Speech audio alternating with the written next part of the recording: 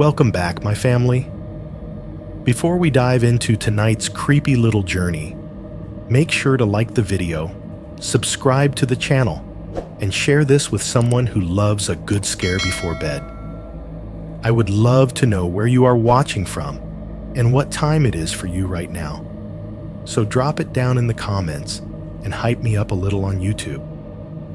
Now, get comfortable, dim the lights, and let us step into tonight's story.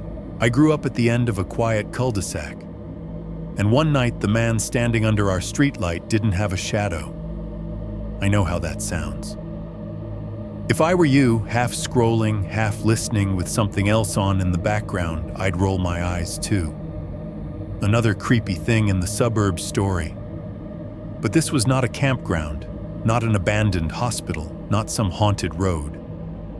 This was the dead end of a little street where kids rode their bikes in circles and parents complained about property taxes.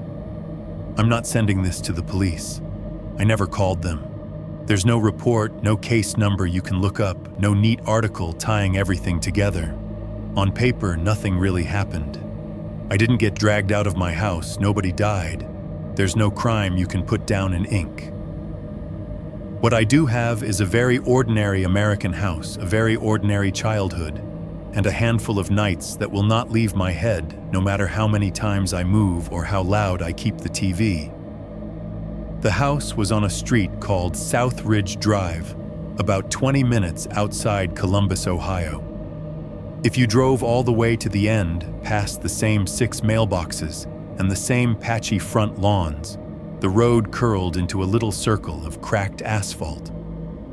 That circle was my whole world for a long time.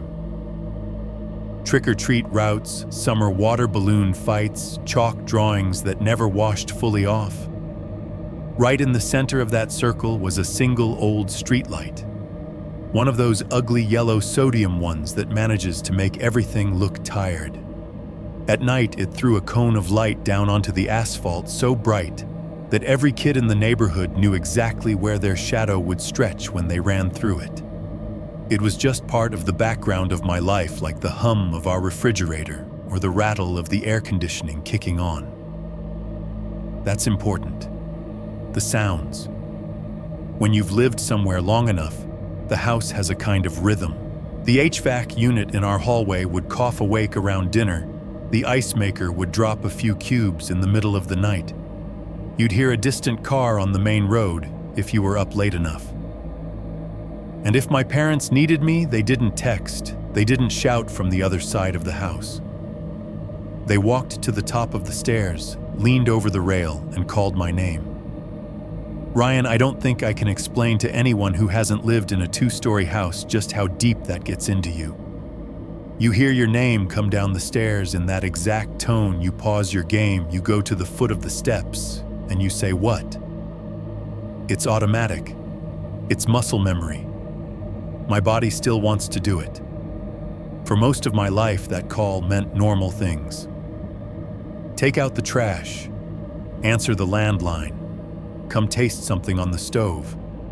It never meant danger. It never meant there's something in the house that shouldn't be here.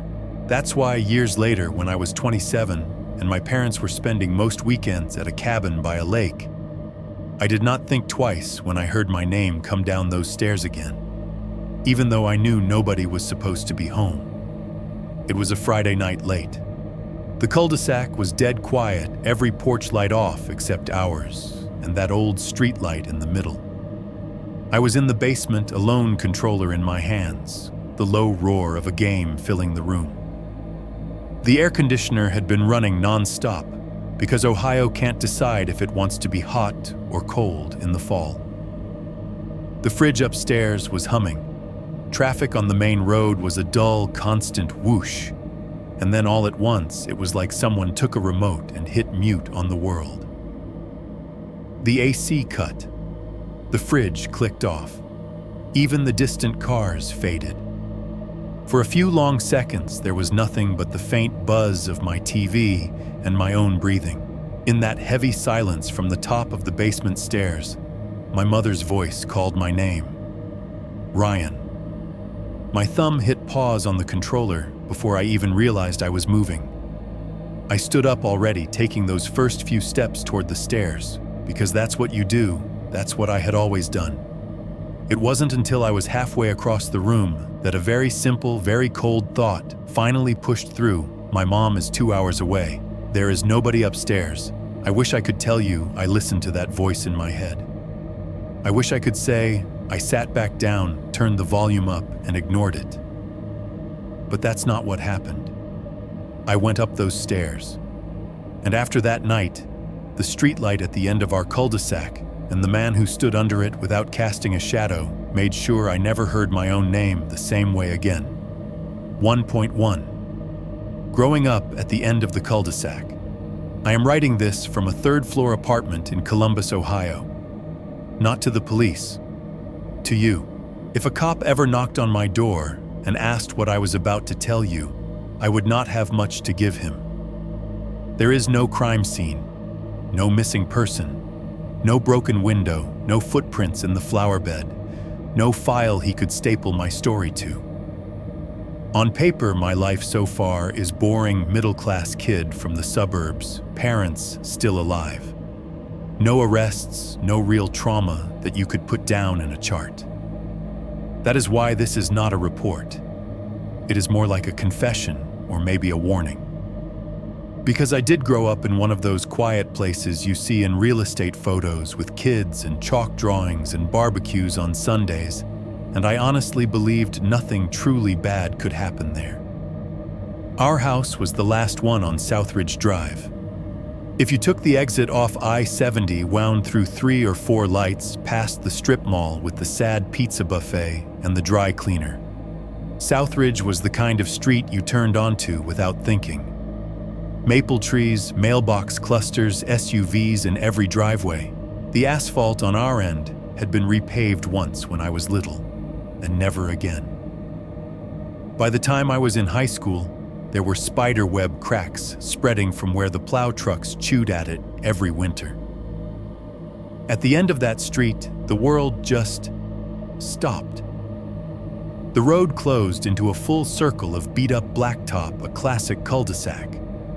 7, maybe 8 houses faced inward, all variations of the same 2-story shape in different siding colors.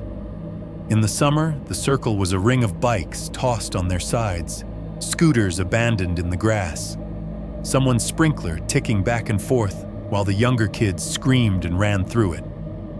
Right in the center of it all stood a single ugly streetlight.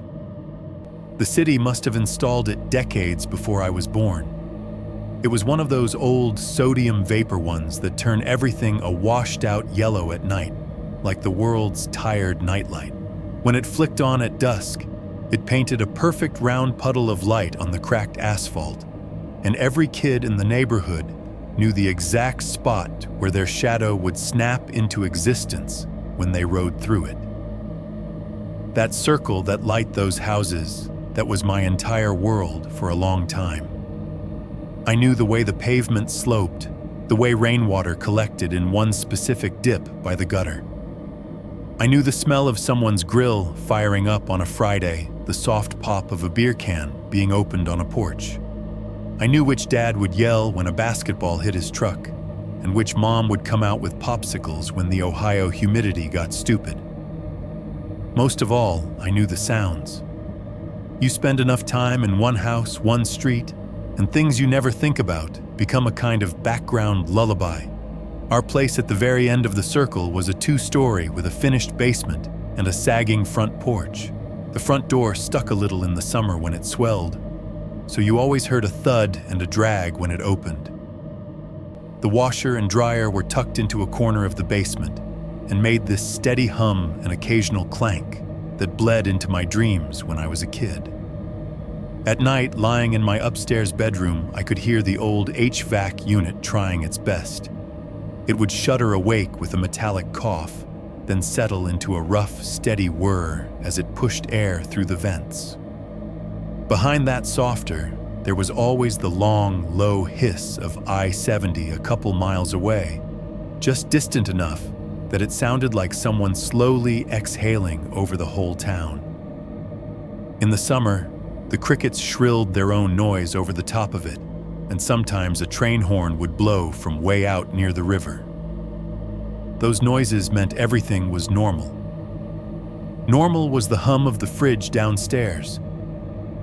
Ours had a little knock it made when the compressor kicked in, like someone lightly tapping the inside of its metal skin.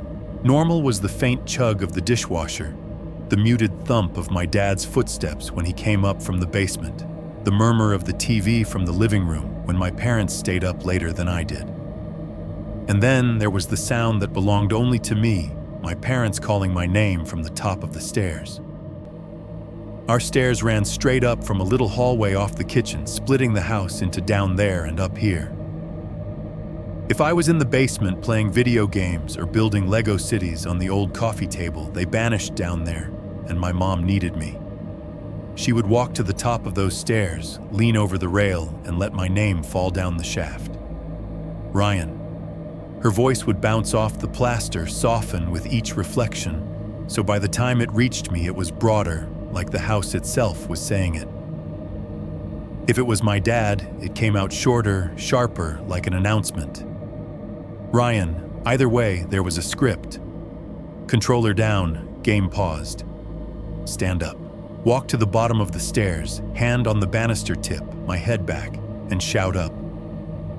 What if I was upstairs and they were in the kitchen? It was the same thing in reverse. The sound did not feel like noise. It felt like a tug on a string tied to the middle of my chest. I never ignored it. Not once. You grow up with that call, it becomes a reflex, the way flinching does when something flies at your face. Even now, years later, if someone in a grocery store says Ryan in a similar tone, my body turns before my brain can tell it not to. When I tell you the house's sounds were comforting, I mean it literally.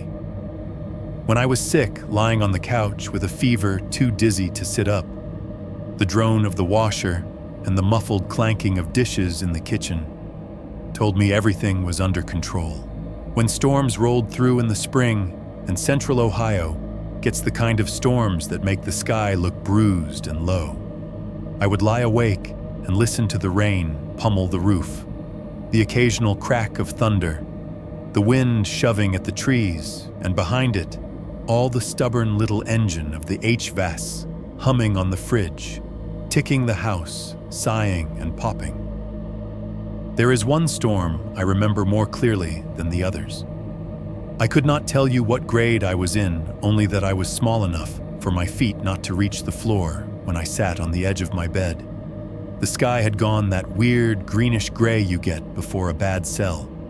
The local news had been on in the living room for hours, the meteorologist carving bright red and orange shapes across the map, talking about rotation and updrafts in counties I barely knew the names of.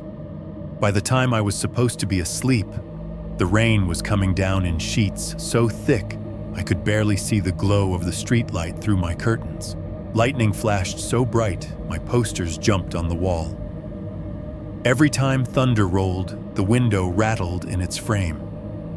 Downstairs, I could hear the murmur of my parents talking just loud enough to cover their own nerves. Then sometime after midnight, everything changed in one breath. There was a flash closer and whiter than the others, and the thunder that followed it did not roll. It cracked. It was like someone snapping a giant tree trunk in half right above our roof. For a half second, the entire house vibrated my bed, the dresser, the glass in the window, and then the power went out. No more TV downstairs. No more tiny nightlight in the hallway. The streetlight outside blinked dead. The hum of the HVAC died mid-growl, cut off in a raw, ugly way that left my ears straining for the rest of the sound that never came. Even the distant sigh of the highway seemed to fold in on itself, like the whole town had sucked in its breath and was waiting to see what happened next. I grew up in that house.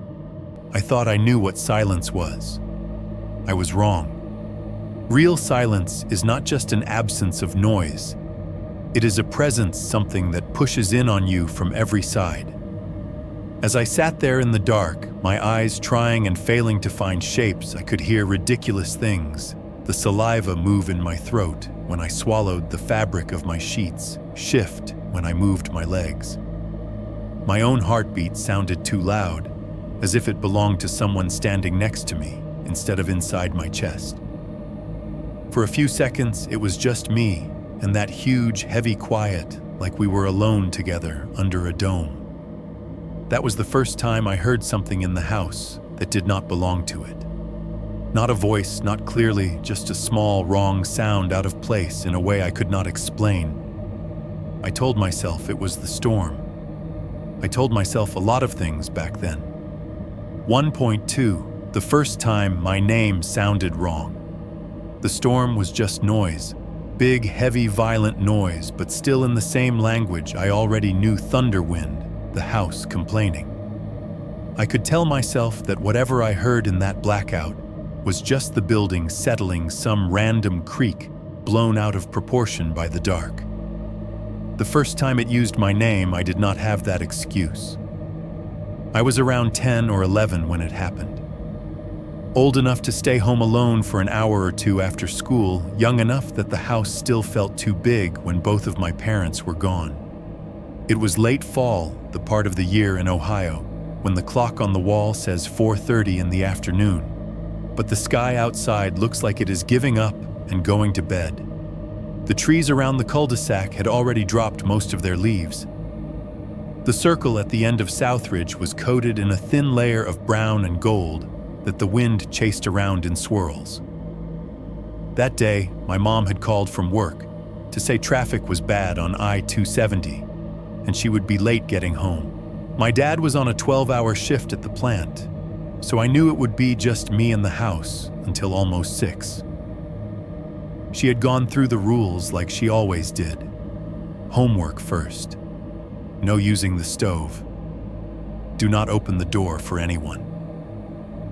I promised, like always, with one ear and one eye already focused on the basement and the TV waiting down there. By the time I got off the school bus and walked the last stretch of Southridge Drive, the sun was already sliding behind the roofs. A couple of porch lights were on. The street light in the center of the circle buzzed faintly, but had not kicked fully to life yet.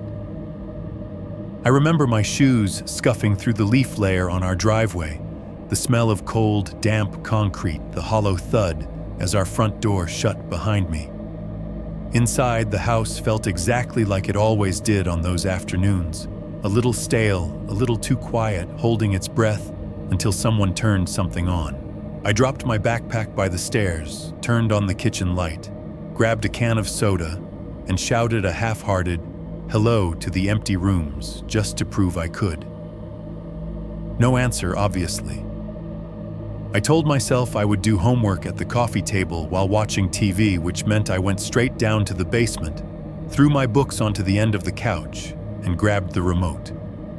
Cartoon Network flickered on, filling the corner of the room with that familiar blue-white light and the constant chatter of animated voices. Down there, the world outside shrank to almost nothing. The tiny basement windows near the ceiling still let in a gray strip of daylight, but everything important felt like it was happening on the screen in front of me. I could hear the muffled thunk of the washer upstairs, cycling off the distant rush of a car out on the main road. But mostly it was the show, my own laughter, the fizz of the soda can in my hand. If you had walked in at that moment, you would have seen exactly what you expect to see when you hear suburban American childhood. No ghosts, no cold spots, just a kid on a couch with cartoons. I do not remember what episode I was watching now, only that there was a commercial break, and in the middle of some jingle about cereal, the lights blinked. It was the kind of power flicker you get a couple times a year, just enough of a surge that everything reacts, but nothing fully dies. The TV screen went black for a fraction of a second sound, cutting to a thin, high digital whine before stumbling back.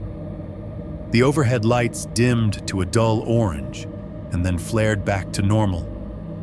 Somewhere directly above me in the kitchen, I heard the refrigerator click off with a sharp little snap as if someone had flipped a switch inside its chest. And then for a heartbeat or two, nothing else. That is the part I keep coming back to when I replay this. There have been dozens of flickers like that in my life. Most of the time, your brain smooths them over into one moment. Lights dip, lights rise, everyone shrugs.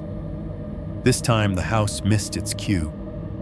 The TV's sound came back late, like a voice on a bad phone connection.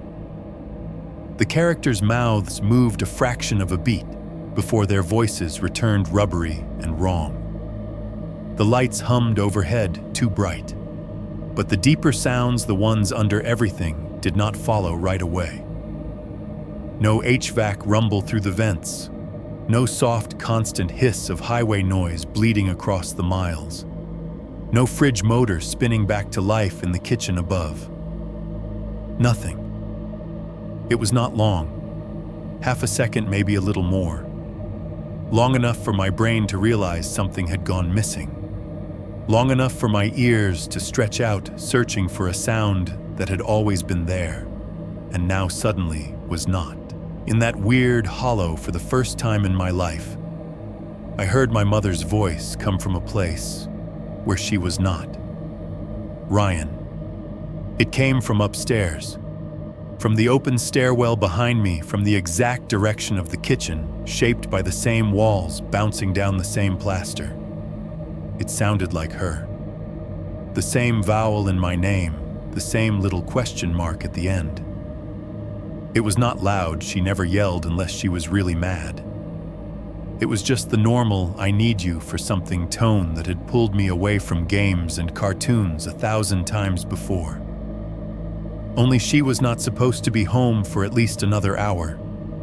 I did not think about that. Not at first. My body did what it always did. My hand went to the remote, turned the volume down without even looking. My feet hit the carpet. I took 3 steps toward the stairs before my brain finally sputtered. Wait! Yeah, I called up halfway between the couch and the stairwell.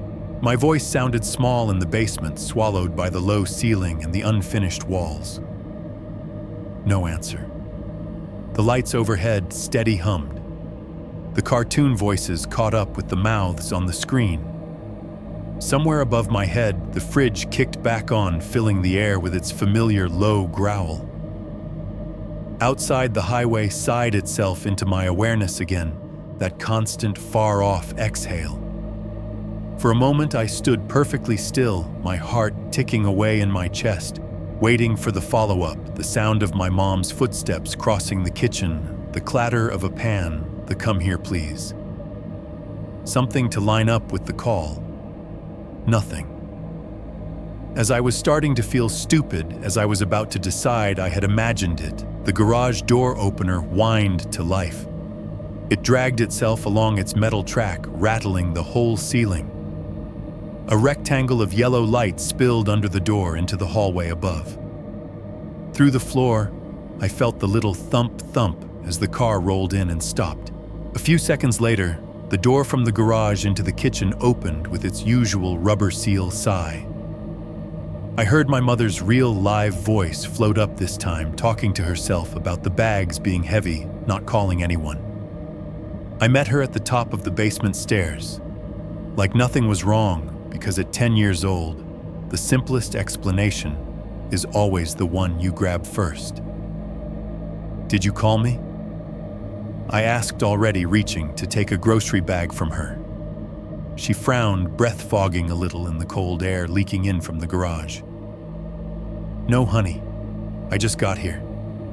Why, I thought I heard. I started, then stopped. Saying it out loud felt lame. A trick of the TV, I told myself.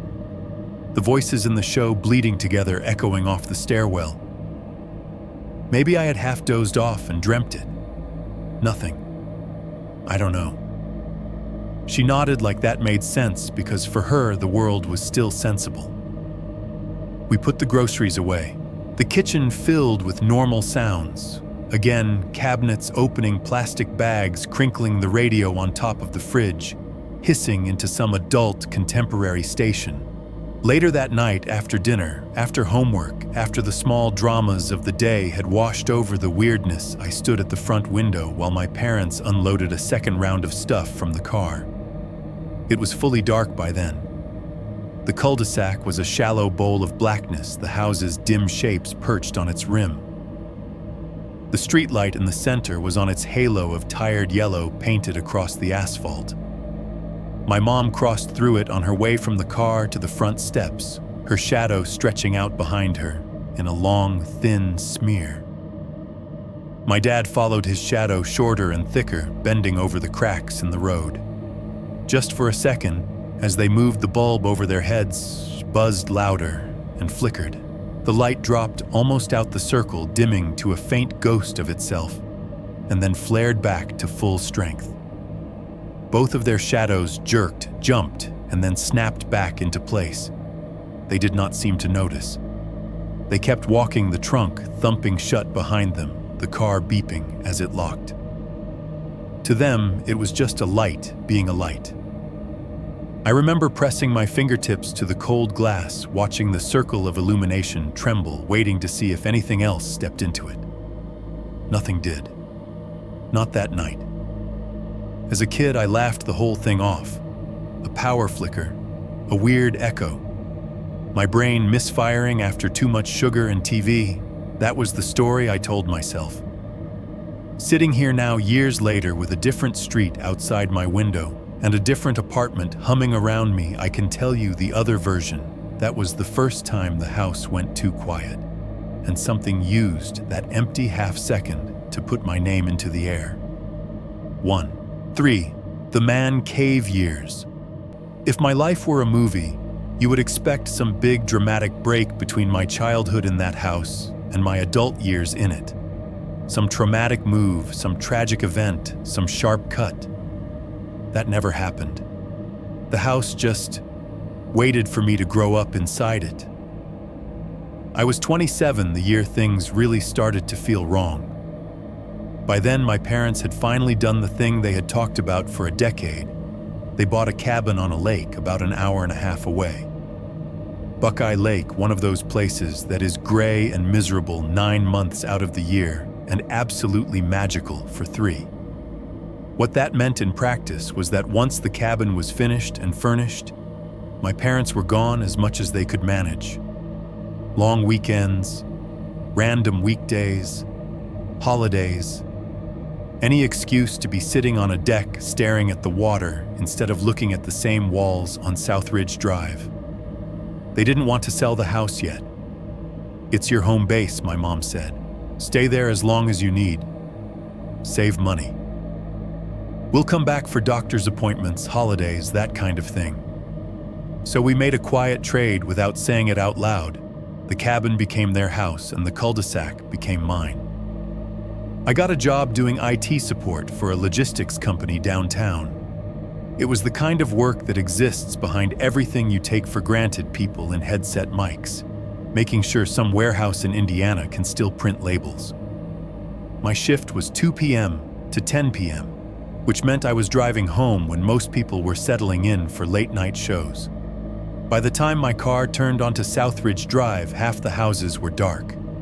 The glow of the old streetlight at the end of the circle was the first thing I always saw, a tired sun in miniature burning over my mailbox.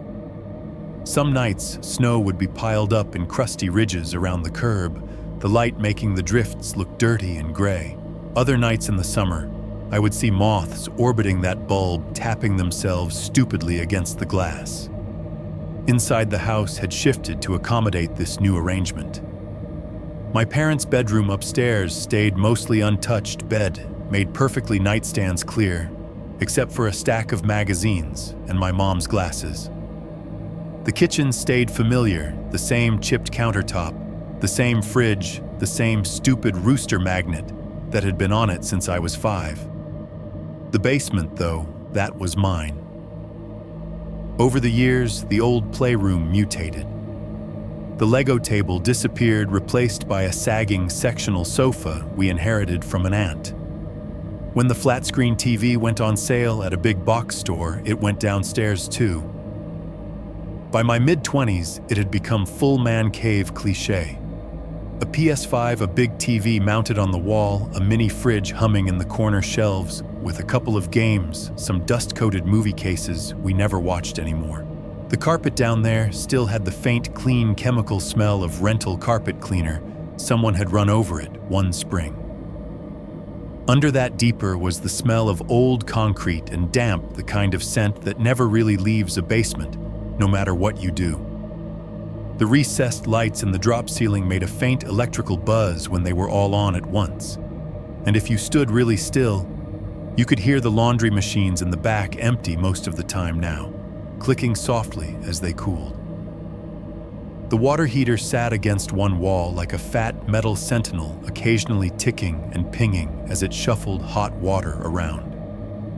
Pipes snaked overhead, carrying the sounds of the rest of the house, the toilet flushing upstairs, someone turning on the shower in the hallway bathroom when my parents were in town, the echo of a dropped spoon in the kitchen sink.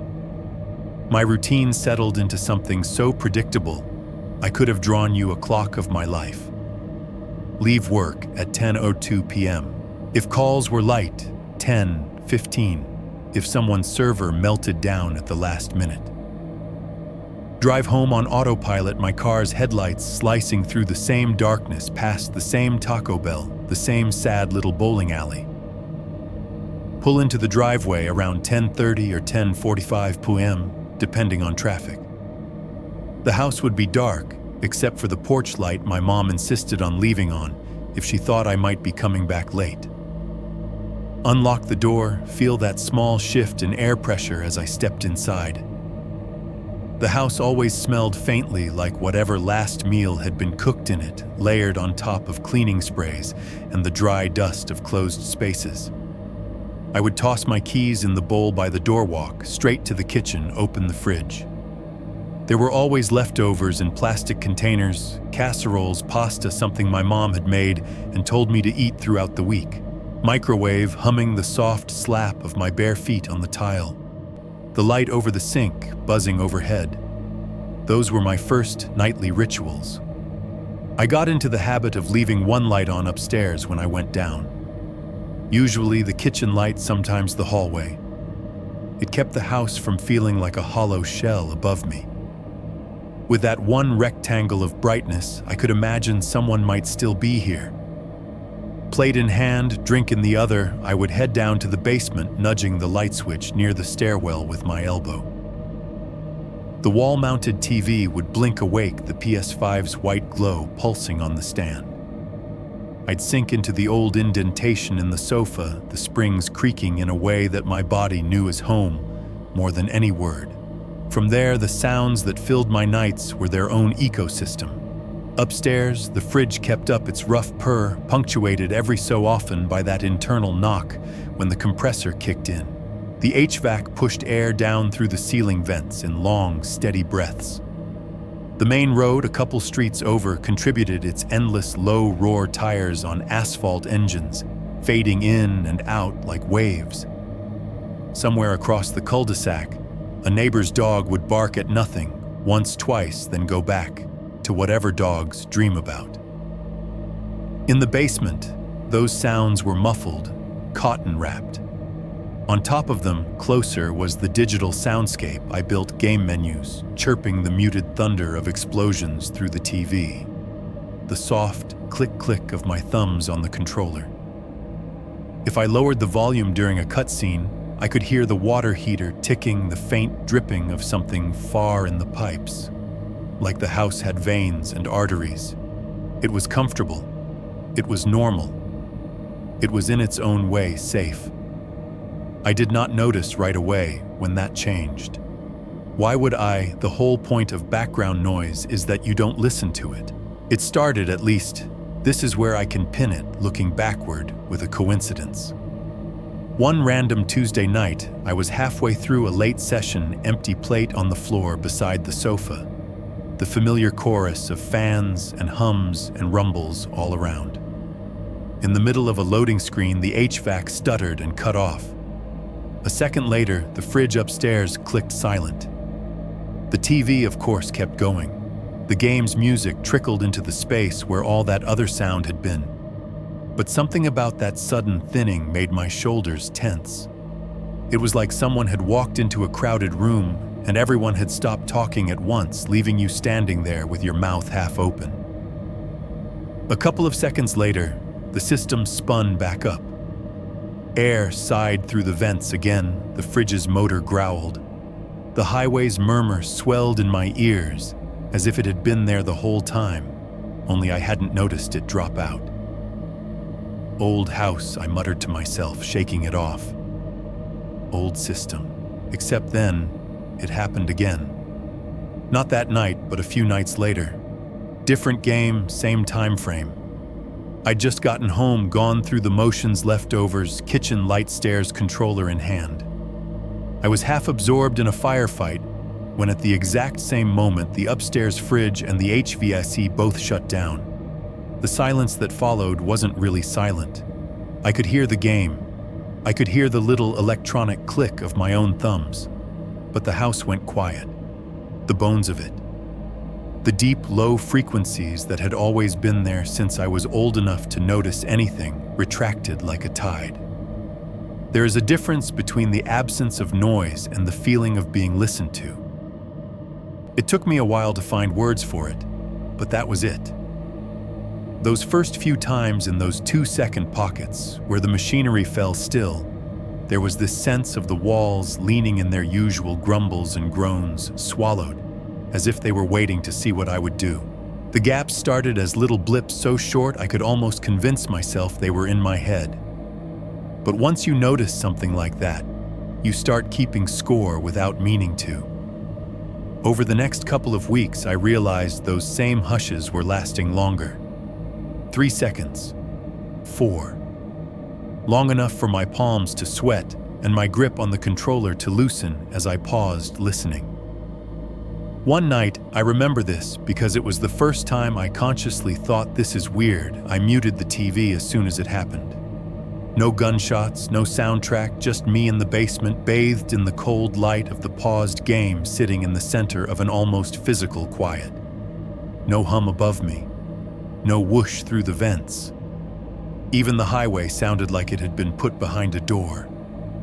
In that strange, padded silence, something moved. It was small. Just a single sound from the floor above, somewhere near the front of the house. A soft, deliberate creak, like one footstep on a board that had never made noise before. It wasn't the refrigerator or the house settling or the familiar squeak of the top stair. It was one step. One. I held my breath without meaning to, waiting for a second one that never came. Then, as if someone let go of a hidden switch, the world flowed back in. The HVAC thumped alive, air rushed down into the vents. The fridge upstairs groaned back into its cycle. A car outside rolled by with its tires hissing on the road. On the screen, my character still waited mid-stride, frozen in digital action. I sat there a few more seconds, listening to my heart hammer in my ears, and then laughed at myself. Out loud, on purpose. I told the empty basement what I told myself as a kid. Old house, I said again. You're being dramatic. It's amazing what you can talk yourself out of when you really don't want to be alone with the alternative. That night before I went to bed, I told myself I'd make a kind of experiment. The next weekend, my parents were at the cabin and the house was completely mine. I'd pay attention. No TV, no game, no music for a while. I'd sit in the living room or the kitchen or down here, and I'd wait for one of those hushes to roll through. I'd prove to myself it was nothing more than an aging HVAC unit and a cranky refrigerator lining up badly. Just one more thing to check off the list of irrational fears. I had no way of knowing that by the time that weekend came, the quiet wouldn't be something I wandered into. It would be something that came looking for me. 2.1. The note on the kitchen counter. The weekend that really mattered started almost stupidly ordinary. It was a Friday in late October, the kind of gray day Ohio does too well.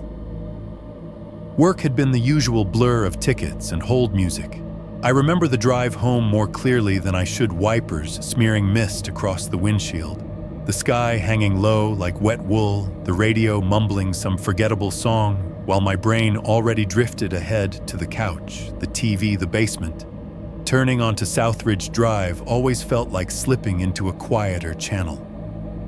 The traffic thinned almost immediately. The houses were already putting up early Halloween decorations, plastic tombstones in the lawns, orange lights around door frames, fake cobwebs catching real dead leaves. At the end of the street, the cul-de-sac opened up like a little bowl. The old street light in the center was off, but waiting its bulb, a dull, chalky cone against the dim sky. Both of my parents' cars were gone from the driveway. The garage door was shut. The porch light was on a soft yellow square against the siding. For a second, I thought maybe they'd just run out to the store together. As soon as I opened the front door, I knew that wasn't it. There is a way the air feels when a house has been empty for a few hours. It is hard to describe if you haven't felt it. The temperature might be the same, but there's a stillness, a lack of human smell under the cleaning products and old paint. The first breath you take inside tastes like quiet. The entryway light clicked on under my hand. The little bowl by the door waited for keys that weren't coming. The hook where my dad kept his rings of keys was empty, the metal tips not clinking against each other as the door shut.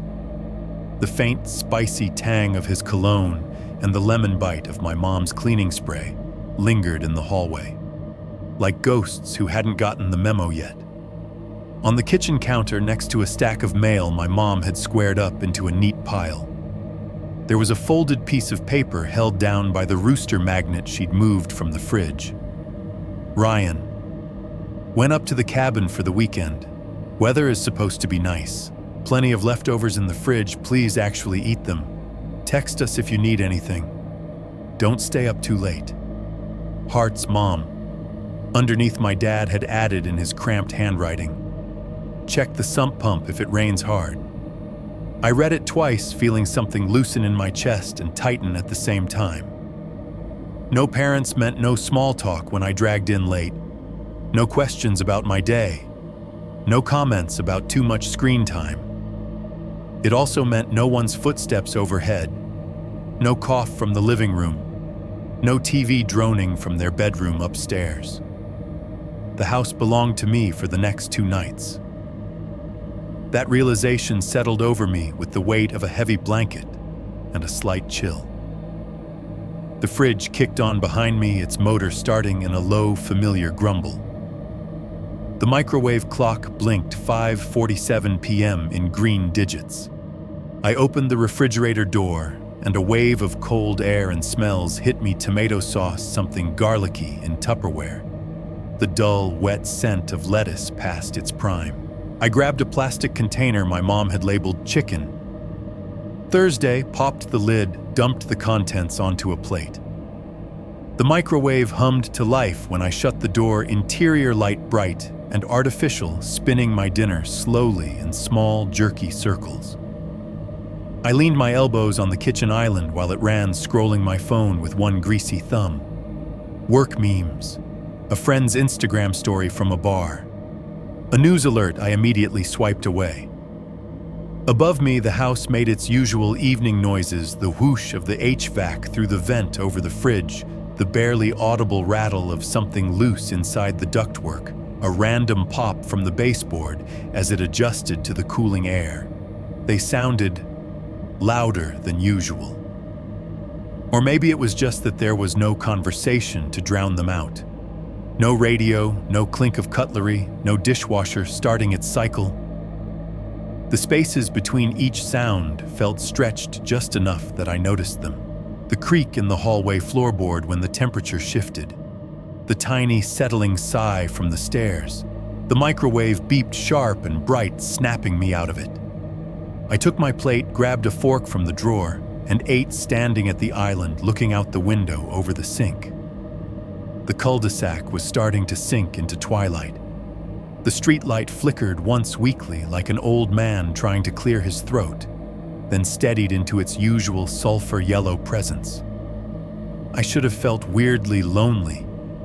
Instead, I felt that giddy, guilty kind of freedom you get the first time your parents leave you home overnight. Just me, games, and DoorDash, I said to nobody, my voice sounding too loud in the open space. Saying it out loud made it feel like a plan instead of an accident. After I rinsed my plate and left it in the sink with the vague promise to wash it later, I did a quick circuit of the house without really thinking about it. It was habit as much as paranoia. I went upstairs, flipped on the hall light, and stood in the doorway of my parents' bedroom for a second. The bed was neatly made. My mom's robe hung from the back of the closet door.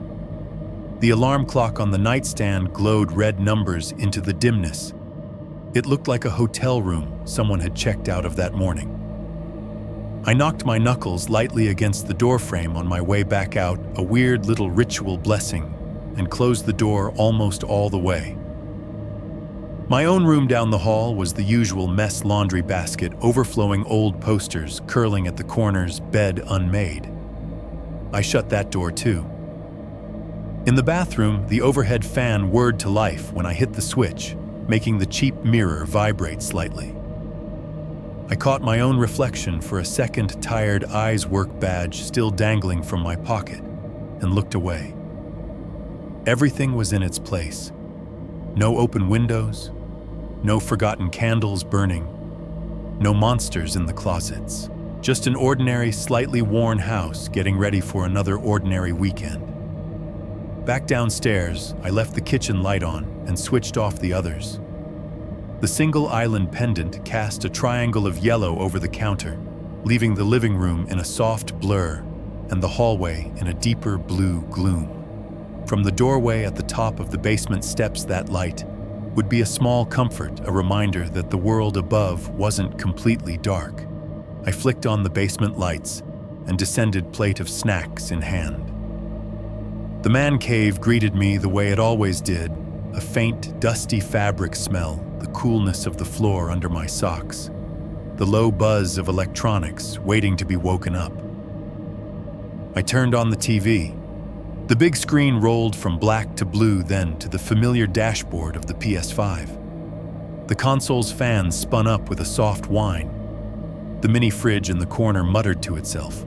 I dropped onto the sofa, feeling the cushions give way in the exact shape of my body, and let the day slide off my shoulders. For a while, it really was just me and the games. Time down there always got slippery. You look up, it's 10:58. You look up again, it's 12:27. The only clocks are on screens, and screens lie to you, stretch your hours like taffy until you don't recognize them. Sometime after midnight, locked in the artificial glow of a boss fight, I became aware of my ears in a way you don't when you're fully immersed. Not of the game's sound, but of everything under it. The hush at the edges. I paused. Not the game, I actually hit the pause button on myself. Upstairs, the fridge hummed its usual low note, vibrating through the joists. The HVAC pushed a steady river of air through the vent above the couch. Outside, a car rolled past the end of the street, its tires hissing briefly on the damp pavement. Somewhere 2 houses over, the neighbor's dog gave a half-hearted single bark, and then apparently thought better of it. I unpaused the game, told myself I was being weird, and played on. Then it happened. No warning. No slowly winding down like a fan. One moment, the house was breathing its usual layered noises, and the next, somebody hit mute on everything but the TV. The fridge upstairs cut mid-groan. The HVAC fan stopped with a dull, unfinished thunk in the vents. Even the highway, that constant, distant rush, dimmed to nothing. The only thing left was the sound coming from the speakers in front of me, and the faint, high electronic whine of the TV itself. It felt like someone had shoved cotton in my ears. My head went light, not in a dizzy way, but in a swallowed sound way, like when you drive through a tunnel and your hearing doesn't catch up. The pressure in my ears changed. They popped softly, as if I were gaining altitude. My thumbs slowed on the controller. Without deciding to, I hit pause. The screen froze on some ridiculous mid-explosion frame, but it felt like the explosion had been sucked out of the room. I held my breath, listening to the absence. 1, 2, maybe 3 seconds passed. Long enough for a cold ribbon of something unease instinct, whatever you want to call it, to slide between my ribs. Long enough for me to think very clearly, it's listening. Then the world snapped back. The HVAC kicked in so loudly I actually flinched. Air roared down through the vents, stirring the little strings of dust that always clung to the edges. The fridge upstairs rejoined the chorus with an ugly rattling start. A truck rumbled by on the main road, low and heavy.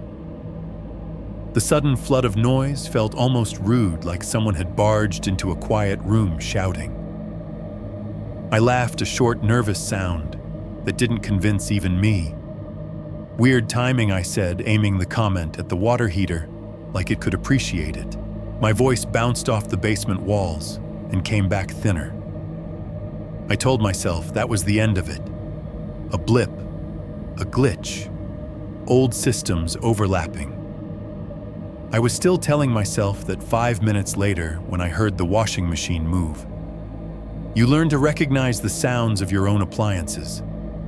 Even when I wasn't doing laundry, I knew exactly how our machine sounded when it shifted a little because of an unbalanced load. The heavy thump as it corrected itself, the squeak of its feet on the concrete, the slosh of water inside. This wasn't that. It was a small, precise shuffle from the laundry nook in the back of the basement. A single measured drag and tap, like someone had put a hand on the edge of the washer and leaned their weight into it, just enough to make it complain. The hairs on the back of my neck stood up. I sat very still on the couch, suddenly aware of my own heartbeat again, the way it echoed in my ears.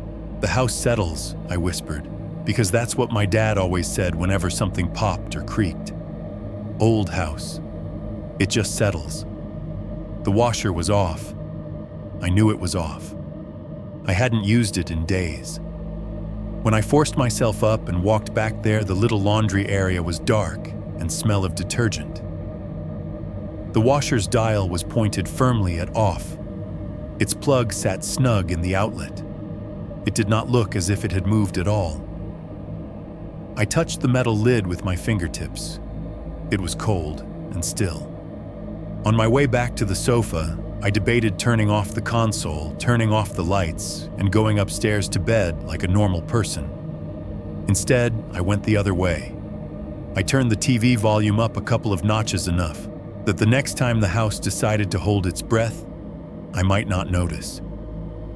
"The house settles," I repeated, dropping onto the couch controller in hand. It was just the first night. I had a whole weekend ahead of me to prove to myself that there was nothing to be afraid of. 2.2. Small things that do not add up. Saturday mornings in the cul-de-sac used to be loud. When I was a kid, it meant scooters scraping on the pavement, somebody's dad cursing at a weed trimmer that would not start the slap of basketballs on driveways. Back then, if you stood in the middle of the circle and closed your eyes, you could map every house by its noise. The one with the yappy dog, the one where the teenage son was learning drums, the one where 2 little girls screamed with laughter over chalk drawings. It is not like that anymore. By the time I was in my late 20s, most of those kids had left for college or for jobs or for anything that was not a dead-end street in a small Ohio town. A couple of the older couples sold their houses and moved to condos or Florida.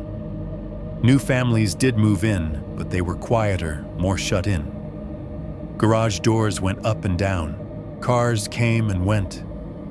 But the front yards stayed empty. The circle stayed still. That Saturday, when I finally dragged myself out of bed sometime around 11, the cul-de-sac might as well have been a photograph. When I looked out the living room window, the sky was pale and thin, the kind of washed-out blue that never quite commits to being sunny. 2 houses had blinds pulled halfway open. 1 SUV was backed into a driveway. No one was outside. It felt like I had slept in too late for a party I hadn't been invited to. I made coffee, breathing in the bitter steam as the machine gurgled and hissed. The kitchen felt bigger than usual, the empty chairs around the table arranged in a way that made me think of people who weren't there. The note from my mom was still on the counter rooster magnet, holding it down like a paperweight. Around noon, I remembered the trash. We had one of those big green city issue bins that you drag to the curb. I rolled it out through the side door of the garage, feeling its plastic wheels and the slight resistance of the cracked driveway under it. The air outside had that faint chill that says winter is thinking about you. Somewhere far off, a dog barked twice and then stopped.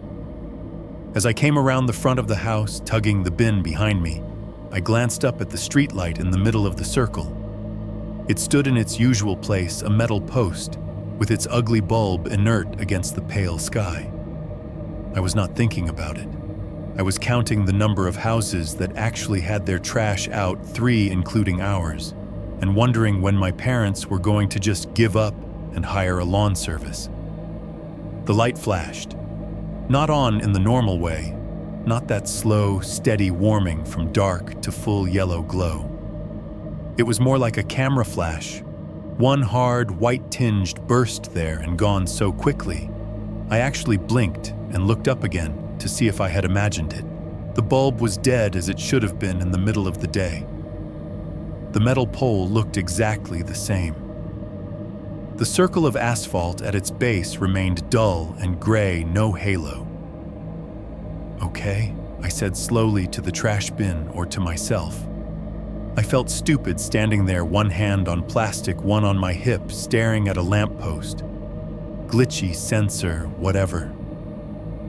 I dragged the bin to the edge of the curb, parked it, and went back inside. But for the rest of the afternoon, every time I passed a window that looked out toward the end of the street, I found myself glancing at that light to see if it would do anything else. It did not. It just stood there with the blank patience of old fixtures that have seen more seasons than I have. The day drifted by in small, unremarkable pieces. Laundry half done, a podcast playing in the background while I scrolled my phone. The low churn of the dishwasher, the house felt familiar but slightly inflated somehow, like someone had added 5 extra feet of space to every room and not told me. By the time the sun started to go down, the sky outside the kitchen window had turned the color of wet paper. I clicked the lock on the back door out of habit, then slid the window above the sink open a few inches to let in some air. The screen let in the smell of damp leaves and something faintly metallic, like distant rain that hadn't committed to falling yet. The sounds of the neighborhood at that hour were subtle, but there if you listened. A few birds still fussing in the trees, a car door shutting somewhere down the block, the faint warble of someone's TV leaking through thin walls and open windows. Every noise sat on top of the steady baseline of the highway's far-off sigh. I stood with my hands on the edge of the sink and just listened for a minute. It was nothing special, just mundane life.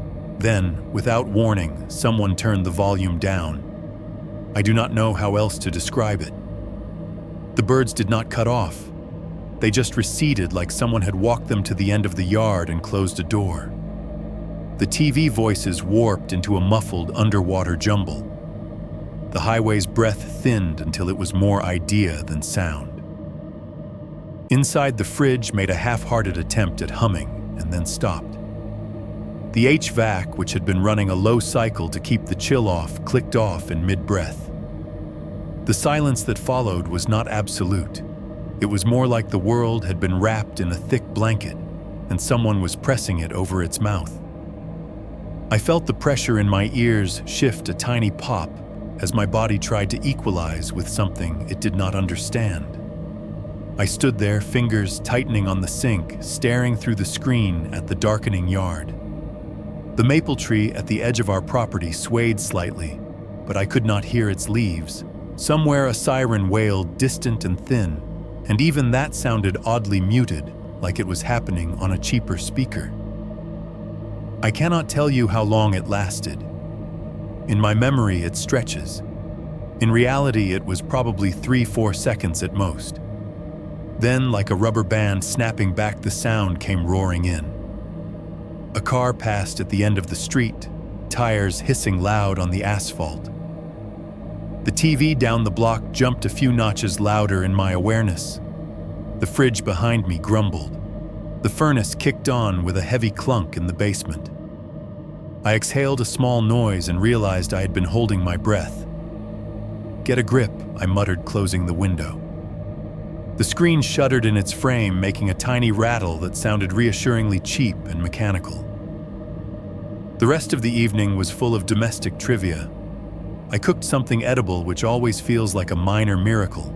I left the pan to soak in the sink, the spoon resting on the counter beside it, a small crescent of sauce on its bowl. I turned on the living room lamp and flipped through channels before giving up and letting streaming algorithms choose for me. I do not know when I became aware that the house was keeping score of my carelessness. When I went back into the kitchen an hour or so later, one of those little wrong notes was waiting. The spoon I had left near the edge of the counter was farther in, angled differently. Not dramatically, just an inch, maybe 2, but enough that the ring of condensation underneath it did not line up anymore. I could see the half-moon mark where it had been a faint, wet outline drying on the granite, and then the spoon itself lying over a fresh, smaller oval. It looked exactly like someone had picked it up, held it for a few seconds, and then set it back down without rinsing it. I stood there, stove light buzzing faintly above me, and replayed my memory of leaving the kitchen. I saw my hand setting the spoon-down bowl facing outward. Now it was tilted slightly inward, handle pointing toward the sink. I started, then stopped, because questioning your own hand placement on cutlery out loud is one of those moments you don't want to witness yourself having. I rinsed the spoon off and put it in the dishwasher. When I closed the drawer below the counter where we kept dish towels, it bounced back open half an inch. I pushed it shut again until I heard the little magnet catch. Later that night, on my way to grab a drink, I passed the kitchen again. The drawer was slightly ajar, just enough to cast a thin shadow across the cabinet below it. I stopped, put my fingers on the smooth wood and pushed it in until it clicked. This time I pulled lightly on the handle to make sure it held. The house said nothing. The fridge hummed. The clock over the stove ticked its dry little ticks. I tried to ignore the feeling that I had just lost some small, invisible argument. Around 10:30, I found myself back at the sink glass under the faucet, listening to the water run. The house had gone through its evening cycle. Streetlights outside were on now, their yellow spots scattered along the curve of the cul-de-sac. Most of the neighboring windows were dark. The TV down the block had finally gone quiet.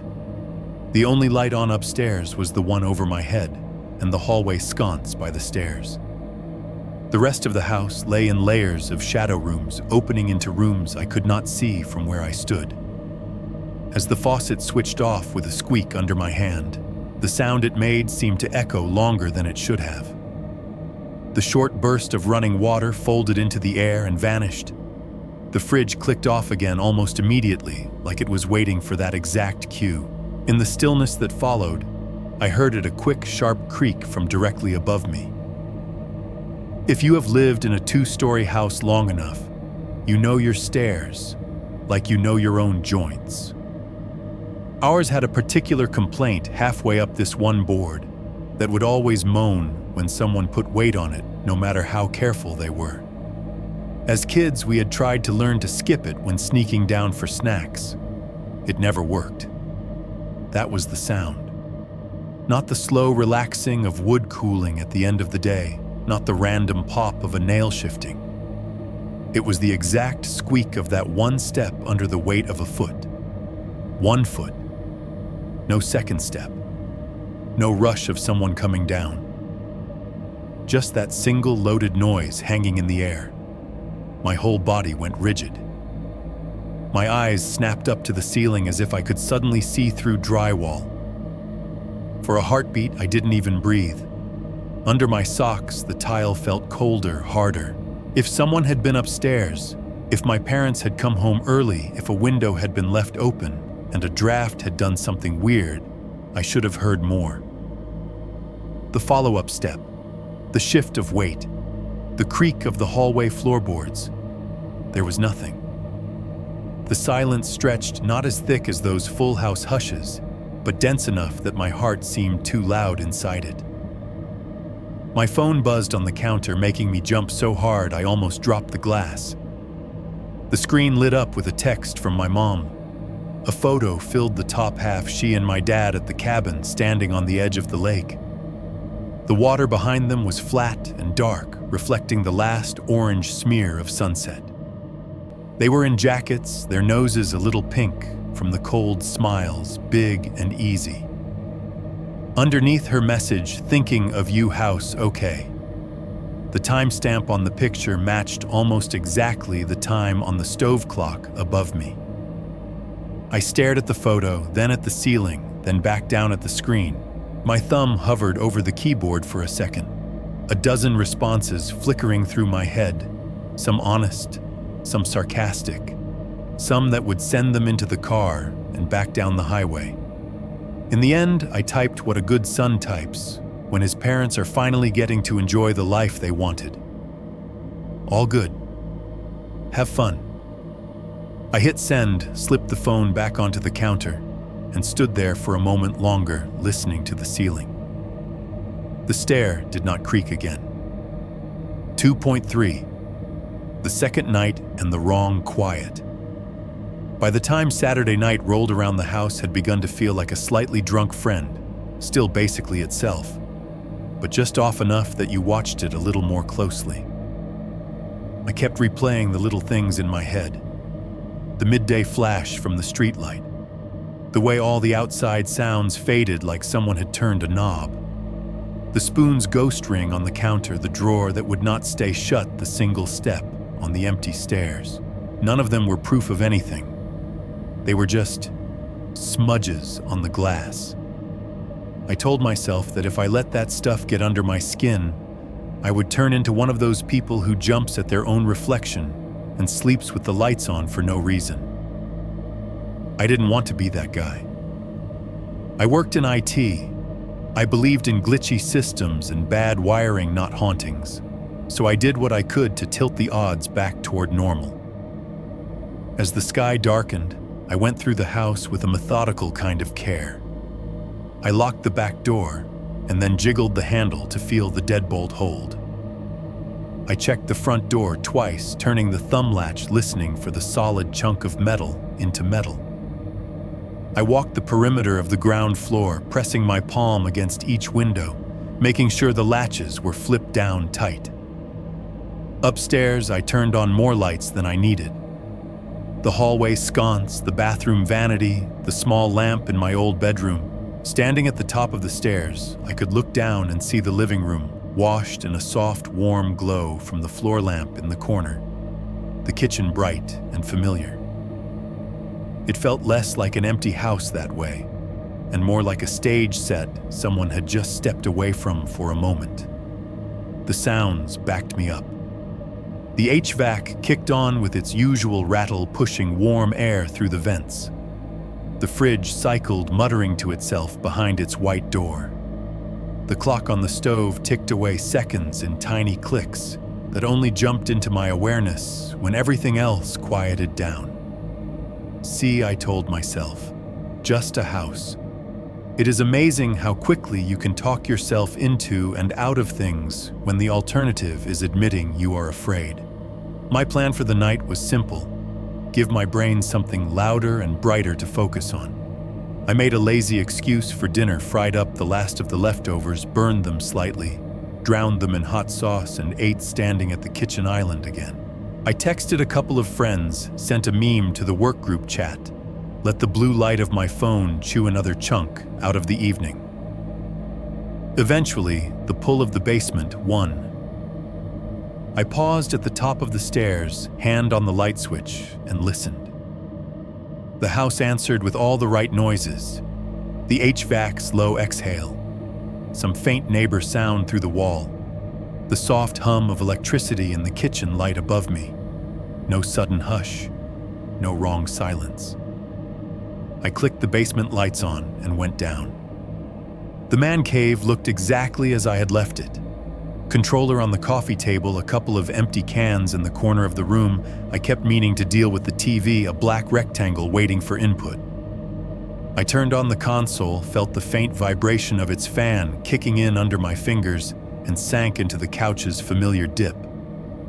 If the house wanted to play whatever game it had started, I could play 1-2, pretend none of it mattered, and drown it in noise. Once the opening menus faded and I dropped into the game, everything narrowed to the crosshairs in front of me, the map in the corner, the pattern of enemies spawning and respawning. That kind of focus is a blessing and a curse. It eats your anxiety alive. It also eats your sense of time. Minutes slipped, then an hour. My phone buzzed once on the cushion beside me, and I ignored it. The only light was from the screen and the recessed bulbs overhead washing the basement in a dull, steady brightness. The mini fridge in the corner thrummed softly, its compressor adding its own note to the background. For a while it worked. I forgot about spoons and streetlights. I forgot about stair creaks. It was just me and the game and the comfort of repetition. And then the hush came back. It did not announce itself with a flicker this time. It came in stages, a slow subtracting. First, I realized I could no longer hear the fridge. Its low growl had cut out between breaths. Then the HVAC's breath above my head thinned and vanished, leaving the vents flat and empty. I waited for the highway's murmur to fill the gap, the distant rush that never quite goes away. It didn't. The game's sound kept going, but it sounded wrong. Too crisp, like someone had disconnected it from the room and was piping it directly into my skull. I could hear the click of buttons under my thumbs, the tiny plastic contacts snapping louder than the gunfire on the screen. I swallowed without meaning to, and heard that too, the soft, wet slide of my own throat, intimate and gross. Everything else was gone. It felt exactly like somebody had lowered a huge, invisible bell jar over the house over me, sealing us in together. The air didn't change temperature, but it felt thicker, heavier. My ears buzzed faintly with that static you get when you plug your headphones in with nothing playing. I pulled my focus away from the TV thumb hovering over the pause button. I knew intellectually that these silences had been a couple seconds long at most before. This one stretched. 3 seconds. 5. 8. I finally hit pause. The game froze mid-motion. The last echo of its sound drained away. The only noise left was inside my body. Heart pounding too fast and too loud. Breath coming shallow because I did not want it to make sound, as if breathing louder might draw attention to me. I sat that way, shoulders hunched, listening to a house that was not listening back the way it used to. There is a feeling you get when you realize you are being watched. Not looked at, not glanced over, but really watched. The tiny muscles along your spine tighten. Your scalp prickles. Your skin stops feeling like part of you and starts feeling like a surface something could touch from the outside. That feeling slid over me now, starting at the crown of my head and pouring down my neck. It settled between my shoulder blades, right where my back faced the open space of the basement and the staircase behind me. I was suddenly acutely aware of upstairs, of the empty kitchen, the dark hallway, the closed doors. Not as a floor plan, but as a presence stacked directly on top of me, like weight. I could not hear anything up there. No footsteps, no pipes, no settling. But the quiet itself felt focused like a held breath. 10 seconds, maybe more. Enough time for my brain to suggest a handful of options in a panicked chorus. The power's about to go. The breaker tripped. You're dizzy. It's in your head. Someone is in the house. The last one walked in and sat down right in the center of my chest. You're fine, I whispered, and even that tiny murmur sounded obscene in the sealed-off air. And then it broke the rules. From the top of the basement stairs, from the dark rectangle of the open doorway behind me, my mother's voice called my name. Ryan. It wasn't a shout. It wasn't warped. It was that exact everyday call, the one I had grown up obeying. Soft, patient, a little worn at the edges, like she had been carrying it around for years. Reflex is faster than fear. Before the meaning of what I just heard could register fully, before the part of my brain that knew she was not here. Not even in the same county could grab the wheel. My thumb was already pressing the pause button again, my body already moving. The controller slid from my hands onto the couch plastic, knocking against fabric. I stood up, knees stiff from sitting too long, feet planted on the carpet halfway between the coffee table and the base of the stairs. For a heartbeat, I hung there in that posture. I'd taken thousands of times as a kid, halfway to answering the call, halfway to saying what up to the landing. Only this time, every part of me finally caught up to where my body was. The house was still under glass. The HVAC had not come back on. The fridge was still silent. The highway was gone. And my mother was 2 hours away, standing next to a lake, probably brushing her teeth or reading in bed. I stood frozen between the couch and the stairs, staring at the dark opening at the top, and felt something deep in me shift from uneasy to wrong. 3.1. The habit that almost got me killed. I need you to understand that when I say I moved without thinking, I mean that literally. There was no decision involved.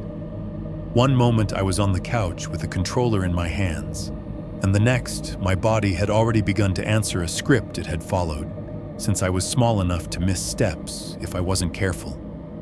Ryan. My mother's voice from the top of the basement stairs, in that wrong, glass-covered quiet.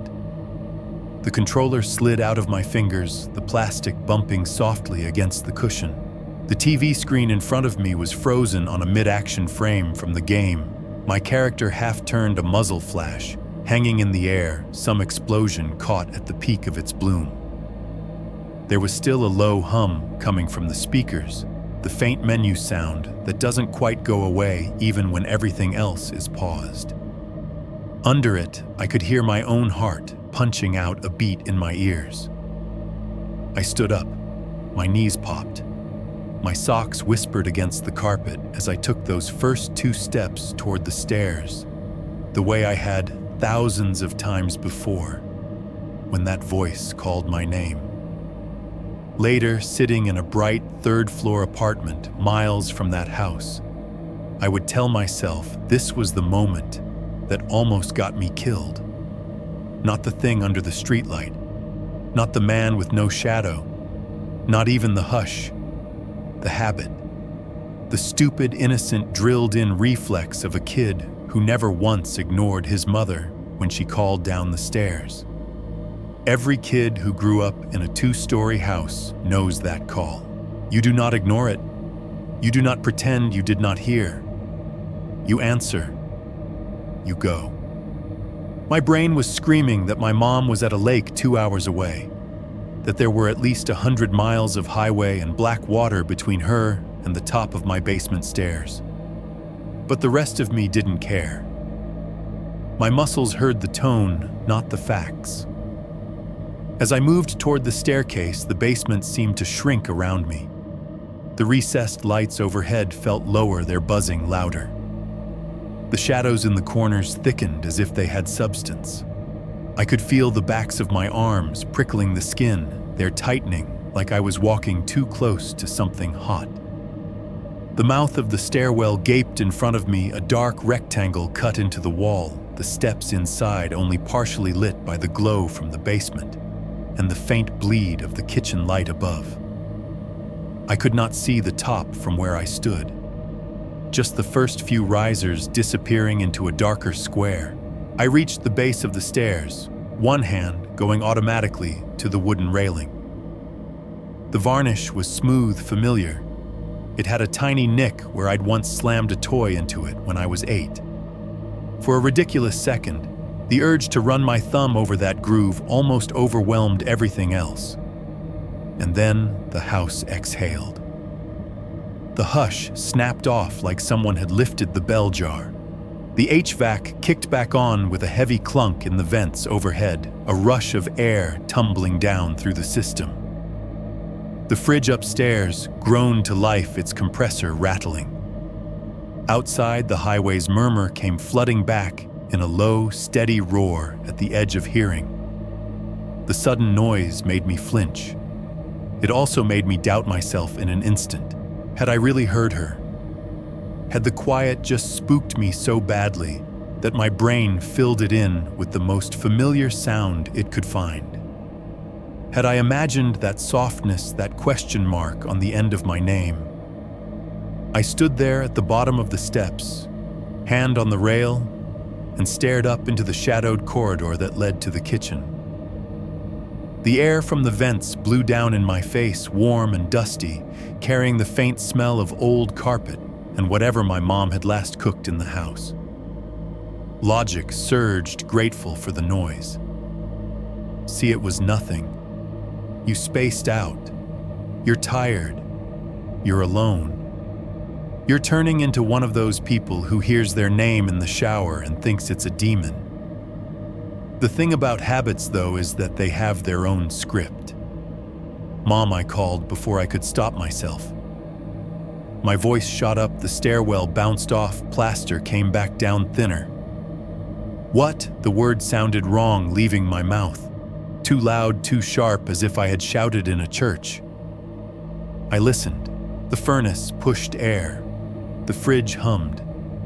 Somewhere far away, a truck shifted gears on the highway. The TV screen behind me cast cold light over my back. I could feel sweat starting to form between my shoulder blades, stick my t-shirt to my skin. No answer. I started to turn away, ready to tell myself it had been a sleep-deprived auditory hallucination, nothing more. Ready to go back to the couch, unpause the game, let the explosions and soundtrack paper over all the small off notes. The house disagreed. It was almost petty the way it did it. The blower fan in the vents cut off mid-breath, chopping the warm air in half. The hum of the fridge thinned and died. Even the highway seemed to step back again, its distant roar lowering into a murmur and then into something less than a whisper. The quiet slammed back down around me harder than before.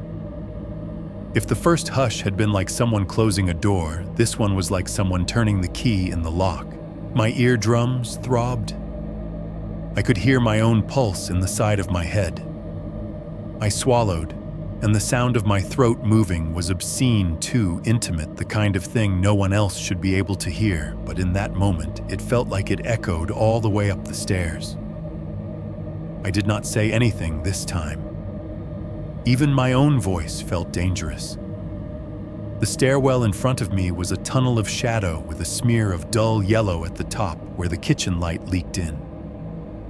The darkness felt thicker than what the bulbs below me should have allowed. The air had weight.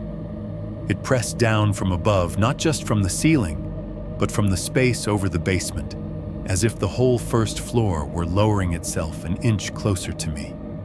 Every small hair on my arms and neck lifted. My feet suddenly felt both too light and nailed to the floor. Somewhere in the back of my skull, a very old animal part of me started saying, "Don't move," over and over, while the equally old, equally stubborn child part said, "You have to go when you're called." The voice, when it came the second time, did not try to sound so normal. "Ryan." Not louder in volume, there was no need. In that thick quiet, it was as clear as a knife on glass, but sharper. The syllables snapped instead of flowed. The pitch was my mother's, but the rhythm was wrong. She never hit my name like that, all in one burst, all on the first half. It was as if someone had listened to her say it 100 times, and then tried to reproduce it from memory, getting every letter right, but missing the music. There was something else off too, something that did not click until much later. It sounded flattened, the way a recording does when it's being played through cheap speakers. No depth, no room sound, no air around it. Just the words surgically clean dropped into the silence right at the top of the stairs.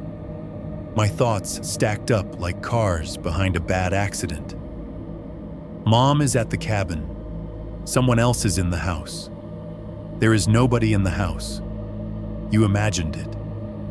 You did not imagine that. I could feel the muscles in my thighs tensing, ready to climb. The habit tugged at me so hard it hurt. I had never heard my name from the top of those stairs and not gone. I had been trained for decades that hearing that voice from that direction meant one thing: I was needed. At the same time, another kind of training, newer, flimsier, made of horror stories and true crime podcasts and late-night Reddit threads, whispered just as urgently, if you go up there, you might not come back the same. I stood at the bottom of the stairs, one hand gripping the rail so tightly the varnish bit into my palm, the other hanging uselessly at my side. Behind me, the TV screen glowed over my shoulder. In front of me, the dark opening waited. The house held its breath around me, and I realized with a cold, sinking certainty that whatever had just called my name was not testing my ears. It was testing my reflex. 3-2. Checking an empty house. There's a point where standing still feels worse than moving. I hit that point at the bottom of the stairs. If it was in my head, then walking up there would prove it. If it wasn't in my head, then something was in the house, and staying rooted to the basement floor while it moved around above me was its own kind of stupid. Either way, I couldn't just stand there and let the silence make the decision for me. I forced my fingers to loosen from the railing. My hand left a faint print of warmth on the wood. One foot, then the other. The first step gave the soft, padded thump of sock on old varnish. The second answered it with a tiny creak deep in its bones, a sound I'd heard my whole life, but suddenly wanted to dissect where exactly did it come from, which nail, which board. The hush held for the first 2 steps, and then, as my head rose up to level with the underside of the kitchen floor, the machinery of the house jolted back to life. The HVAC fan kicked on with a metallic cough, air pushing through the ducts in a rush. Cool air spilled from the vent at the top of the stairs, brushing the sweat on my face and arms, making me shiver. Somewhere above and ahead, the fridge in the kitchen joined in its compressor, spinning up into a rough, steady hum. Outside, muffled by walls and insulation, a car rolled past on the main road, tires humming. The sound washed over me, almost dizzying after that thick, glued-on silence. It felt like stepping out of a sensory deprivation tank and into a crowded lobby. For a heartbeat, I wanted to lean into it, let the noise convince me that nothing had ever been wrong. See, the rational part of my brain said, "Old house. Lines up funny, bad timing. You're fine." The other part, smaller, quieter, but much older, was not buying it. I kept climbing. As my head cleared the top of the stairwell, the kitchen opened around me in its familiar rectangle. The overhead fluorescent fixture buzzed with its usual cheap insect-in-a-jar sound, casting everything in a pale wash. The stainless steel sink reflected the light in dull smears, small water spots catching it in uneven circles. The faucet had a drip it had developed over the last month, a slow, intermittent tap into the basin that my dad kept promising to fix. To the left, The microwave clock glowed 12:23 a.m. in stubborn green digits. The counter still held the remnants of my earlier half-hearted cooking attempt. A pan on the stove, a spatula resting on a plate, the faint film of oil catching the light. The rooster magnet sat on the fridge door guarding my mother's note. The fridge itself hummed steadily under my palm when I laid my hand against it, like a dog that didn't know what else to do but keep breathing. "Hello," I called, feeling the word snag in my throat halfway out. It bounced off the cabinets and the tile and came back sounding thinner, slightly embarrassed. "Mom." Nothing answered but the buzz of the light and the steady exhale of the vents. I turned in a slow circle, scanning the room, as if there might be some obvious sign that a living, breathing person had just been here. The back door was shut. The deadbolt above the knob was turned fully horizontal, the chain lock hanging slack but unused. I tugged at the knob anyway. Solid. The small window over the sink was latched from the inside. The curtains beside it hung straight down, undisturbed. No flutter from a draft. No muddy prints on the tile. I walked toward the front of the house, my socks whispering against the hardwood. The hallway that ran from the kitchen to the living room was lined with framed photos my mom had hung over the years. Me gap-toothed, holding up a science fair ribbon. My parents on some beach, my dad's nose peeling. A family Christmas photo from when I was 12, all of us in matching sweaters my mother thought was a good idea. The air in the hallway smelled faintly like laundry detergent, the powdery, clean smell that leaked from behind the door to the small closet where the washer and dryer sat. The washer was quiet now, its cycle long finished. The thin door between us did nothing to change the fact that everything in there was still and cold. I tried hello again, softer this time. It felt even dumber talking into a hallway decorated with my own growing up. The front door loomed at the end of the hall, its brass handle dulled by years of hands. I checked that lock too. The deadbolt was set. The little metal tab was pointed firmly toward secured. I pressed my thumb against it, felt the refusal in its mechanisms. There are only so many ways into a house like that.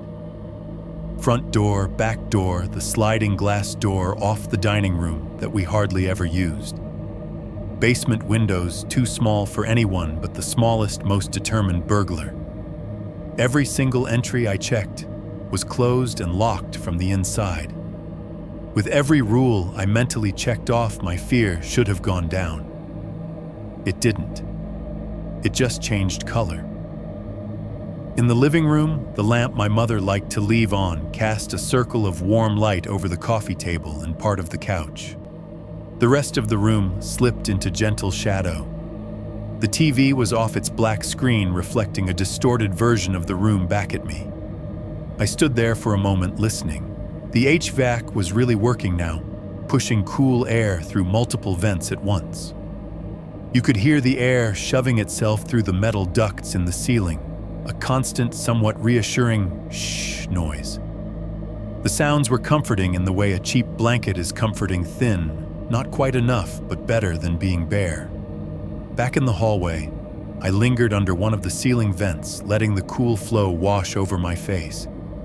It carried with it the faint, dry smell of dust and something else, maybe insulation, maybe the metallic tang of the ducts themselves.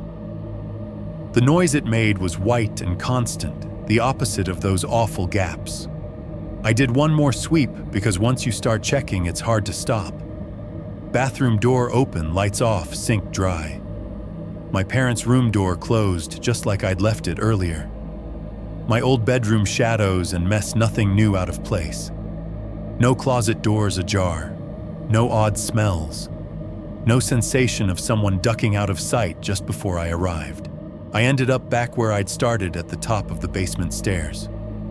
From there, I could look down into the rectangular shaft leading to the lower level. The light from the basement washed up against the walls, fading out a few steps below. The shadows seemed thicker than they had any right to be between one bulb and another. Above my head, the hallway vent continued its steady whoosh, the sound spreading out in all directions, filling the space. I stood with one hand on the wall, my fingers resting just below the metal grill, and listened. The air tumbling out of it made a faint, consistent rush, like an endless exhale that never quite ran out of breath. For a second, I let it calm me. Machines, airflow, thermostats, things that could be fixed with wrenches and service calls. Then the vent stopped. Not in a gradual winding down way, in the same wrong-chopped fashion I'd felt in the basement. 1 second, it was blowing cool air against my skin, the noise filling my ears. And the next, it was as if someone had clamped a hand over its mouth mid-sentence. The change was surgical. My skin prickled in the absence of the airflow. The silence folded down around my head, smaller than the whole house hush, but still somehow thick. I could hear the tiny click of the metal as it cooled, like it was flinching from being silenced. In that thin, surgical micro-hush, something else stepped into the space the air had left. Right behind my right ear, inches from the side of my face, I heard a soft exhale. Not mine. Mine was locked in my chest lungs, frozen full. This was a short, almost conversational breath out. The kind of sound someone makes when they've leaned in close to tell you a secret and then changed their mind at the last second. Warm air, just a trace enough to lift the tiny hairs along the edge of my ear, and the back of my neck brushed my skin. I did not think. I spun. Every muscle in my body fired at once. My shoulder slammed into the wall hard enough to rattle the family photos. My hand shot up, fingers clawing at empty space. My other arm came up across my chest in a half-formed, stupid, defensive gesture. There was no one there. The hallway stretched out behind me exactly as it had 10 seconds before. Closed doors, framed pictures, the dim lamp from the living room spilling a wedge of light across the floorboards. The vent above me, now quiet, looked like any other vent. The air was still. My own breath finally forced its way out of my lungs in a rough, shaking gust. "Okay," I said out loud, voice cracking in a way that did not make me feel any better. I could hear how close it was to a laugh and to a sob at the same time. "Okay. That's... nope. No. You are tired." The HVAC chose that moment to roar back to life as if it had been waiting for me to finish embarrassing myself. The rush of cool air flooded the hallway again, filling my ears, erasing any trace of the breath I thought I'd felt. I stood there at the top of the basement stairs, heart-hammering eyes fixed on the empty space where something had just not quite stood at my back. The house around me buzzed and hummed, pretending it had never held its breath at all. 3.3. The Man Without a Shadow. There is a trick I have always used when the inside of a house starts to feel too small. Look outside. If you can see the world carrying on like normal, a car driving by, a neighbor taking out the trash, some porch light still burning, then whatever is happening in your head shrinks a little. It becomes personal, not cosmic. That night, after the breath at my ear and the vent cutting out and roaring back to life like it hadn't just gone silent, my skin felt too tight. The hallway felt like the inside of a throat. I needed a different perspective, anything that wasn't beige walls and family photos and vents. Just the street, I told myself. Just look at the street. The dining room sat at the front of the house, facing the curve of the cul-de-sac. It had one big window that my mom loved because it let in morning light. At night, it turned into a black rectangle that reflected the room back at you unless you got close, cupped your hands, and looked through. I walked in, flicked on the small lamp on the sideboard, and crossed to the window. The digital clock on the microwave in the kitchen blinked 12:08 a.m. in my peripheral vision. That number would burn itself into my memory for reasons I did not understand yet. From a distance, all I saw was my own reflection, a pale face, hair, a little messy eyes, wider than I liked, floating on the surface of the glass. The lamp behind me made a soft halo around my head, like a cheap saint in a stained glass window. I reached up and turned the lamp off. The room dropped into a softer shadow, lit only by the spill from the hallway and a faint glow from the kitchen. The window transformed. My reflection thinned, then disappeared as the darkness outside asserted itself. The cul-de-sac lay spread out in front of me like the bottom of a bowl. All the porch lights were off.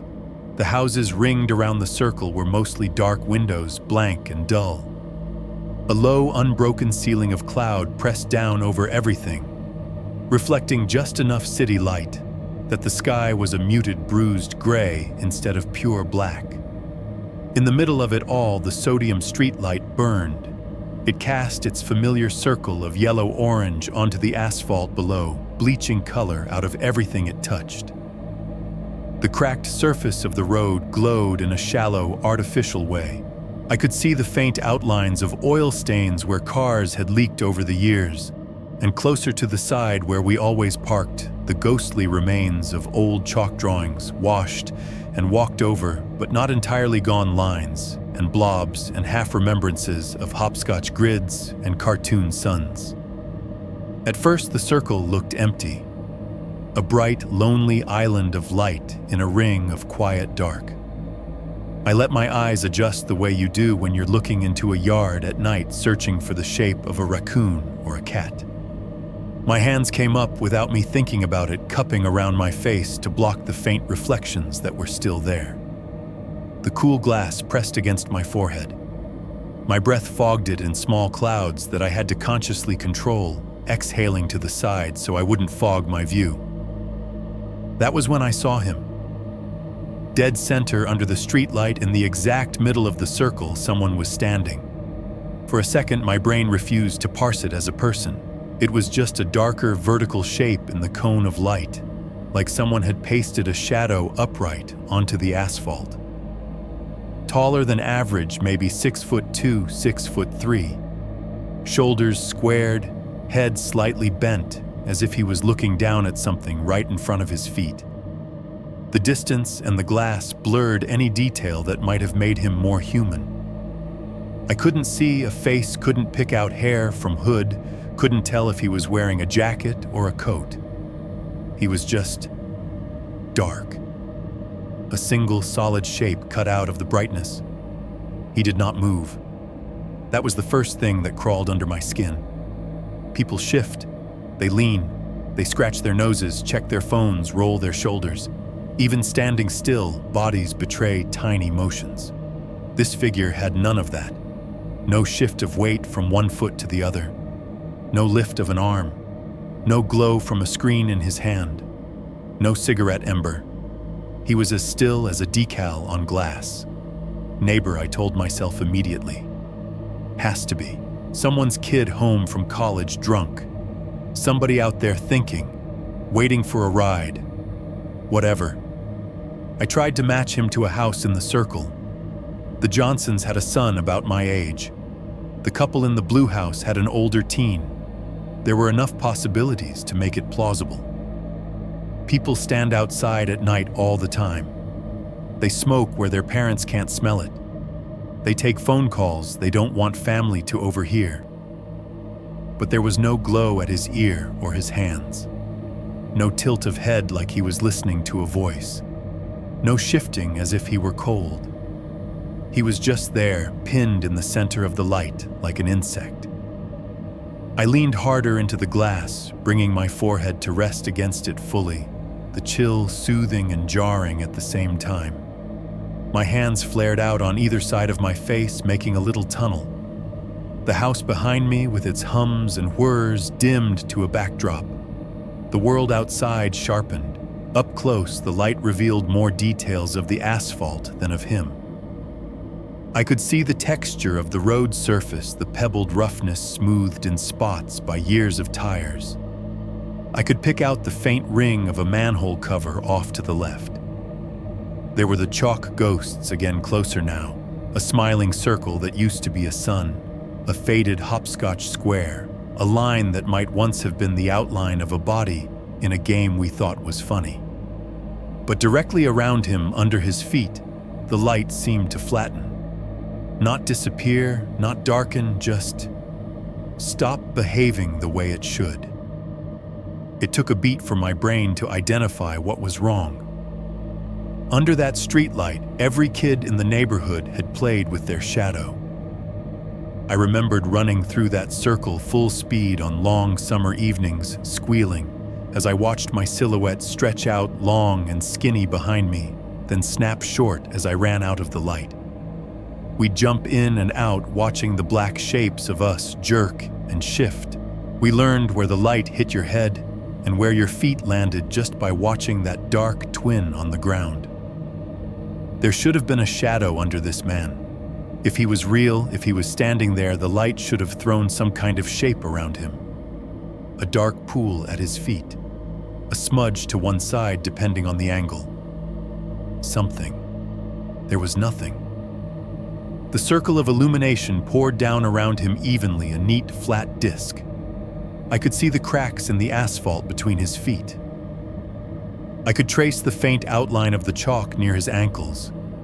I could follow an oil stain right up to where his shoes must have been. But there was no darker patch that said this is where the light is blocked. No outline on the ground that belonged to him. The space under him was the same washed-out yellow-gray as the rest of the circle. I blinked hard. For a second, I thought maybe I'd fogged the glass and was seeing my own breath pattern, some weird reflection that erased what should have been there. I wiped the window with the heel of my hand, the glass squeaking softly under my skin. The scene outside did not change. The man or the shape stood dead center, vertical and wrong. The light bathed him. The ground below remained patternless, full of every mark and stain I knew and none that belonged to him. A chill that had nothing to do with the air conditioning slid down my spine. My body knew this was impossible in the same way it knows when a step is missing that should be there. The world is built on certain rules. Light makes shadows. Things have weight. Voices belong to bodies. Here I was looking at an exception. For a moment, the rest of the cul-de-sac might as well not have existed. The empty driveways, the quiet houses, the low ceiling of cloud, all of it blurred into background. There was only the circle and the man in it, and the space where his shadow should have been and wasn't. "Neighbor," I whispered, but it didn't sound like I believed myself.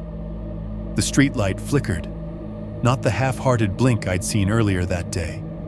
This was a hard, frantic cut. The bulb snapped off and on in a single violent gesture, the way a hand might slap a switch down and up again as fast as possible. For a fraction of a second, the entire circle went black. The after-image burned on my eyes.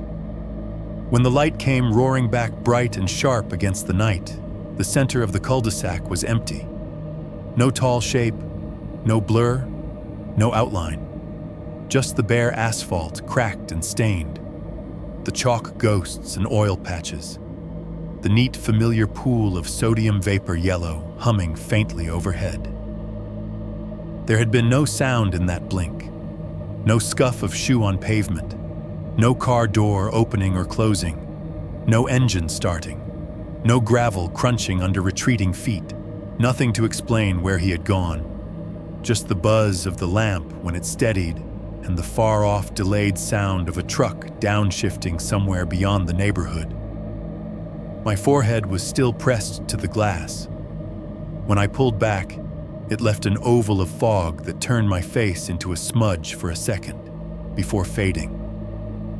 I backed away from the window, one slow step at a time, my eyes still locked on the empty circle outside until the angle broke, and all I could see was my own dim reflection again. That was when I noticed something else. Inside the house, above the faint ring of blood in my ears, there was no hum, no rattle, no whir. The fridge had gone quiet. The HVAC had at some point shut off again without my noticing. The clock on the stove still ticked, but it seemed very far away, as if it belonged to another room in another house. The streetlight hummed in the darkness outside. The cul-de-sac held its breath, and somewhere beneath my feet, the house did too. 4. 1. Locking every door in a house that breathes. There is a kind of fear that keeps you frozen, and there is a kind that kicks you in the back and shoves you into motion. Watching a man stand under the streetlight without a shadow, then vanish in a single blink with no sound, had carried me straight from the first kind into the second.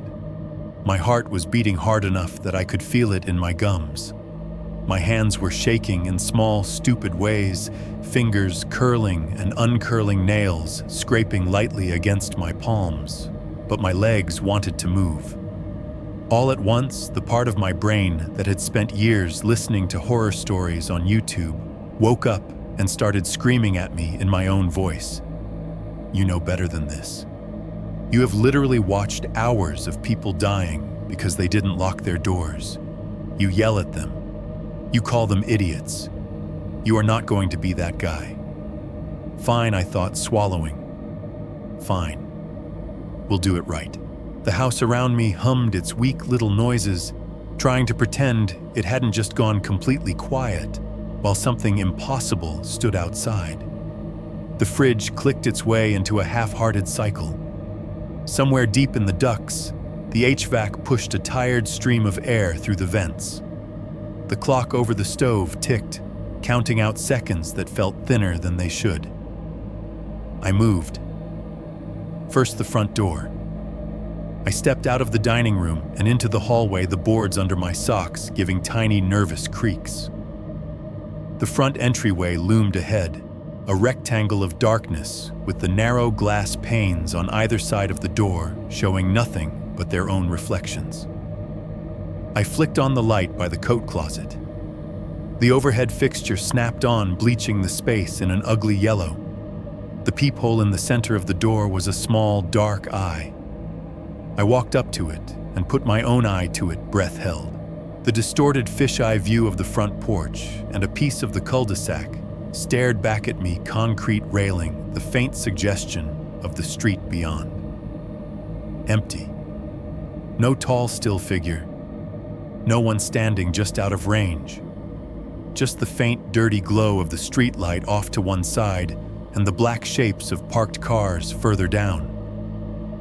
I leaned back, exhaled, and reached up to touch the deadbolt. The brass slider was already turned all the way, horizontal metal lodged firmly in metal. I twisted it anyway, just enough to make it shift in place. The tiny click it made as it settled was absurdly loud in the quiet entry. Locked, I muttered. Saying it out loud made it feel more real, as if my voice could sign off on the security. From there, I moved to the small window beside the door and pressed my fingers along the lower sash. The latch at the top was flipped down, catching the frame tight. I gave it a gentle rattle. The glass shivered faintly, but the window did not move. One door, one window, secure. The house breathed around me in its mechanical way. The HVAC grumbled. The fridge hummed. The noise was a thin comfort, but it was something. Next, the back. I walked through the living room, the lamplight throwing my shadow long across the carpet and into the kitchen. The overhead fluorescent flicked on with the same cold buzz. The familiar smells of detergent and old cooking oil greeted me, cracked tile cool under my feet. The back door stood at the end of a tiny mudroom nook, a simple white slab with a window in the top half. The mini blinds hung closed over the glass, thin slats overlapping to hide anything outside. I slid the deadbolt at the middle of the door, with my thumb feeling it thunk fully into place. It had already been locked like the front, but I needed the ritual. Above it, the cheap metal chain latch dangled, I caught it between two fingers and lifted, sliding the small loop along the bracket until it dropped into its groove with a soft, decisive clink. My hand rested on the knob for a second. The metal was cool, almost cold.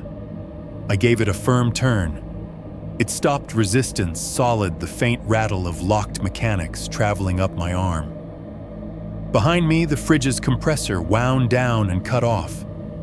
The sudden absence of that background growl peeled a layer of sound from the room, making the fluorescent buzz feel naked and loud. There was a small square window in the door, half covered by the blinds. I raised two fingers and spread a tiny gap between the slats, peeking out into the side yard. The dim outline of the driveway stretched away the neighbor's fence, cutting a dark line beyond. The edge of the cul-de-sac was just barely visible between houses washed in the distant sodium glow of the streetlight. Nothing moved. No hunched figure in the yard. No shadow where there shouldn't be one. Just the stillness of cold air and dormant grass.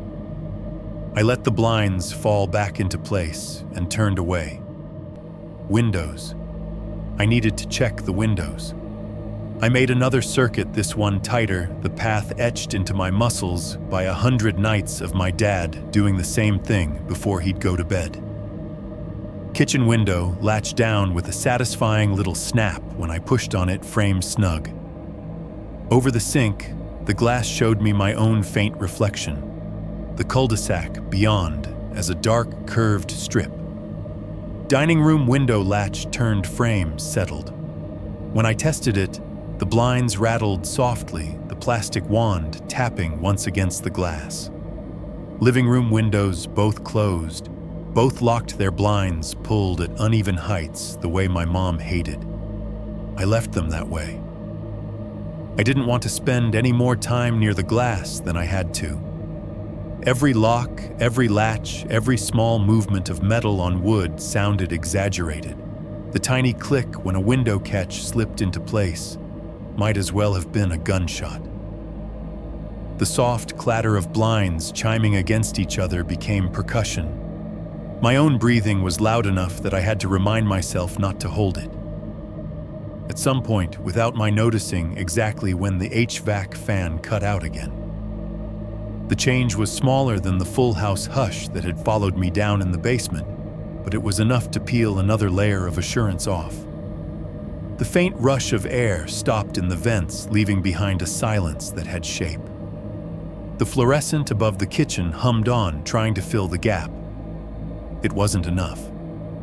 I was back near the back door when it happened, the sound that made the hair on my arms stand up so fast. It hurt. From just outside, somewhere low, and to the right near the point where the concrete of the driveway met the rough edge of the foundation, I heard a scrape. It was not dramatic. It was not the clang of a trash can or the crunch of a branch. It was small and precise, the quick, gritty twist of something with weight turning on gravel. The sound a shoe might make if someone pivoted their foot just a little while standing still. The door itself did not rattle. The blinds did not move. The doorknob under my hand stayed steady and cool. I froze, every muscle locking. My fingers tightened on the knob until my knuckles went white. The urge to lean forward and put my ear against the wood fought with the urge to back away slowly and pretend I had heard nothing. The scrape did not repeat. There were no follow-up steps, no scuff of someone shifting their stance. Just that one sickeningly casual twist, and then nothing. The quiet after was thick and close. The fridge was still off. The HVAC was silent. Even the fluorescent seemed to dim its buzz, as if it too was waiting to see what I would do. I stayed where I was counting heartbeats. 1, 2, 3. By 4, the house seemed to decide it had played enough. The HVAC fan came back with a rush cool air shouldering its way through the vents again. The fridge compressor jolted into life, vibrating faintly under my feet. A car drove by somewhere beyond the cul-de-sac, its engine low and comforting. The scrape might as well have never happened. I swallowed throat dry and stepped away from the back door. The room felt less like a room and more like a mouth that had just closed around something. Okay, I said again, because there was nothing else to say. Okay. I needed one more look. Just one more. I cut through the dining room to the smaller window that looked diagonally toward the circle. The lamp was still off, so I didn't have to fight my own reflection this time. I pressed close, letting the cool glass steady the heat in my face. The cul-de-sac was exactly as it had been minutes before. The houses hunched in their ring windows dark. The sky sagged low and heavy with clouds. The streetlight at the center shone steadily, its circle of yellow-orange burning a clean hole in the dark. The asphalt inside that circle was empty. No tall, still figure, no cutout silhouette. Just cracking pavement, faint chalk ghosts, the curve of old stains. If there was someone out there on the driveway, they were either very small or very good at being still in the shadows, right beneath my line of sight. I listened for any follow-up. A car door opening, a rustle of a jacket, a cough, nothing. The HVAC whispered in the vents. The fridge kept humming. The house for the moment remembered how to breathe like a normal house again. I stayed at the window a beat longer than necessary, staring at the circle of light at the end of the street and the emptiness inside it before finally pushing myself back into the room. The locks were set. The latches were closed. Every physical thing I could do to secure the house had been done. It didn't feel like enough. 4. 2. The closet under the stairs. There is a very specific kind of terror in realizing you do not want to be in your house and also do not want to leave it. Standing there in the dining room, the image of the empty circle under the streetlight still burned onto the backs of my eyes. I ran through the options like a panicked flowchart. Leave. Stay. Call someone. Pretend nothing happened. Go to bed. Sit in the kitchen until sunrise. None of them felt right. The idea of walking out the front door, crossing the shadow-drenched yard, and passing anywhere near that lamplit circle made my stomach twist. Even if I sprinted straight to my car, I would have to step into that yellow spill for at least a heartbeat. I could see it in my head, my body cutting across the light, my own shadow doing what his hadn't, stretching and warping under my feet. It felt irrationally, but completely like an invitation. Going upstairs to my bedroom wasn't much better. Too much open space between me and the exits. Too many windows. Too many angles where something could stand just out of sight. What I needed, my stupid primate brain insisted, was a den. A burrow. A place with one opening I could see small enough that if something tried to get in, I would at least know which direction it was coming from. That was when I remembered the closet under the stairs. It was nothing special. Just a cramped triangle carved out of the space beneath the main staircase accessed from the hallway. When I was a kid, it had been Narnia and a bomb shelter and a pirate cave depending on the day. We'd stuffed board games and winter coats in there, Christmas decorations, old shoes. During hide and seek, it was always my first choice. The door never quite shut right, so there was always a thin line of light at the bottom. You could curl up inside knees to chest and watch shadows pass under the crack without ever being seen. I hadn't thought about it in years. Now the memory came back with a hard, bright edge. Fine, I thought. If I'm going to be stupid and stay in this house, I'm not going to do it lying on top of a bed under a window like a victim on a crime show. I'll dig in. Moving quickly felt important, not because I thought speed mattered to whatever was happening, but because if I stopped for too long, I knew I'd freeze again. I hit the hall light, flooding the space with its soft glow, and jogged up the stairs 2 at a time to my old bedroom. The overhead light popped on with a familiar click. The mess looked almost comforting: laundry pile, tangled sheets, a crooked poster half peeled from the wall. I yanked my old sleeping bag out from the corner of the closet, shaking loose a small snow of dust and the faint, sad smell of plastic and fabric that hadn't seen daylight in a while. In the corner, my backpack lay where I'd dropped it days earlier. I scooped it up, stuffed my Nintendo Switch into the main compartment, grabbed a phone charger from the nightstand, and shoved that in too. My water bottle was on the floor near the desk, half full and lukewarm. I added it to the collection. The whole time I listened. The HVAC hummed through the ceiling, a steady rush. The fridge downstairs kept up its grind. The house creaked and shifted in tiny ways, normal ways. No footsteps, no voices, no breath at my ear. At my nightstand, I hesitated for a second, then picked up my phone and opened the group chat with the only people I knew who might notice if something went wrong. A couple of guys from work, one from college. The conversation history was mostly memes and complaints about bosses. My thumbs moved before I could talk myself out of it. If my location goes weird tonight, call me. I stared at the message for a half second, considered editing it into a joke, then hit send. The gray text bubble popped onto the screen and sat there. No immediate typing dots. Half the country was asleep. The other half was probably drunk or at work. It was enough, I told myself. A breadcrumb. A flare fired into the dark. I slung the backpack over one shoulder, grabbed the sleeping bag in my other hand, and stepped back into the hallway.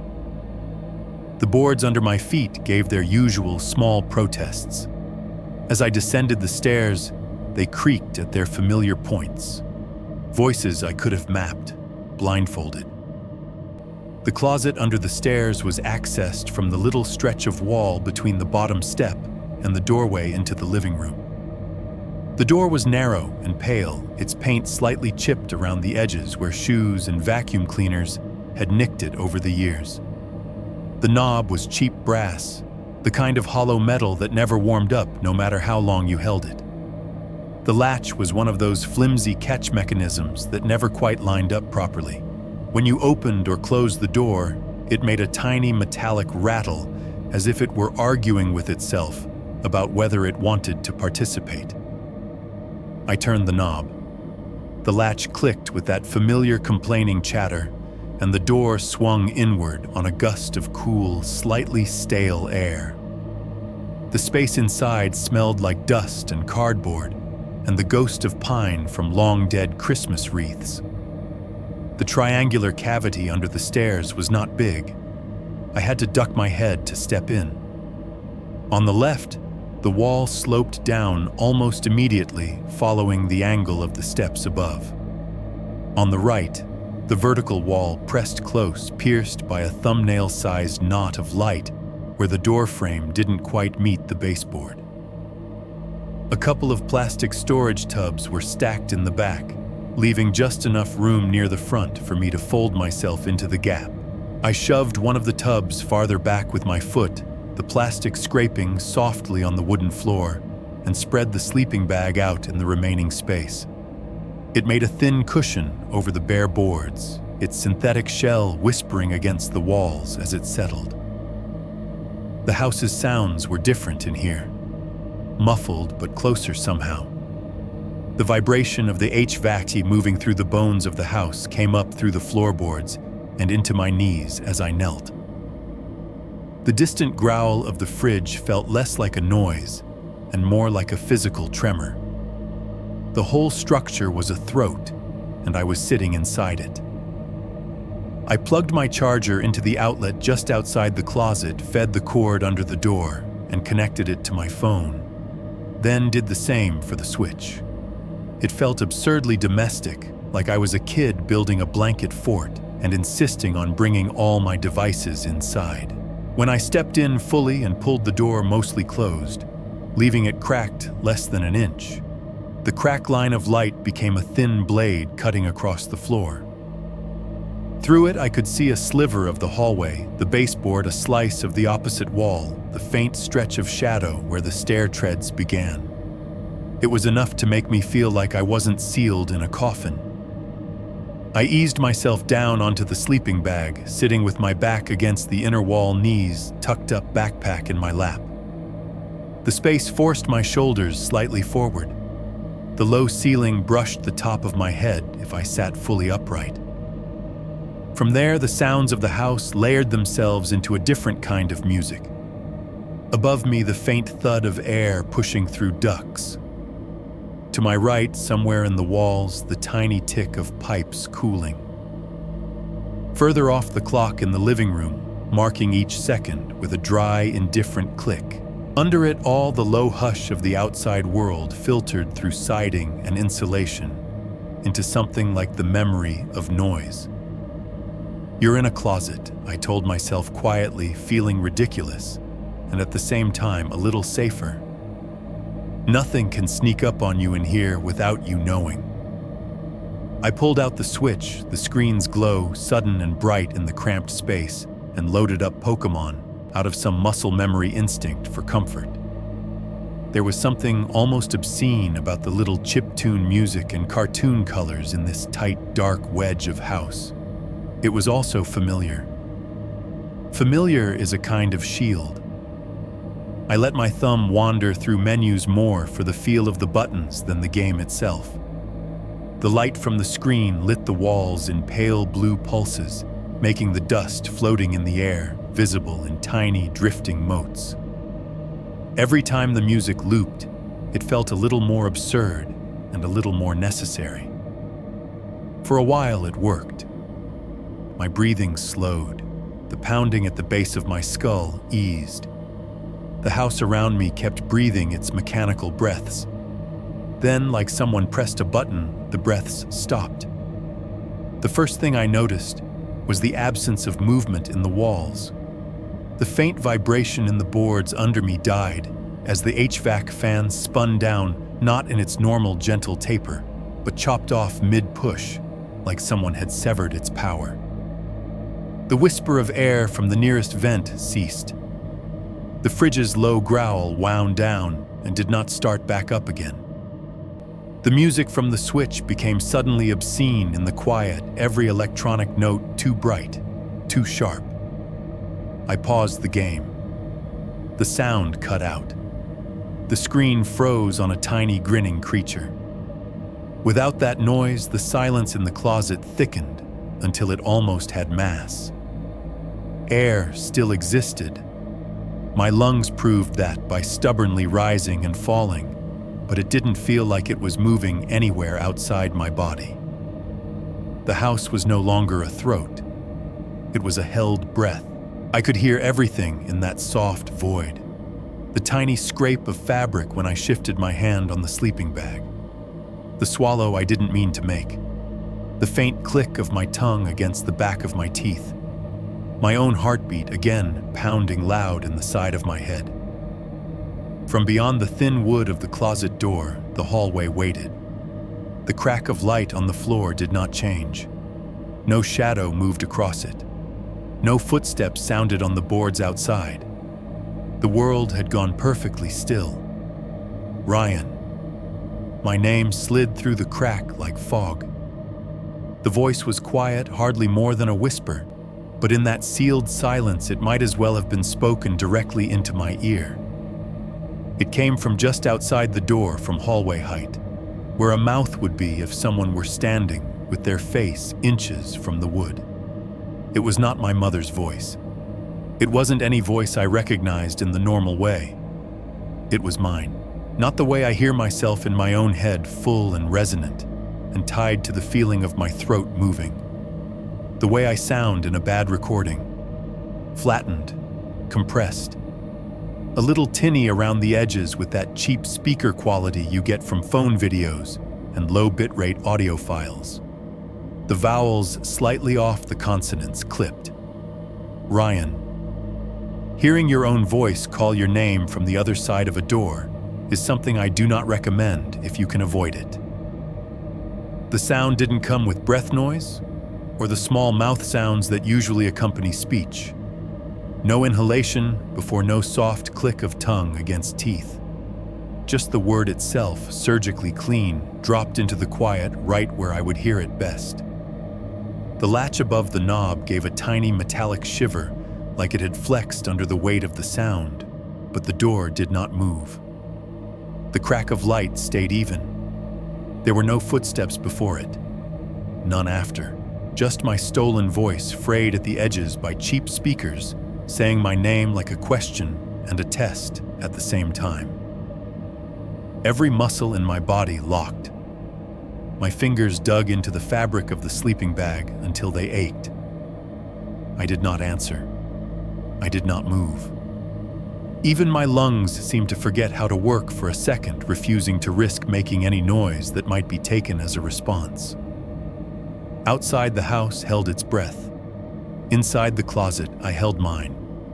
And whoever or whatever had decided to borrow my voice waited inches away on the other side of a thin, rattling door. 4.3. Dawn and the first evidence time passes differently when you are hiding in a closet, waiting for your own voice to speak again. If you had asked me how long I stayed in there after that whisper, after my name slid through the crack in that wrong recorded version of myself, I would have said hours. All night. A small eternity. The kind of stretch that ages you in the joints.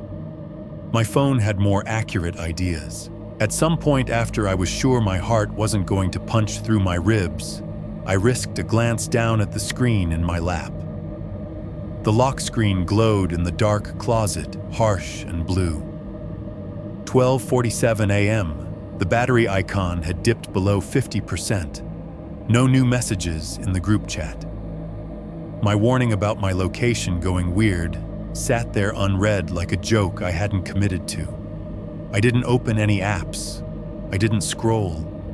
Even the faint taps of my thumb on the glass felt too loud. The house outside shifted around me in tiny, almost imperceptible ways. The HVAC eventually stumbled back into motion, the vibration returning to the floorboards and the walls like a low, familiar pulse. The fridge knocked itself awake and resumed its grind. Somewhere upstairs, the clock went on ticking, measuring out seconds and minutes with bland precision, while mine stretched and warped. Pins and needles started in my right foot first, then my left, the price of sitting cross-legged too long in a cramped space. My back pressed against the unfinished drywall on the interior wall. It had never been painted inside the closet, just slapped up and forgotten. It was rough and chalky, the texture coming through the thin cotton of my shirt. Every time I shifted to ease the ache in my spine, fine dust grit against my shoulder blades. The smell of the closet, old cardboard, forgotten fabric, a faint hint of mildew from some long ago damp winter settled into my nose until it became background. The sleeping bag under me flattened in slow degrees, its thin padding compressing into the boards. The backpack in my lap grew heavier. My fingers cramped around the Nintendo Switch I no longer had any urge to turn on. The house cycled. Sometimes the HVAC would shut off in its normal boring way, the fan winding down with a gentle sigh, before everything settled into a tolerable, breathable quiet.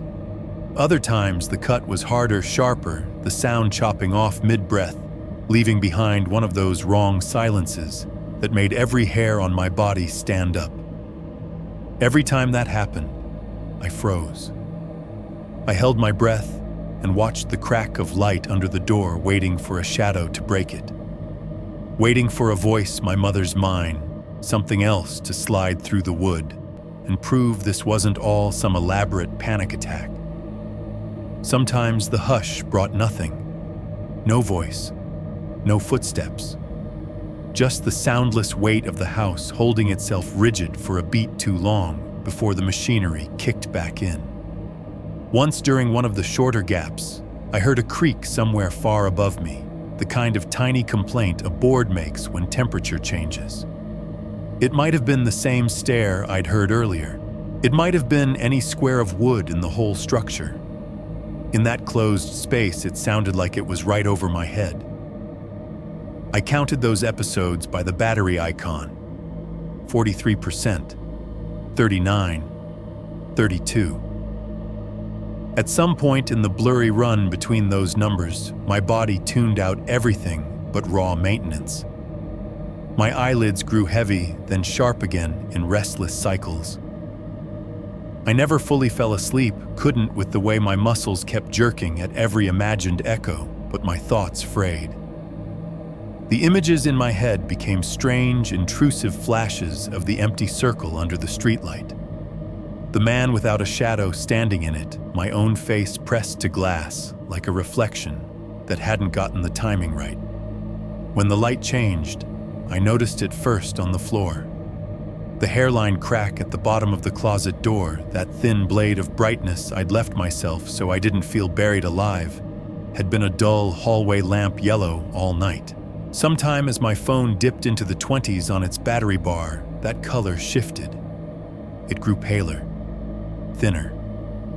The harsh, artificial tone softened, washed out by something cooler leaking into the house. I blinked, rubbed my eyes with the heel of my hand, and stared at the strip of light. It was not lamplight anymore.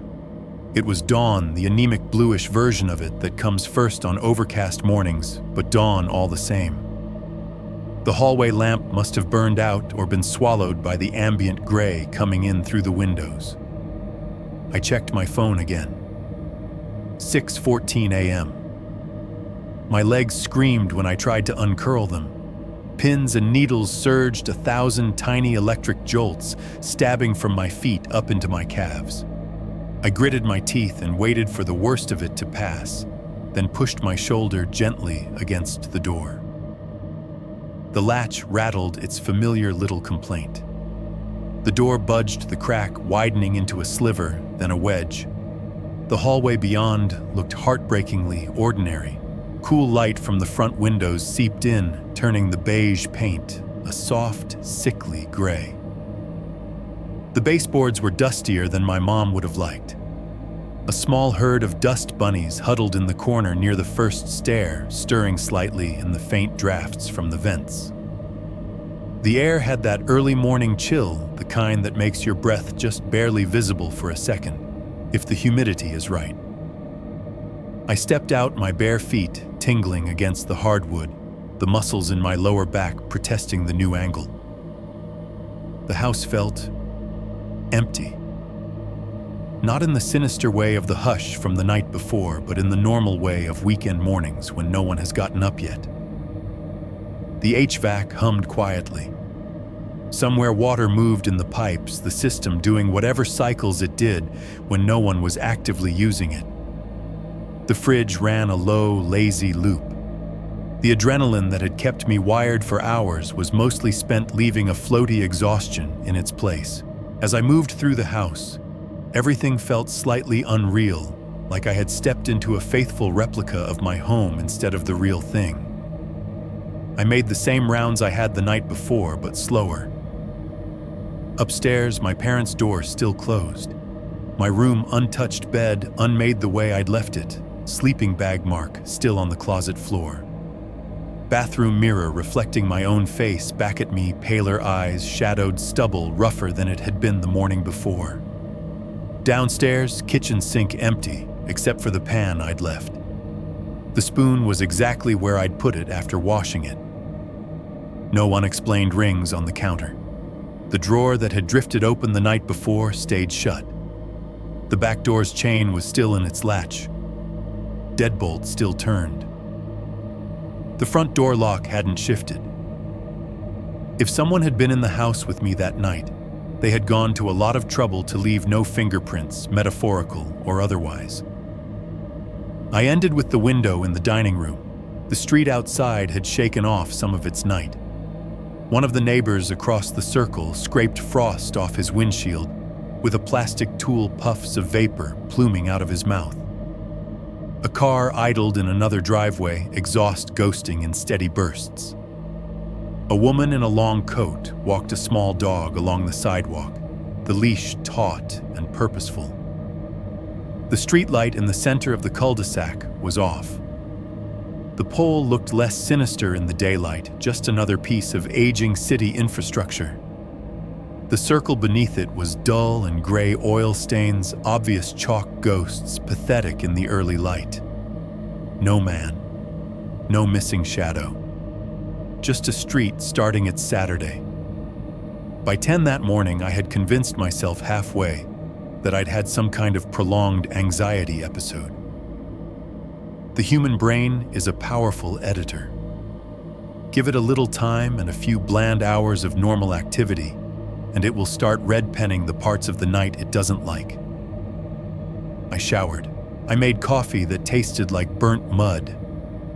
I stared at my phone until the group chat finally produced one sleepy LOL what in response to my weird message. I shot back NM just tired LOL because explaining any of it in text felt impossible. Then I left. Not in the way I'd imagined sprinting to the car in the middle of the night with something at my back. In the most boring way possible, jacket keys, wallet locking the front door behind me with a small, decisive click. The sun was fully up by then, though the clouds still kept it at a polite distance. The cold air bit at my ears as I walked to my car. I drove to a friend's place across town under the pretense of just hanging out, because that is what you say when you show up unannounced on a Saturday and do not want to admit that you spent the night hiding under your own stairs. We watched a game. We talked about work. At one point, I opened my mouth to spill everything: the closet, the voice, the man in the circle, and something in me slammed it shut.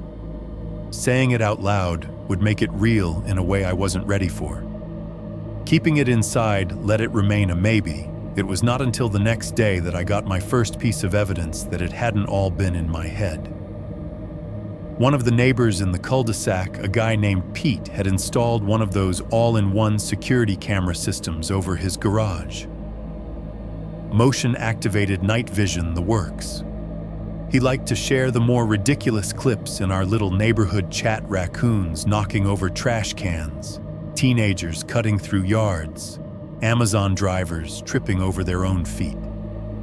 Sunday afternoon, back in my apartment, that memory nudged at me hard enough that I finally picked up my phone and opened the chat. I typed, then deleted 3 different casual ways of asking if anyone's cameras had caught anything weird the night before. Every version sounded like either a joke or a confession. In the end, I scrolled up to an older message where Pete had posted a link and login to the camera's web viewer saying, "You can all check if your cars get dinged or whatever." My thumb hovered for a second. Then I tapped it. The interface was clunky but usable. I selected the camera facing the street, dragged the timeline back to the previous night, and watched the tiny timestamp roll: 11:45 p.m., 11:52, 12:01 a.m. The footage was exactly what you'd expect from a suburban security cam in the middle of the night. Grainy monochrome, the world rendered in gray gradients. The cul-de-sac lay curved across the top half of the frame, the streetlight in the center, a blown-out white blob. The circle beneath it was a softer gray. Houses, cars, trees, all washed into the same palette. I found the clip from around 12:08. The motion detection had been triggered by something small, a car turning onto the street a block away maybe. The clip started with the cul-de-sac, looking eerily similar to how I'd seen it from my window: empty circle, bright lamp, stillness. I watched heart picking up speed, eyes fixed on the pool of light. For several long seconds, nothing changed. Then right on cue, the streetlight flickered. On the footage, it wasn't a simple blink. The sensor in the camera struggled with the sudden flare and dip.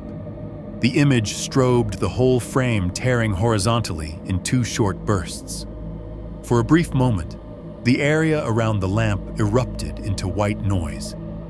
And in exactly one of those torn frames, right in the center of the circle, there was a smear.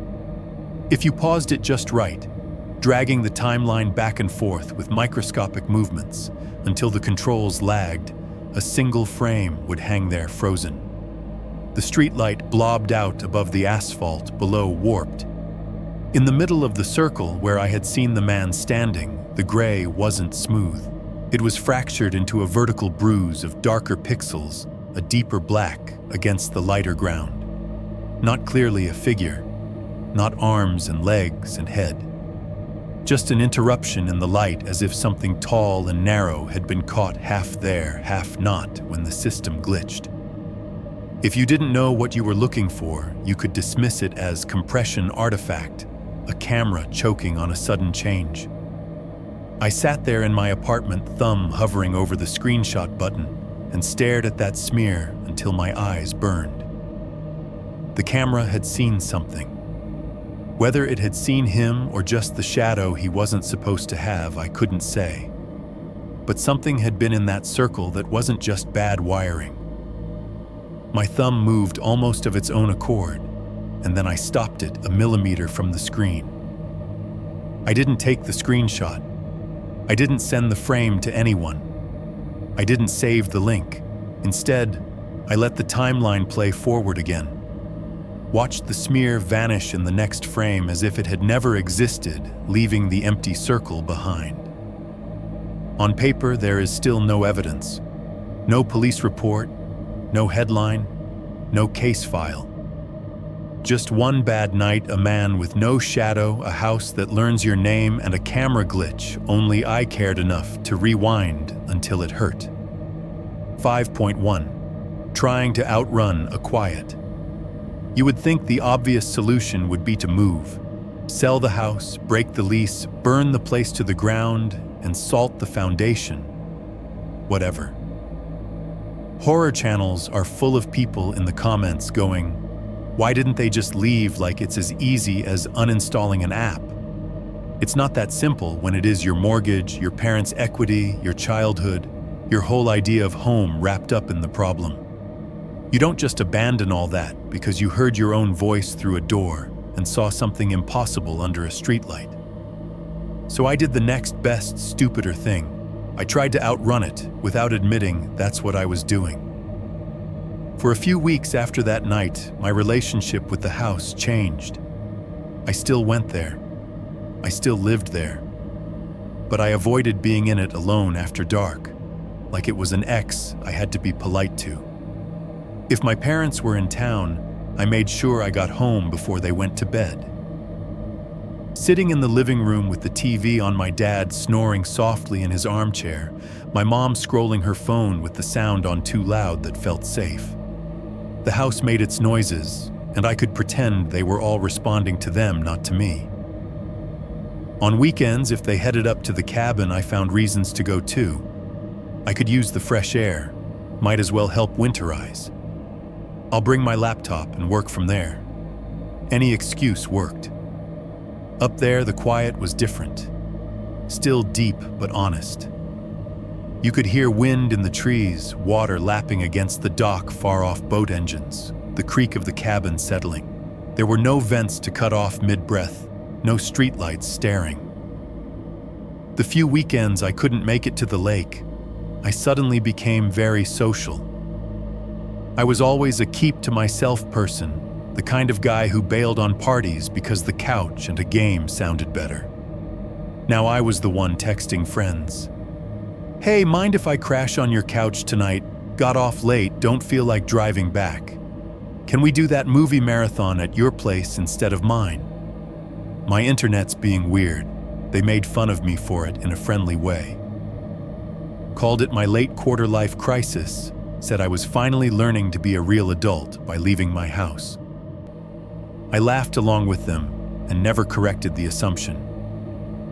When I did end up back at the house alone at night, because you cannot dodge it every time, not without telling on yourself, I slept badly. I kept the TV on low, just enough to keep the silence from pooling in corners. I shut my bedroom door and dragged an old dining chair in front of it, like that would stop anything that could already step into light without making a shadow. During the day, I did what everyone does when something unexplainable happens to them in the age of the internet. I tried to Google it away. At work, during slow stretches, I found myself opening new tabs. Hearing your name when no one is there, voice calling my name in the house, silence feels heavy anxiety. The search results were depressingly reasonable. Articles about auditory pareidolia, your brain imposing patterns on ambiguous input, same way you see faces in clouds. Posts about stress and sleep deprivation. People describing lying in bed and hearing their names whispered just as they were falling asleep, chalked up to hypnagogic hallucinations. I went deeper because of course I did. Late-night Reddit threads where people listed their creepiest, unexplained experiences. A few sounded uncomfortably close to mine voices, hushes houses that felt like they were listening. Most of the top comments were some variation on go to therapy or get your wiring checked. I wanted that to be enough. I wanted some electrician to shrug and tell me the weird synchronized shutoffs were just a bad capacitor and the streetlight was a faulty ballast and the camera glitch was pure coincidence. I did not call an electrician. I did not call a therapist. I just kept reading, and every answer I found felt like it fit about 80% of what I'd gone through. It was the other 20%, the missing shadow, the breath at my ear in the hallway, my own voice through the closet door that refused to sit down politely under any label. So I told myself I would compartmentalize. The house was weird. Fine. I would minimize my time there. I would flood it with noise when I had to be inside it. I would not feed whatever it was with attention or fear. What I did not expect, stupidly, was for the pattern to follow me. It was a Thursday night at the office. Our building was one of those late 90s corporate boxes, beige walls, gray carpet tiles, endless cubicle rows, broken up by conference rooms with glass fronts and inspirational posters about teamwork.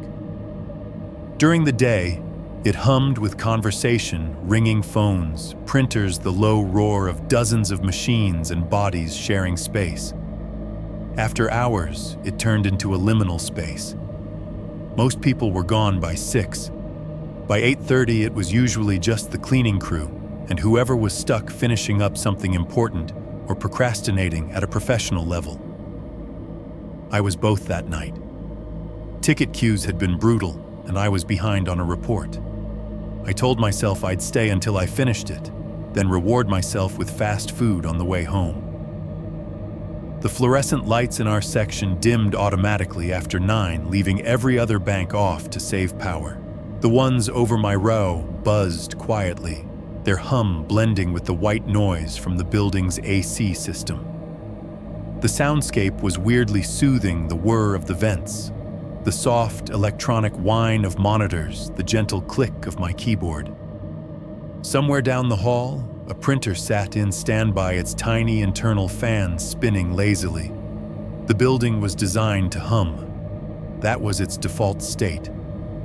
At 9:17 p.m., I remember because the time sat in the corner of my screen like a witness, the hum cut out. Everything. All at once. The overhead fluorescence stayed on. The building hadn't lost power. My monitor didn't flicker. The clock kept ticking its digital seconds. But the noise under it, all the AC pushing air, the fan in the printer, the subtle rumble of the vents stopped in a way that felt wrong in my bones. The quiet that followed was identical to the one in the house. Not just an absence, but a presence. A seal over the ears. I froze at my desk fingers, hovering over the keys. The last click of plastic seemed to echo in the space around me. I am not home, I thought very clearly. I am at work. There are other floors. There are security guards downstairs. This is just maintenance. Someone turned something off. I listened. No cleaning crew carts rolling by. No vacuum in a distant corridor. No cough from a cube 3 over. The building felt empty in the same way the house had felt empty before the voice called my name. The air on my skin felt dead. No whisper from the ceiling vents. The hair on my arms rose of its own accord, a tiny wave of static marching from wrist to elbow. Then, from somewhere down the main hallway, the one that ran past the conference rooms and out toward the elevators, a single footstep echoed on the tile. Just one. The office floors were carpeted, but the central hallway had a strip of linoleum for easy cleaning. The sound came from that direction, a hard, clear, heel-to-floor contact, carrying just enough reverb off the walls to be unmistakable. Not a knock in the pipes, not the building settling.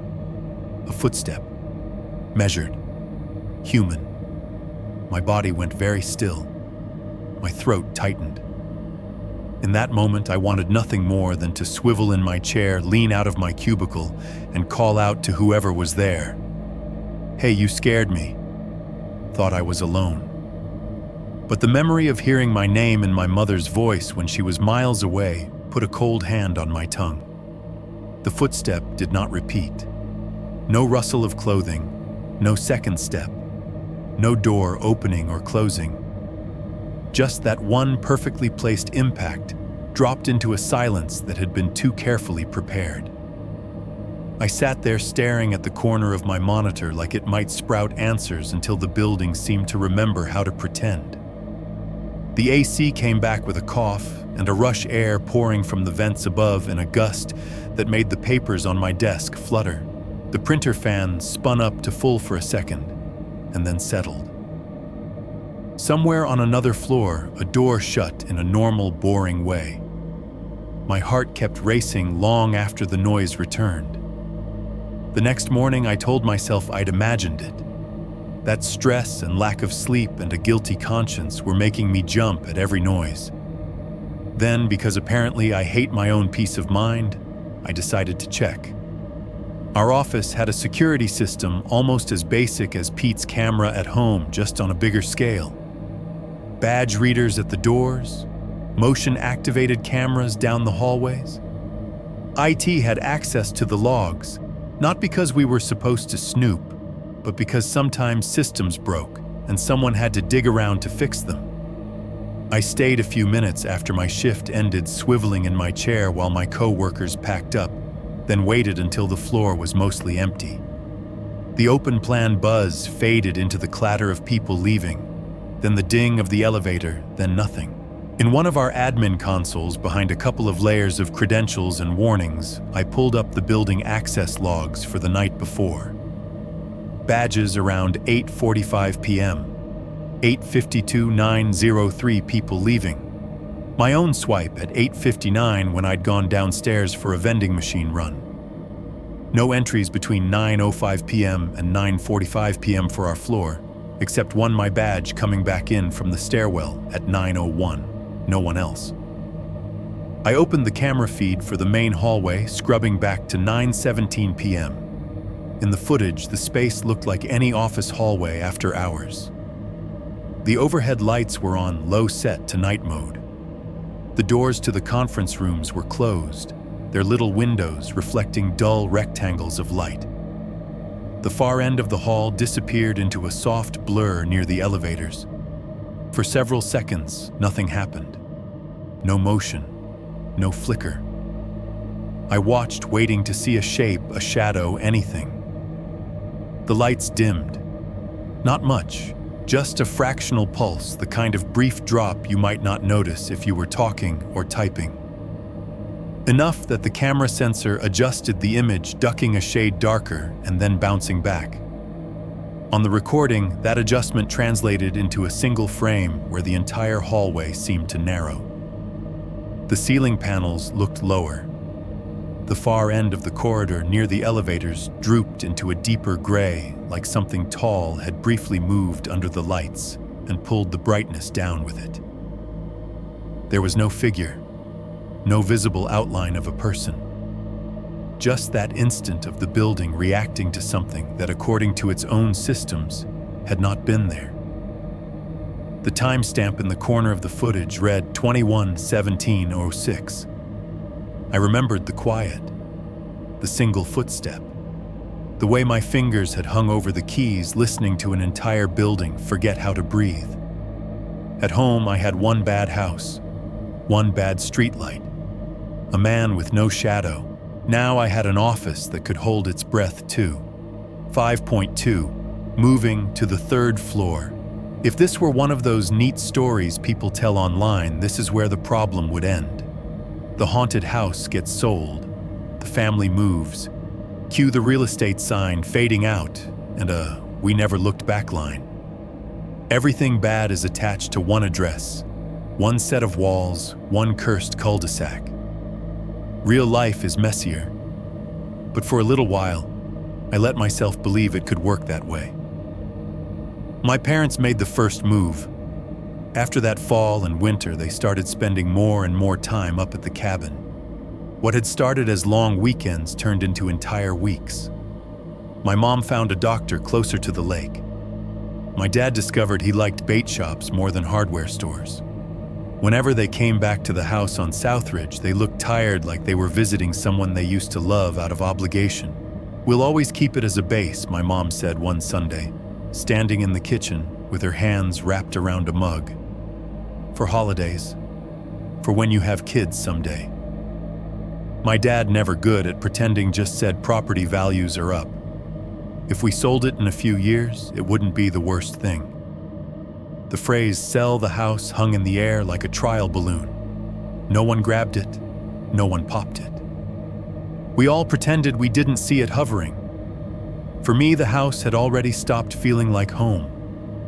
It was a shell with our furniture still in it, a place where my childhood had lived, but nothing else wanted to stay. Every time I pulled into that cul-de-sac and saw the streetlight waiting in the center, my chest tightened.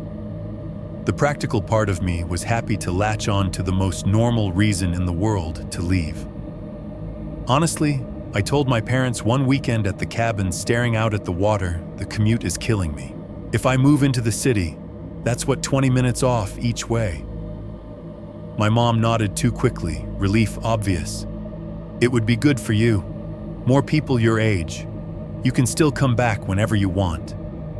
My dad said nothing, but the way he squeezed my shoulder as he walked past said plenty.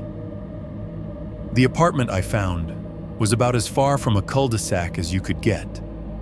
It was in a 3-story brick building on the edge of downtown Columbus, the kind of place that had probably been luxury when Reagan was president, and then slowly slid into affordable as newer complexes rose around it. Long indoor hallways, fire doors at each end, a lobby with a cracked tile floor, and a buzzer panel that looked like it had been punched more than pressed. I took a 3rd-floor unit on the back side of the building. The elevator was ancient and loud, but technically functional. The stairs were faster and always smelled faintly like bleach and someone's old cigarette smoke. Inside the apartment was small and boxy. Living room opening into a kitchenette. Bedroom just big enough for a full-size bed and a dresser. Bathroom with a fan that sounded like it was trying to lift off whenever you turned it on. It wasn't pretty, but it was mine. And more importantly, it sounded different. On my first night there, after my friends had left and the last of the boxes were shoved against the walls in lumpy stacks, I lay on the mattress, no bed frame yet, just foam on the floor, and listened. The soundtrack was busy. Directly above, someone's footsteps moved from one side of the ceiling to the other. Heel toe, the unmistakable rhythm of a person pacing, while on the phone or hunting for a lost remote. Every so often, their couch springs complained in a short, squeaky burst. Below, a TV murmured through thin floors the rise and fall of voices without enough clarity to catch words. From the hallway outside, my door came random creaks and thuds, the muffled slam of someone's door, the soft ding of the elevator arriving at the floor, followed by a short burst of conversation and then receding steps. Behind all of that, the building itself breathed. The big HVAC system on the roof pushed air down through the shafts, the vents in my unit hissing gently whenever the system cycled on. The fridge in the kitchenette rattled occasionally, its compressor a rough little engine that made the cheap cabinets vibrate. Outside, traffic poured along the nearby main road, In a constant low roar, the sound filtered through brick and glass into a kind of white noise. I lay there staring at the cracked ceiling and felt something inside me unclench. Noise meant life. Noise meant other people. Noise meant that if something went wrong, there would be witnesses, someone to knock on the wall, back someone to complain about the racket.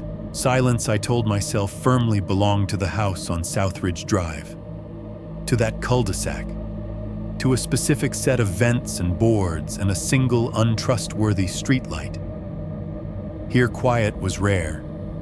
Here I could sleep. For the first couple of weeks, it almost felt like I was right. I still worked the same shift. I still came home late. But instead of pulling into a dark driveway at the end of a dead-end street, I parked in a shared lot behind the building, walked under a security light, humming like a tired insect, and let myself in through the back door with a code. The stairwell echoed my footsteps back at me as I climbed. The hallway on the third floor always smelled faintly of somebody's cooking and somebody else's laundry detergent. I learned the sounds of my new neighbors the way you learn the sounds of weather.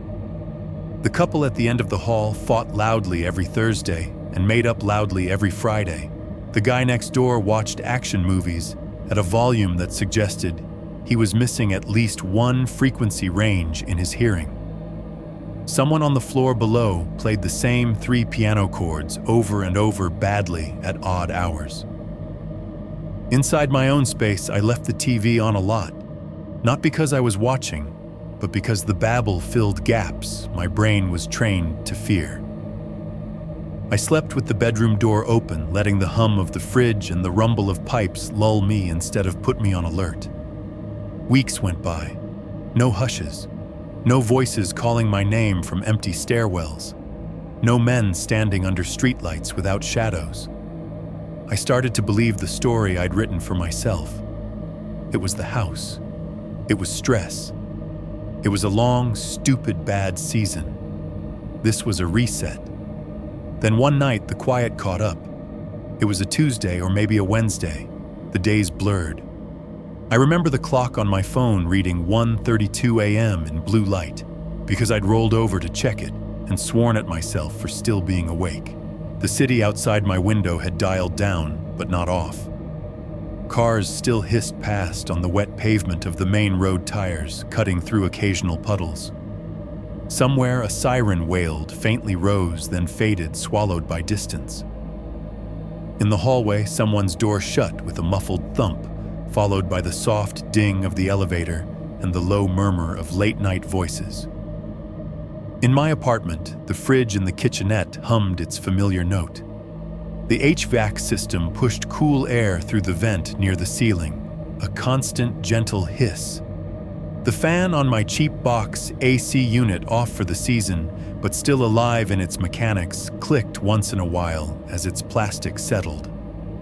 I lay there staring at the rectangle of dirty light on the ceiling, cast by the street lamp in the alley behind the building, and tried to let the noise wash me into sleep. Instead, I watched it drain away. It happened so smoothly that I didn't notice at first. The traffic outside thinned and thinned until it wasn't just less cars, but no cars. The siren died without anything rising to take its place. The voices in the hallway receded into memory. Then the building itself joined in. The fridge stopped mid-cycle.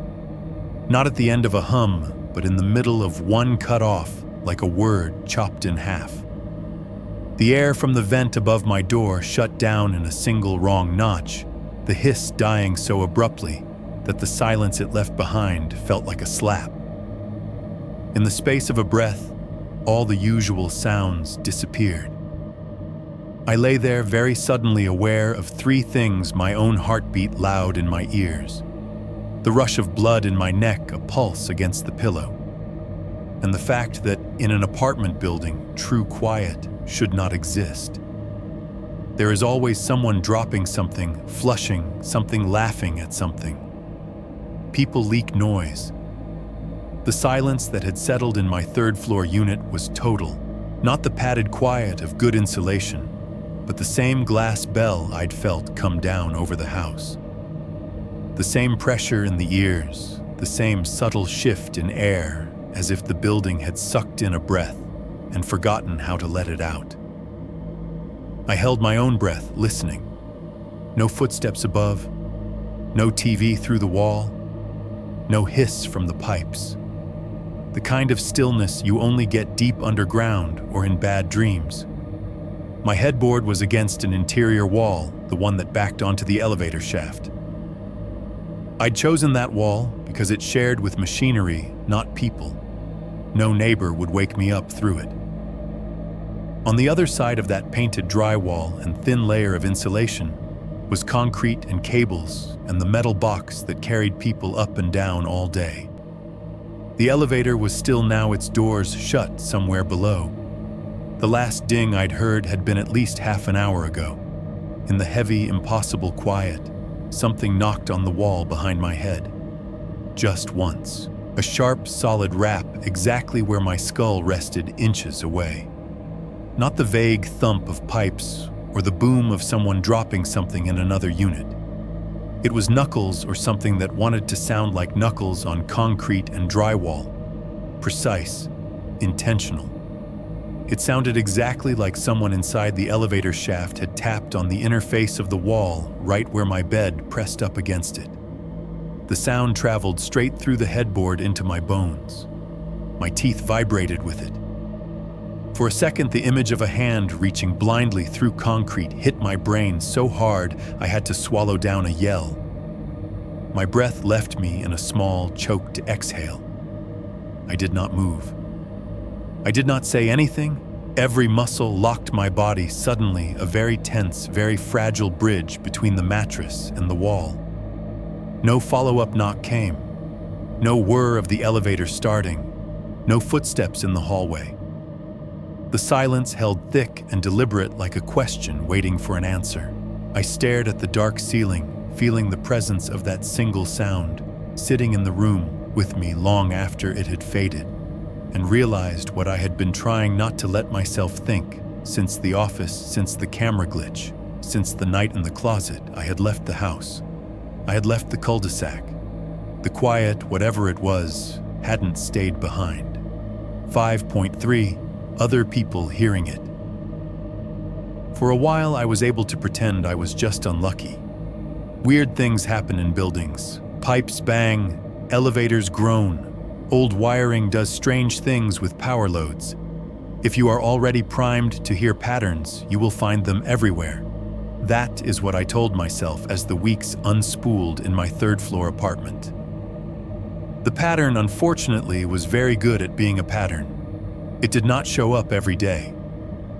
That would have been easier in a way, regular, predictable, something I could schedule my anxiety around. Instead, it came like a bad song on shuffle. You never knew when the track was going to start, only that it was still somewhere in the playlist. I'd be washing dishes, the faucet running, the cheap countertop vibrating faintly under the weight of my elbows. The fridge would be humming. Outside traffic would be doing its usual wet tire hiss on the road, punctuated by occasional horns. Then, without warning, the soundscape would hollow out. Water still came from the tap, but its noise seemed to fall into cotton. The fridge cut off mid-hum. The AC vents went from a soft hiss to nothing. Even the traffic outside dipped, as if someone had closed a glass door over the city. In that carved-out quiet, something small would happen. A single knock on the inside of the kitchen cabinet directly in front of my face. The scrape of a chair leg on the tile floor in the apartment below, even though I'd never heard my neighbors move furniture before and wouldn't hear it again. Once late at night, a dull, dragging sound along the hallway outside my door, like something heavy being pulled a foot or two and then left. Always just one moment, one gesture. Enough to let me know it was still there, still paying attention, still ready to drop something into the silence once it had everyone's ears. Then the building would remember how to breathe. The vent would cough back on. The fridge would shudder into another cycle. Someone down the hall would slam a door, and I could pretend it was all just the normal chaos of communal living. Not every hush came with a sound, but every sound came with a hush. I started to track them at first, as a nervous joke with myself. I made a note in my phone each time 11:42 p.m. AC cut one knock on elevator wall. 3:09 p.m. Quiet in kitchen spoon moved. 2:17 a.m. Silence, nothing audible but heart. After a few weeks, the list stopped feeling like evidence and more like a confession, proof that I was listening when maybe I shouldn't be. The worst part wasn't that it was happening in more than one place. It was that I was beginning to suspect it wasn't happening to more than one place. It was happening to me. I tried very hard not to think that sentence all the way through. Because once you let yourself believe that something is following you, not a person, not a problem, but a pattern of absence, that is the kind of idea that chews holes in the bottom of your life. Then my neighbor across the hall said something that took the maybe out of it. Her name is Erica. We'd done the usual polite neighbor dance since I moved in. Nods in the hallway, small talk in the elevator, the occasional shared complaint about the laundry machines, eating quarters. She works weird hours at a hospital, which meant we were often ships passing at odd times, both of us bleary and carrying takeout. One night I ran into her as we both came home from work, each juggling grocery bags and keys. We did the elevator ride up to the 3rd floor together, the metal box shuddering slightly under us. At our doorways, she hesitated, groceries shifting in her arms. "Hey," she said. "Meant to ask you have a friend over sometimes?" A guy I frowned mentally, scrolling through the last couple weeks. Not really. I mean, friends visit sometimes, but not often. Why? She shrugged with one shoulder, the plastic handles of her bags cutting into her fingers. Just, someone came by the other night. I figured it was a friend of yours. My heartbeat picked up in that too familiar way, when she squinted, thinking. 2 nights ago, I was off, so I was actually home. Sometime around 9:30, I was on my couch, Netflix on, you know. She made a vague gesture with her elbow that encompassed the universal pose of rotting in front of the TV. "And what did you hear?" I asked, trying to keep my voice casual and hearing the tightness anyway. She looked at me more closely now, maybe catching the edge in my tone. "It was just a voice in the hallway," she said. "A guy. He said your name. Ryan, like he was calling to you. It sounded like he was right outside your door. My door, which was directly across from hers." My throat went dry. What did it sound like, I asked, because that suddenly mattered more than it probably should have. "I don't know," she said, frowning, trying to pull details out of a memory that clearly hadn't seemed important at the time. "Normal, like a guy. Not old, not a kid. Just a man's voice. Kind of flat, I guess. I thought it was one of your friends, like coming over to see if you were home."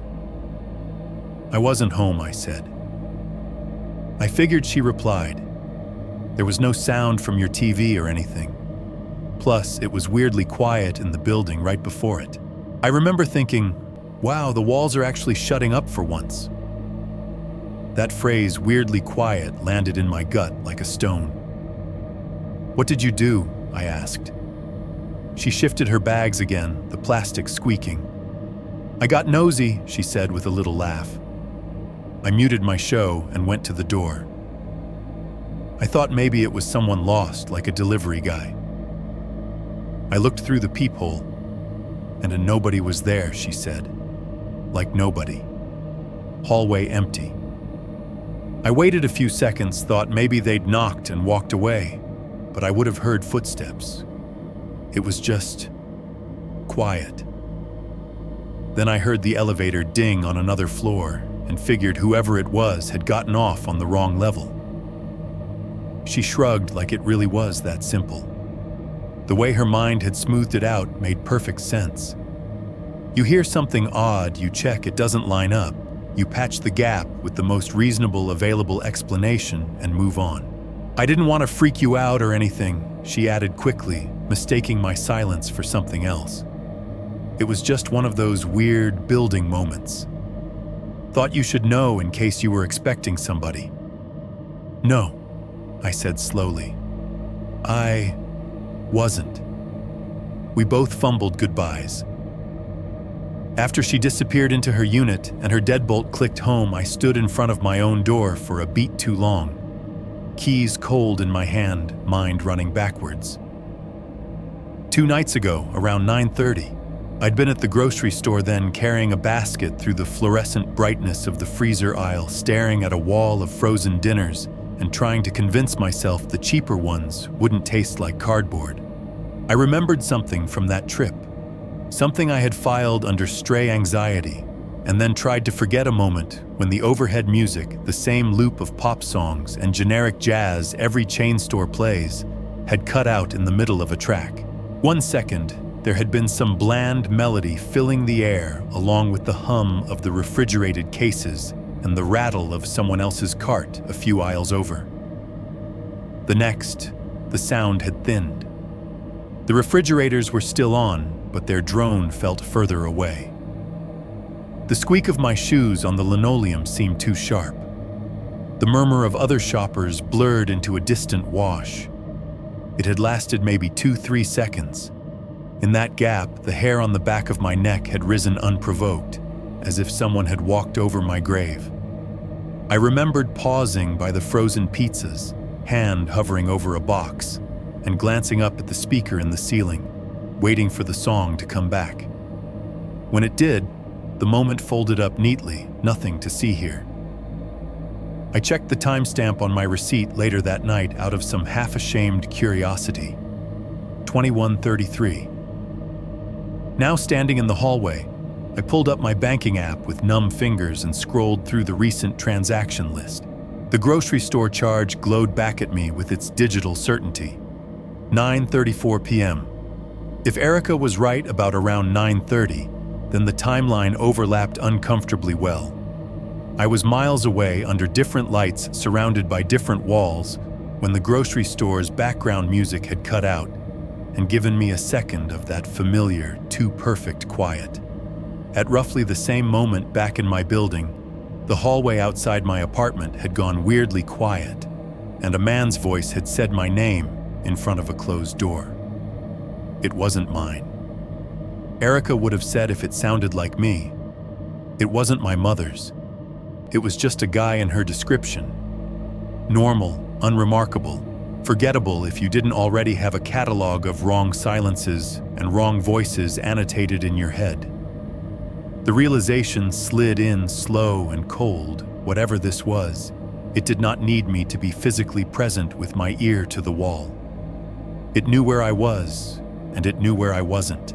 It could take the same pattern hush, then call and drop my name into different spaces, as long as they were close enough to touch each other on some map I didn't have. It had called me from the top of my basement stairs when my mother was miles away. It had breathed my name in my own flattened voice outside the closet under the stairs. It had knocked on the wall behind my head from the side that should have been all concrete and machinery. Now it was able to walk down my hallway and say Ryan to an empty apartment door while I stood in front of a freezer case miles away, skin prickling under a silence that didn't belong in a grocery store. I turned the key in my lock, the metal sliding in with a tiny scrape, and stepped inside my apartment, listening hard to the thrum and rattle of someone else's TV through the wall, the distant roar of traffic, the hiss of the vent.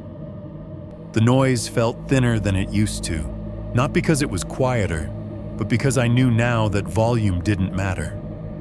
It could always, if it wanted, reach in and turn the world down until my name was the only sound left. 6.1. Saying goodbye to Southridge Drive. If you had asked me when I was 12 what it would feel like to say goodbye to the house at the end of Southridge Drive, I would have pictured some TV show moment. Big speeches in the driveway group hug in front of the garage, maybe my mom crying into a cardboard box labeled memories. In reality, it started with an email from my mother with a subject line that read, very practically, realtor appointment, Saturday. The body of the email was short. We decided it's time. Can you come help us get the house ready? No mention of ghosts or shadows or closets, just time. By then, most of their life had already migrated to the cabin. The house on Southridge had turned into a kind of storage unit with plumbing. They'd come down every few weeks to get the mail, pay a bill, run the taps. It made sense on paper to let it go. I told myself that's all it was when I pulled into the cul-de-sac that Saturday afternoon. A practical step, a closing of a chapter. Nothing more. The street looked smaller than I remembered. The circle of asphalt had new cracks spiderwebbing out from old ones. Only 3 of the original families were left. The rest of the houses had cycled through different owners enough times that I'd stopped trying to keep track. A couple of yards were over-landscaped, others let go. Someone had a for rent sign tilted in their front lawn. The streetlight in the center stood where it always had its metal pole streaked with rust near the base. In the full daylight, the lamp looked harmless, just a dead glass bubble waiting for dusk. I refused to glance directly at the circle beneath it. My parents' driveway was half full of boxes when I pulled in. Cardboard stacks leaned against the garage door. The front blinds were open, the windows reflecting a slice of the pale sky and the silhouette of the trees across the street.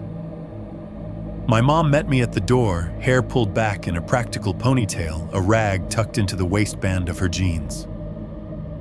She smelled like lemon cleaner and coffee. "Hey kiddo," she said, hugging me with one arm while holding a spray bottle in the other. "Hope you ate, I'm working you." My dad appeared behind her a second later, wearing an old t-shirt with a lake logo and a pair of paint-splattered sweatpants. "You're late," he said, but he was smiling. We already fought over who gets to throw away the ugliest lamp. It looked for half a second like any other cleaning day we'd ever had.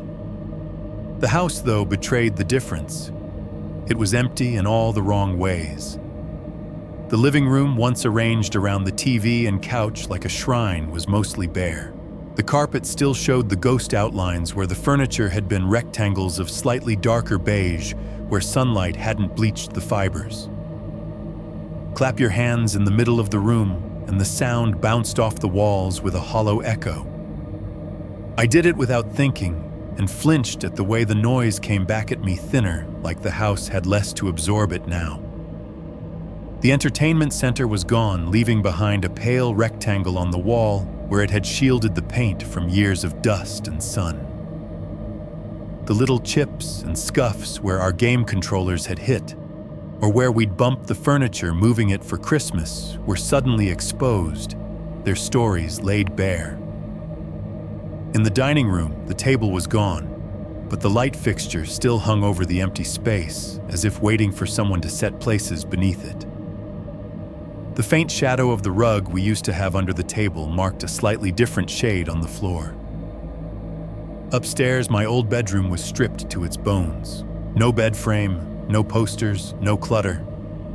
Just the impression of where the mattress had sat, a few tape scars on the walls, the ghost of a handprint near the doorframe from when I'd launched myself in with paint on my fingers as a kid. The air was different too. It moved more freely without sofas and shelves to catch it. Every step sent a little wave through the space, the creaks in the floorboards louder and less muffled. The basement hit me hardest. Where my man cave had been was now just a room with bad lighting and exposed ductwork. The big TV was gone. In its place on the wall was a plastic mounting bracket, the 4 bolts that had held it in drilled deep into the studs. There was a lighter rectangle of paint where the screen had shielded the wall, surrounded by a faint halo of dirt. A darker patch in the carpet showed the outline of where the couch had been. its absence making the room's proportions feel wrong. The mini fridge was gone too. No more soft thrum in the corner. No more subtle vibration in the floor from its cheap compressor. The laundry machines sat alone at the back of the space, their open mouths gaping. I walked to the middle of the basement and stood there for a moment, hands in my pockets, listening. The house spoke differently now. The HVAC was still on a realtor trick my mother had reminded my father, keep the temperature pleasant, so the place felt good to buyers, but the way the air flowed through the vents had changed. Without furniture and rugs to break it up, the sound of it rushing through the ductwork was more pronounced. Upstairs in the hallway, that difference was even clearer. I found myself standing under the main ceiling vent in the upstairs hall, the one that had always been a little noisier than the others. The grill above my head rattled faintly as air pushed through it, the pattern of the metal casting a faint grid shadow on the wall. In the furnished house, the sound from that vent had always been just part of the background, a steady, low hiss among the footsteps, TV chatter, clatter of dishes. Now, in the stripped-down version of the house, it sounded more like wind blowing over the mouth of a bottle hollow, slightly haunting a tone instead of just noise. My parents moved around me, carrying boxes, arguing gently about what counted as junk versus keepsake. My mom called my name from the primary bedroom to ask if I wanted to keep an old hoodie she'd found. My dad cursed under his breath at a stuck curtain rod bracket. Their voices bounced on the bare walls, and the sound came back cleaner, sharper, with more air around it. For a few hours, the house was just a bad acoustic chamber. We vacuumed. We wiped down baseboards. We took down the last of the family photos my mother had left up because she'd been too tired to deal with it the last time. I stood on a chair in the hallway and handed down frames, seeing our faces at different ages, our clothes changing haircuts, evolving the background of the same stairway behind us in all of them. We wrapped the frames in newspaper. We boxed them up. We labeled the boxes in my mother's neat handwriting. South Ridge Photos, bedroom closet. At some point, the realtor arrived, walking through the house with practiced eyes, murmuring about good bones and light. My parents followed in her wake, nodding, smiling, pretending they'd already emotionally moved on. I trailed behind, half present, half somewhere else.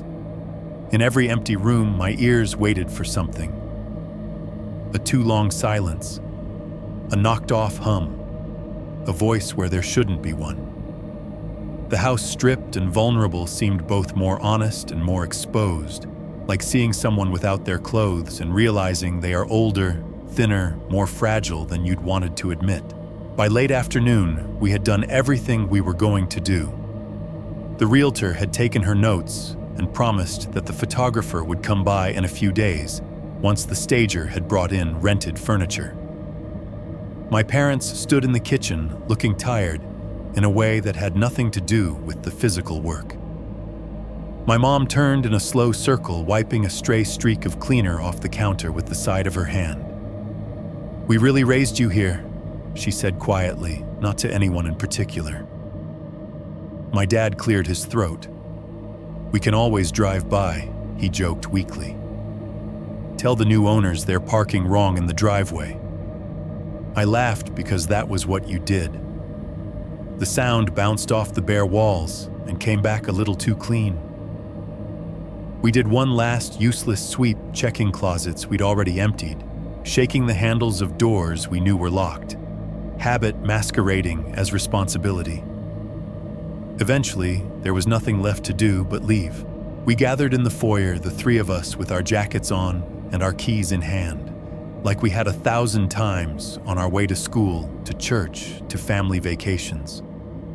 The echo in the space was sharper now. The click of my dad's ring against the banister, the soft drag of my mother's shoe on the tile, the faint rustle of my jacket sleeve. I put my hand on the front doorknob and paused. The usual background sounds of the house, HVAC, fridge, distant road noise were there, but they felt thinner. The vent in the hallway hissed faintly overhead. The refrigerator in the kitchen muttered just out of sight. Somewhere outside, a car rolled down the street, the sound dampened through the walls.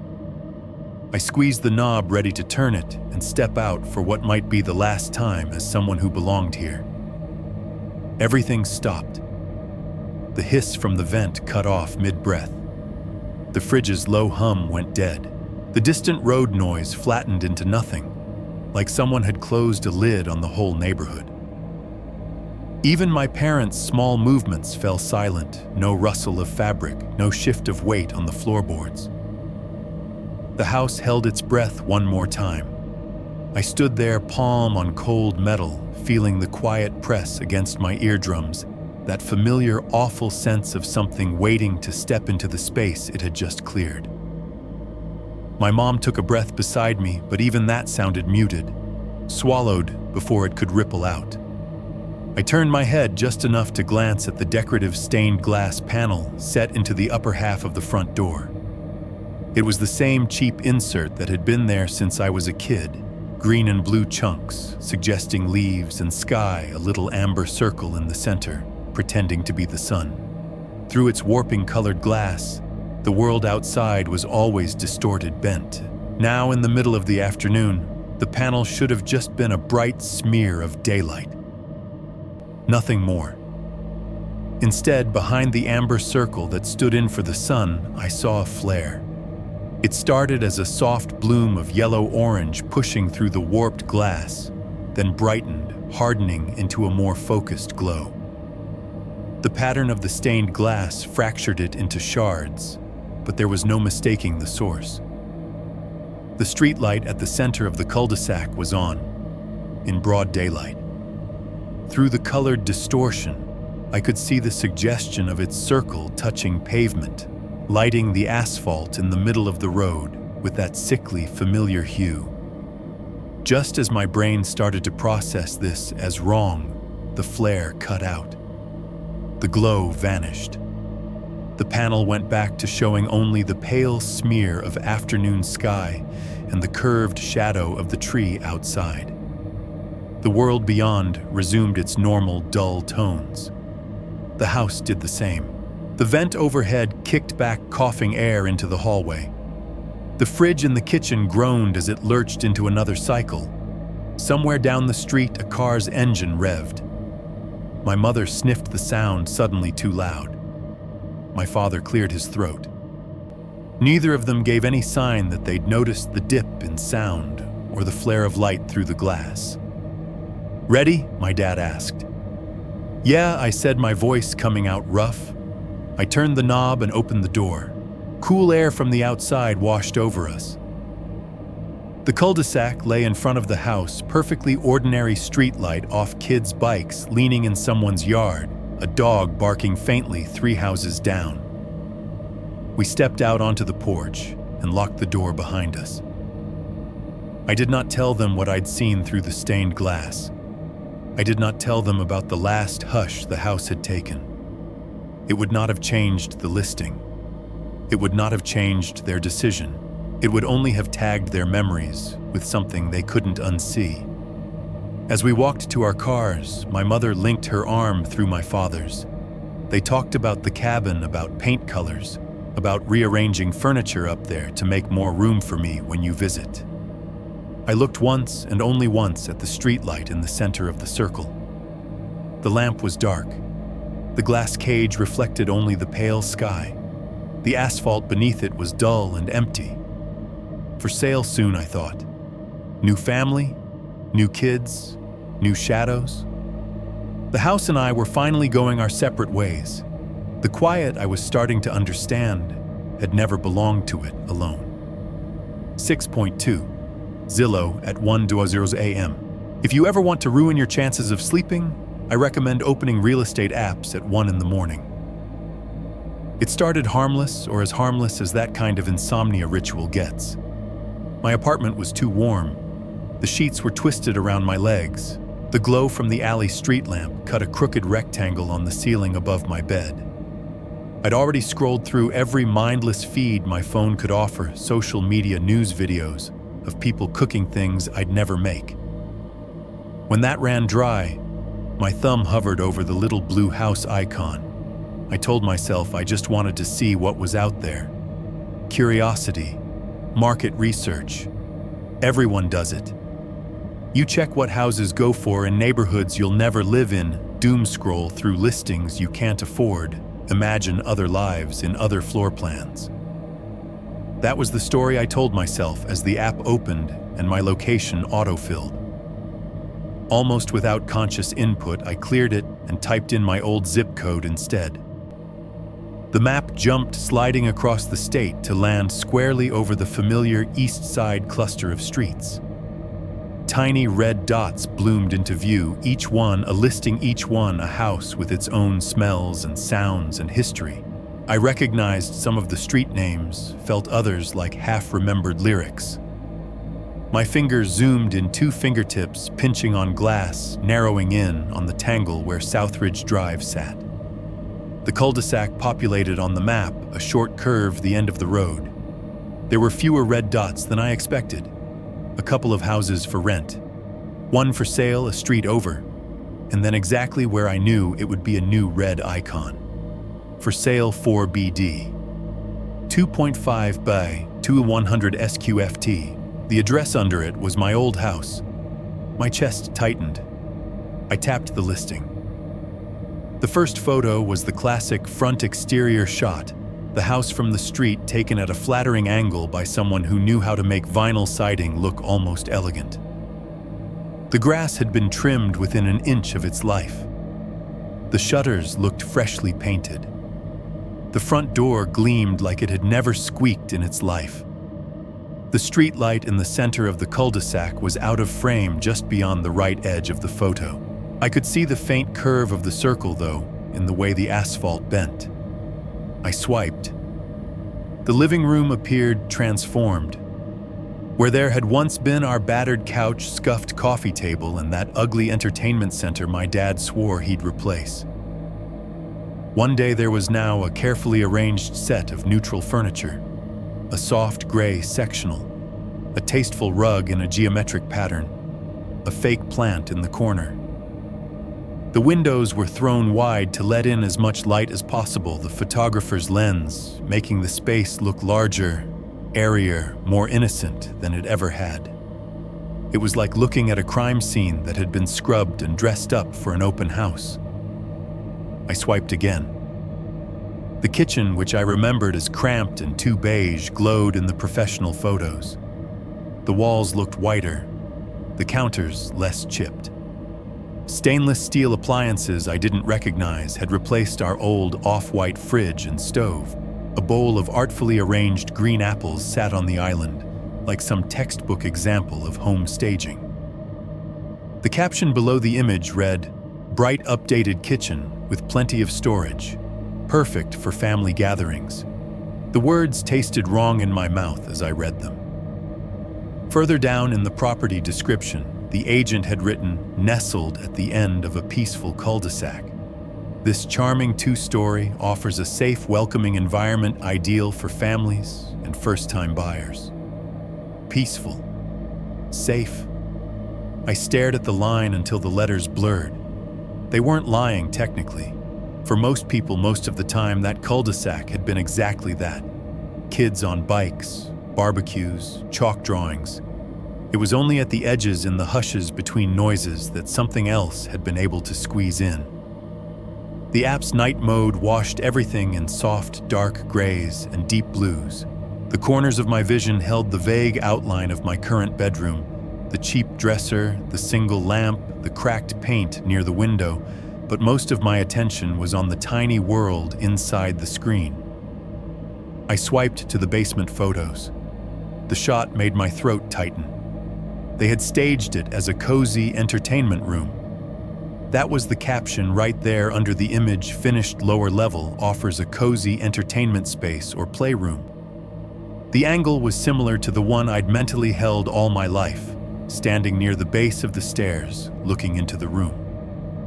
Only instead of my sagging couch and game consoles, there was a sleek, low sofa in a tasteful slate color, a coffee table made of faux reclaimed wood, and a large area rug covering the carpet. A flat-screen TV hung where mine had been, but larger, cleaner, with no nest of cables snaking beneath it. The vent in the ceiling, the one that had blown strange, chopped breaths on certain nights, was visible just above the frame, a nondescript rectangle in the drywall. The room looked small in the photograph, smaller than it had felt when I'd been alone down there listening to the house breathe around me. The staging made it seem harmless, like a place where kids might watch cartoons, where parents might host game night. I could almost hear some couple in their 30s standing just out of frame saying, "Oh, this would be perfect for a movie room." I swiped faster. There were wide-angle shots of the hallway where I'd stood under the vent of the bedroom where I'd first decided to sleep with the door closed of the closet under the stairs. The photographer had opened that door for a picture showing off the extra storage. Without my sleeping bag and my crouched body in it, it was just a small triangle with shelves and bins neatly labeled. At some point, my thumb slipped past the interior shots and into the exterior section, the ones agents like to scatter at the end to show off the yard, the patio, the nighttime ambiance. The first night photo was of the back deck with the lights strung up under the eaves. The second was the front porch with the lantern fixture on, making the entry look warm and inviting. The third stopped me cold. It was taken from a spot on the sidewalk, just slightly off to the side of what used to be our dining room window, angled outward toward the cul-de-sac. Whoever took it had chosen the perfect hour sky, a deep cobalt, not fully black, a few clouds catching the last faint smear of city glow. The houses around the circle had their porch lights on a soft string of yellow dots. At the center of the photo, the streetlight burned. The pool of light beneath it was a bright circle on the asphalt edges, feathered into darkness. You could see the texture of the road in it, the same pebbled roughness I'd stared at from inside the outline of the manhole cover off to one side, the faint pale marks where chalk drawings had been scrubbed away. To anyone else, it would be the kind of shot you'd scroll past with a quick, appreciative thought. Nice neighborhood. Looks safe at night. I pinched the screen and zoomed in. The image pixelated slightly as the app stretched it. The circle of light grew, the graininess of the camera's sensor becoming more obvious. The houses at the edges blurred into blocks of color. The trees that ringed the cul-de-sac darkened into a jagged crown. At first it looked normal. Light in the center, darkness around. The halo effect you get from old sodium lamps. A car parked in one driveway, its surface reflecting a soft streak of yellow. The asphalt dappled with minor irregularities in tone. Then my eyes caught on a spot at the edge of the circle, just inside the line where the brightness faded into shadow on the right-hand side of the light pool. There was a vertical smear deeper than the rest of the darkness. You wouldn't notice it if you weren't looking for it. It was only a few dozen pixels tall on my phone screen. No clear arms or legs or head. Just a darker line in the gradient, like someone had dragged a fingertip down the image while the file was still wet. For anyone else, it would be nothing. Compression artifacts. The camera's sensor struggling with contrast. A trick of the street's uneven surface. The brain again wanting to make something out of noise. For me, it was déjà vu. It was the same kind of smudge I'd seen on Pete's security footage in the cul-de-sac.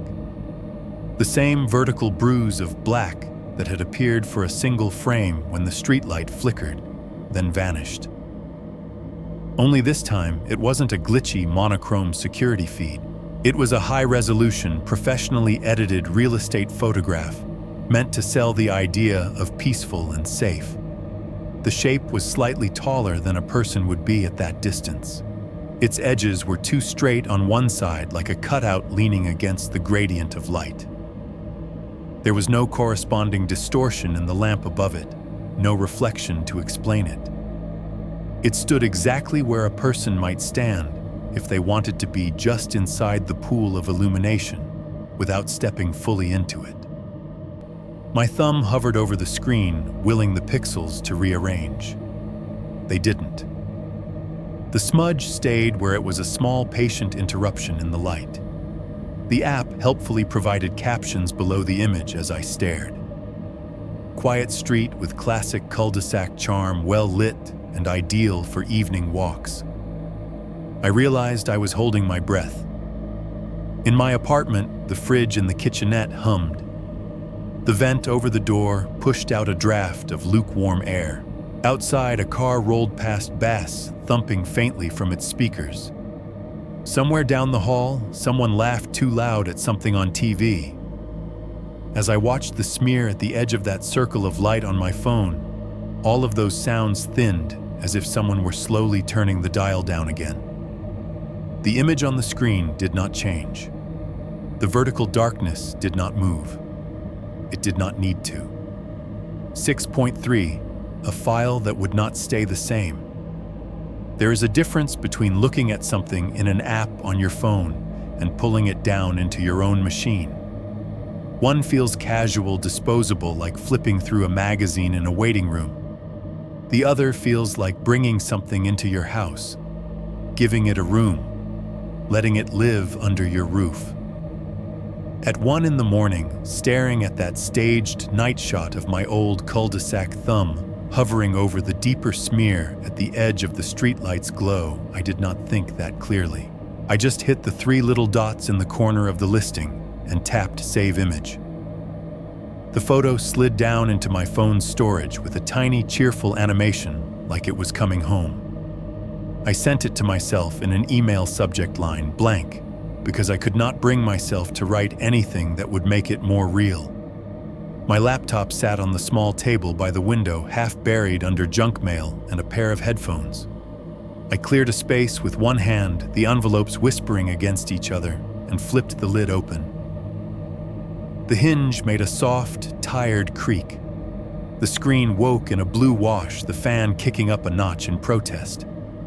The apartment around me was quiet in the normal way. Neighbor's TV, a muffled murmur through the wall. Traffic on the main road outside a steady wash. The fridge in the kitchenette running a cycle, the compressor buzzing with its familiar rough edge. The vent over the door pushing out a weak trickle of air. I pulled the email up, clicked the attachment, and watched the old cul-de-sac bloom on my larger screen. It looked worse up close. The camera's noise was more obvious now, the individual pixels trembling slightly in the darker areas. The sodium streetlight at the center was a blown-out blob, the sensor struggling with its brightness. The circle beneath it was a gradient from pale artificial yellow to murky gray. The houses around the curve leaned inward a little, the lens distortion bending their lines. The vertical smudge I'd noticed on my phone sat exactly where I had left it, just inside the halo, right where the light began to lose its nerve. It wasn't a person, not in any way I could prove. It didn't have a head, shoulders, arms. It was just a deeper bar of dark in the place where light should have been strongest, a question mark drawn in absence. I zoomed in until the pixels looked like a mosaic. The smudge dissolved into blocks of darker gray. I zoomed out until the circle of light fit in the palm of my hand. The smudge sharpened into something that might have been nothing at all. The laptop's fan whined a little higher as I opened an image editor. I'm not a professional anything when it comes to photos, but I know the basics: contrast, exposure, levels.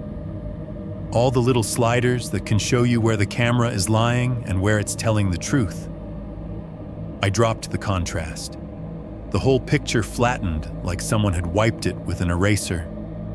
The houses faded. The trees became featureless black. The streetlight's halo turned into a broad, pale smear. The smudge remained. Not as stark, but still there, a darker tooth in the gradient. I bumped the contrast all the way up. The lights went nuclear. The shadows went black. Every crack in the asphalt turned into a jagged scar. The pixels around the smudge broke apart, some blown out to pure white, others crushed to pure black. The smudge stayed. It became sharper, if anything.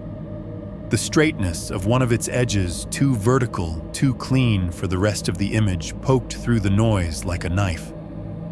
I played with the levels, pulling the midtones down, lifting the blacks, then the whites. I added a cheap filter that turned everything into bluish grayscale, then another that shifted the scene into a lurid fake night vision green. The circle of light warped and changed with every adjustment. It didn't matter what I did. The smear lived at that edge exactly where the man without a shadow had once stood and refused to be washed out or pulled away. I don't know how long I sat there nudging sliders, pivoting between different edits like a lab rat pressing a lever. My eyes started to ache from the strain. The fan under my palms grew warmer. The noises of the building around me blurred into a single, steady backdrop. Eventually, some thread in my brain snapped. I closed the editor and just stared at the unaltered photo, my heart tapping a hard, fast rhythm in my throat. For a moment, I had the awful sensation that I was the one pinned in a frame, now not the house. Me hunched over a glowing rectangle in a third-floor apartment, staring at a circle of light on a street I no longer lived on. If you pulled back far enough, I was just another smear in someone else's picture. I pushed the chair back from the table so fast its legs scraped against the floor, a harsh wooden shriek. The sound felt obscene against the thin walls. Somewhere down the hall, a dog barked once in protest. I stood up and walked to the sink hands, shaking a little, and ran the tap. Water gushed out the noise, loud and blessedly chaotic. I splashed my face, the cold shock bringing me back into my body. My reflection in the dark window over the sink looked pale and pinched eyes too wide. "Get a grip," I told the glass. It didn't help. After a minute, when my breathing had evened out, I went back to the table. The laptop screen had dimmed itself in my absence, the photo a ghostly rectangle. I tapped the trackpad. The image brightened. I watched the spinning icon appear, a little loading wheel that shouldn't have needed to show up at all. The photo was local now, saved on my hard drive. There was no network to wait for. For the briefest moment, instead of the picture, my screen flashed an error box. The text was there and gone too fast for me to read, but I caught one word as it disappeared. Corrupted. Then the dialogue blinked away, and the image popped into place as if nothing had happened. Same cul-de-sac, same circle of light, same ring of houses, same dark smear at the edge. I told myself my eyes were playing tricks on me. I told myself that staring at anything long enough makes it seem like it's moving. But as I zoomed in again, slow this time, one notch at a time, I had the sickening impression that the smudge wasn't exactly where it had been before. Not much, not far, just off. In the listing photo on the app and in the first glance on my laptop, it had sat comfortably in the no man's land between the center of the circle and the first driveway. A thing standing under the light, but not claiming the middle. Now at full zoom, it seemed a fraction of an inch closer to the camera's point of view. Nearer to where our front yard, their front yard, I corrected myself, began. Just inside the border where the halo kissed the curb. Closer to where someone standing at the dining room window would be looking out. Closer to where I had stood so many nights, forehead pressed against glass. My rational brain pitched a fit. It threw every explanation it had at the feeling. You don't have a perfect mental overlay of the last time you saw this. You're tired. The aspect ratio is different. The app cropped it differently. You're seeing what you're afraid of seeing because that's how fear works. I knew all of that. I knew in almost painful detail how people go crazy, how they fixate on small anomalies, how they start to see intention in randomness, meaning in noise. I'd read the stories. I'd listened to the podcasts. I judged the narrators for not stepping back sooner. I was not going to sit there at my cheap table in my cheap apartment at 1-something in the morning and watch a black smear inch its way toward my parents' old yard, 1 pixel at a time. I snapped the laptop closed. The sound of it clacking shut was louder than it should have been. It cut across the room with a finality I hadn't meant, like slamming a book on something crawling out of it. The fan spun down under my palms. The fridge in the kitchenette hummed. The vent whispered. The city outside went on dragging its cars along the road. At least for a few minutes. I brushed my teeth. I turned off the overhead light and left the lamp by the bed on. I told myself I would not check the listing again. I would not open that file. I would let the smear be a smear and not an answer.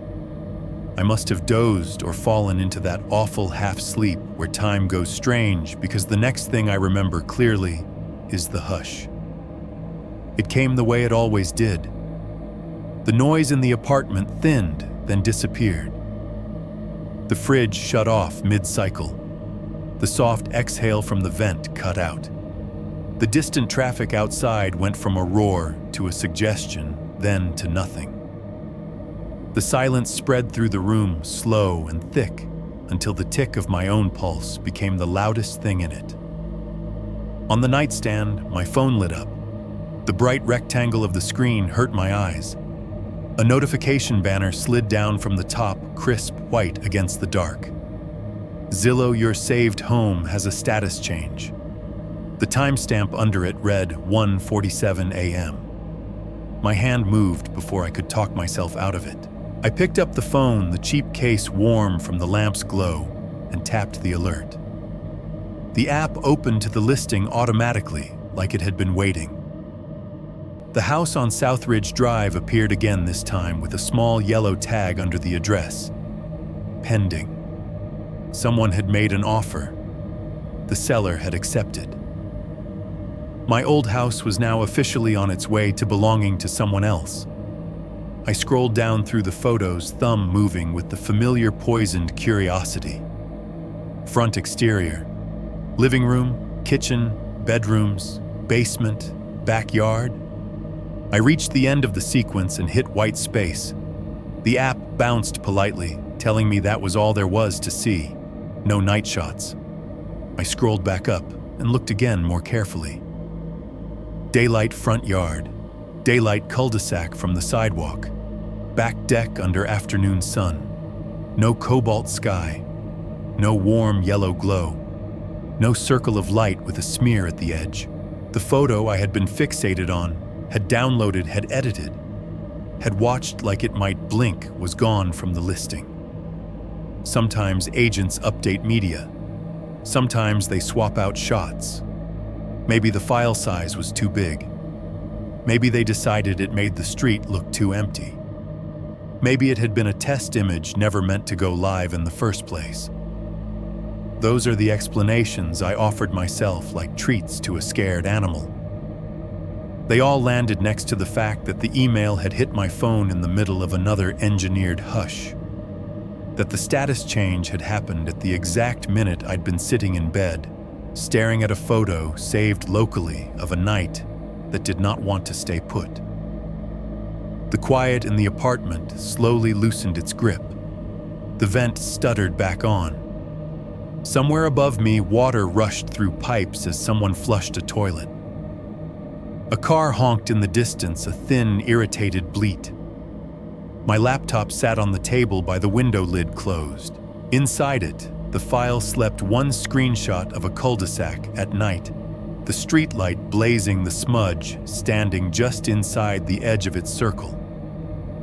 For the first time since I downloaded it, I was suddenly very aware that everything in that room was drawing power from the same grid. Laptop, phone, lights, fridge. The server somewhere that had decided my house status was pending. I did not open the file again that night. I have not deleted it either. It sits in a folder on my hard drive with a sensible name and a sensible timestamp, just another .jpg in a world full of them. I know exactly where it is. I know exactly how many clicks it would take to put that circle of light back on my screen. For now, I prefer not to know whether the smudge is still standing where I left it in the picture of my old street, or whether it has moved a little closer to whoever is coming next. 7.1. Why I am not sending this to the police. I am writing this at my small kitchen table in my third-floor apartment, with my back to the wall and my face lit by the laptop screen. If this ends up where I think it will, you are probably listening to someone read my words in a voice that is not mine, over some stock footage of empty highways and quiet houses. Maybe there is rain on the audio track. Maybe there is that low drone channels like to use when they want you to feel like something is just off screen. That is fine. That is why I chose here. I am not sending this to the police because on paper, nothing illegal has happened to me. There is no break-in report for the house on Southridge Drive. No vandalism. No missing person associated with that cul-de-sac. The worst thing that ever happened on that street officially was the Johnson's kid hitting our mailbox with his dad's truck when he was learning to drive. There is no incident at my office besides a weird blip in the power logs that nobody cares about. No trespassing caught on camera, no door forced. In this apartment on the third floor of an old building in Columbus, there are no complaints filed, no noise disturbances, no record of somebody knocking from inside a wall that should face nothing but an elevator shaft. If I walked into a station tomorrow and tried to give this to a detective, they would ask for evidence, not feelings, not the sound went wrong. Evidence, names, footage, a crime. What I have is a collection of small, sharp things that don't fit together in any way that counts in court. A man standing under a streetlight without a shadow. My mother's voice calling me when she was miles away. My own voice whispering my name from the other side of a cheap closet door. A single footstep on tile in an empty office. A knock from inside concrete. Neighbors hearing my name when I am not home. A smear on camera where nothing should be. File names, timestamps, a few pixels darker than they should be. At best, they would send a patrol car past my old house note that the new owners seem fine smile for the realtor's doorbell camera and move on. At worst, they would quietly enter my name into whatever internal system they use for Guy to remember if something goes wrong later and suggest I talk to somebody in a different department that has pamphlets instead of guns. I am not writing this for them. I am writing this for you. You, as in whoever ends up hearing this on a horror channel at 1 a.m, phone face down on their chest, lights off pretending they will only listen to one more story before they sleep. You, as in the person who understands that some things are only real in the space between people who are willing to listen without needing a case number. The apartment around me has its own soundscape. Every place does once you pay attention. Right now, according to the cheap digital clock on my stove and the bar at the top of my screen, it is 1:17 a.m. The HVAC is blowing the vent above the front door, pushing out a steady stream of lukewarm air that hisses gently as it hits the edge of the metal grill. The fridge 10 feet away in the kitchenette is in the middle of a cycle, its compressor humming low and rough, the kind of noise you stop noticing until it stops. Outside, the wet streets of the city are reflecting orange streetlights. I can hear the faint, irregular hiss of cars passing over damp asphalt puddles, making soft, slapping sounds under tires. Through the wall to my right, my neighbor's TV murmurs voices too blurred by drywall to make out words, just the rise and fall of argument or laughter. Every once in a while, someone upstairs crosses their living room, the creak of floorboards, traveling down through beams and plaster into my ceiling. It feels almost safe when it's this full. I know that is a lie, but I am allowed to enjoy it while it lasts. If you have stuck with me this far, you already know the pattern. I want to lay it out cleanly here because this is the only place where I get to decide the order. It started with a power flicker and my mother's voice calling my name from upstairs when she was not home yet. The house went quiet in the way machines do when they lose power, but deeper, like the sound itself stepped back. Later, it refined itself, the hush, the vacuum, the pressure in the ears. The way the old HVAC and the fridge learned to cut off at the same time, leaving a pocket of silence that was too neat to be an accident. In that pocket, it could put something. My name in my mother's rhythm, but a half-second off, like bad audio sync. My name again, sharper, flattened, something wrong with the vowels. A breath at my ear in an empty hallway. A footstep on the hallway laminate just beyond my doorway. A presence outside a window under a streetlight, casting nothing on the ground. The man in the circle of light had no shadow of his own, but he left other kinds behind on our neighbor's camera feed in a single frame of glitchy footage later in a real estate listing. Each time he was a little more abstract, a vertical bruise on pixelated asphalt. When I tried not to be in the house, the quiet came with me. Into my office, dropping the building's background, hum into a clean surgical silence, so one step on tile could land perfectly in it. Into my third-floor bedroom, where a knock came from the wall that should only have hidden cables and concrete. It sounded like knuckles against the underside of a slab. My neighbor across the hall heard my name spoken in a man's voice outside my door, while I was miles away, standing in the freeze-aisle hush of a grocery store with the overhead music cut out mid-song. The listing for our old house showed the cul-de-sac bathed in warm light, a sales pitch for quiet and safe. In one of those photos, the circle of light held a darker segment just at the edge. A smear, a cutout, a thing willing to be seen by a machine for exactly as long as it wanted and no longer. When I pulled that image down into my own laptop, opened it, adjusted it, stared too long, I got the strong impression that it did not like being pinned, that it had opinions about distance, that it did not appreciate being turned into evidence. You can tell me that my brain is stitching random events together because it hates chaos. You can tell me that I am making a story out of noise because stories are how people survive things they do not understand. You might be right, but you are listening to this on a channel that exists because a lot of people have heard whispered names when they were alone, because a lot of people have felt a room hold its breath before a single wrong sound. Because we all know, whether we admit it or not, that silence is not always empty. For me, the worst parts were never what I saw. Not the man under the streetlight. Not the absence of his shadow on the pavement where it should have been. Not the darker line in the listing photo. The worst parts were what I heard when everything else stopped making sound. The low hiss of air cutting out midstream like something putting a hand over the vent's mouth. The fridge dying in the middle of its hum, leaving behind not peace but vacuum. The way traffic, conversation, mechanical noise all stepped back at once as though making room. In that cleared space, a voice or a knock or a single step lands like an object dropped into still water. The ripples go everywhere. You feel them in your chest. Right now, as I type this sentence, the HVAC just cut out.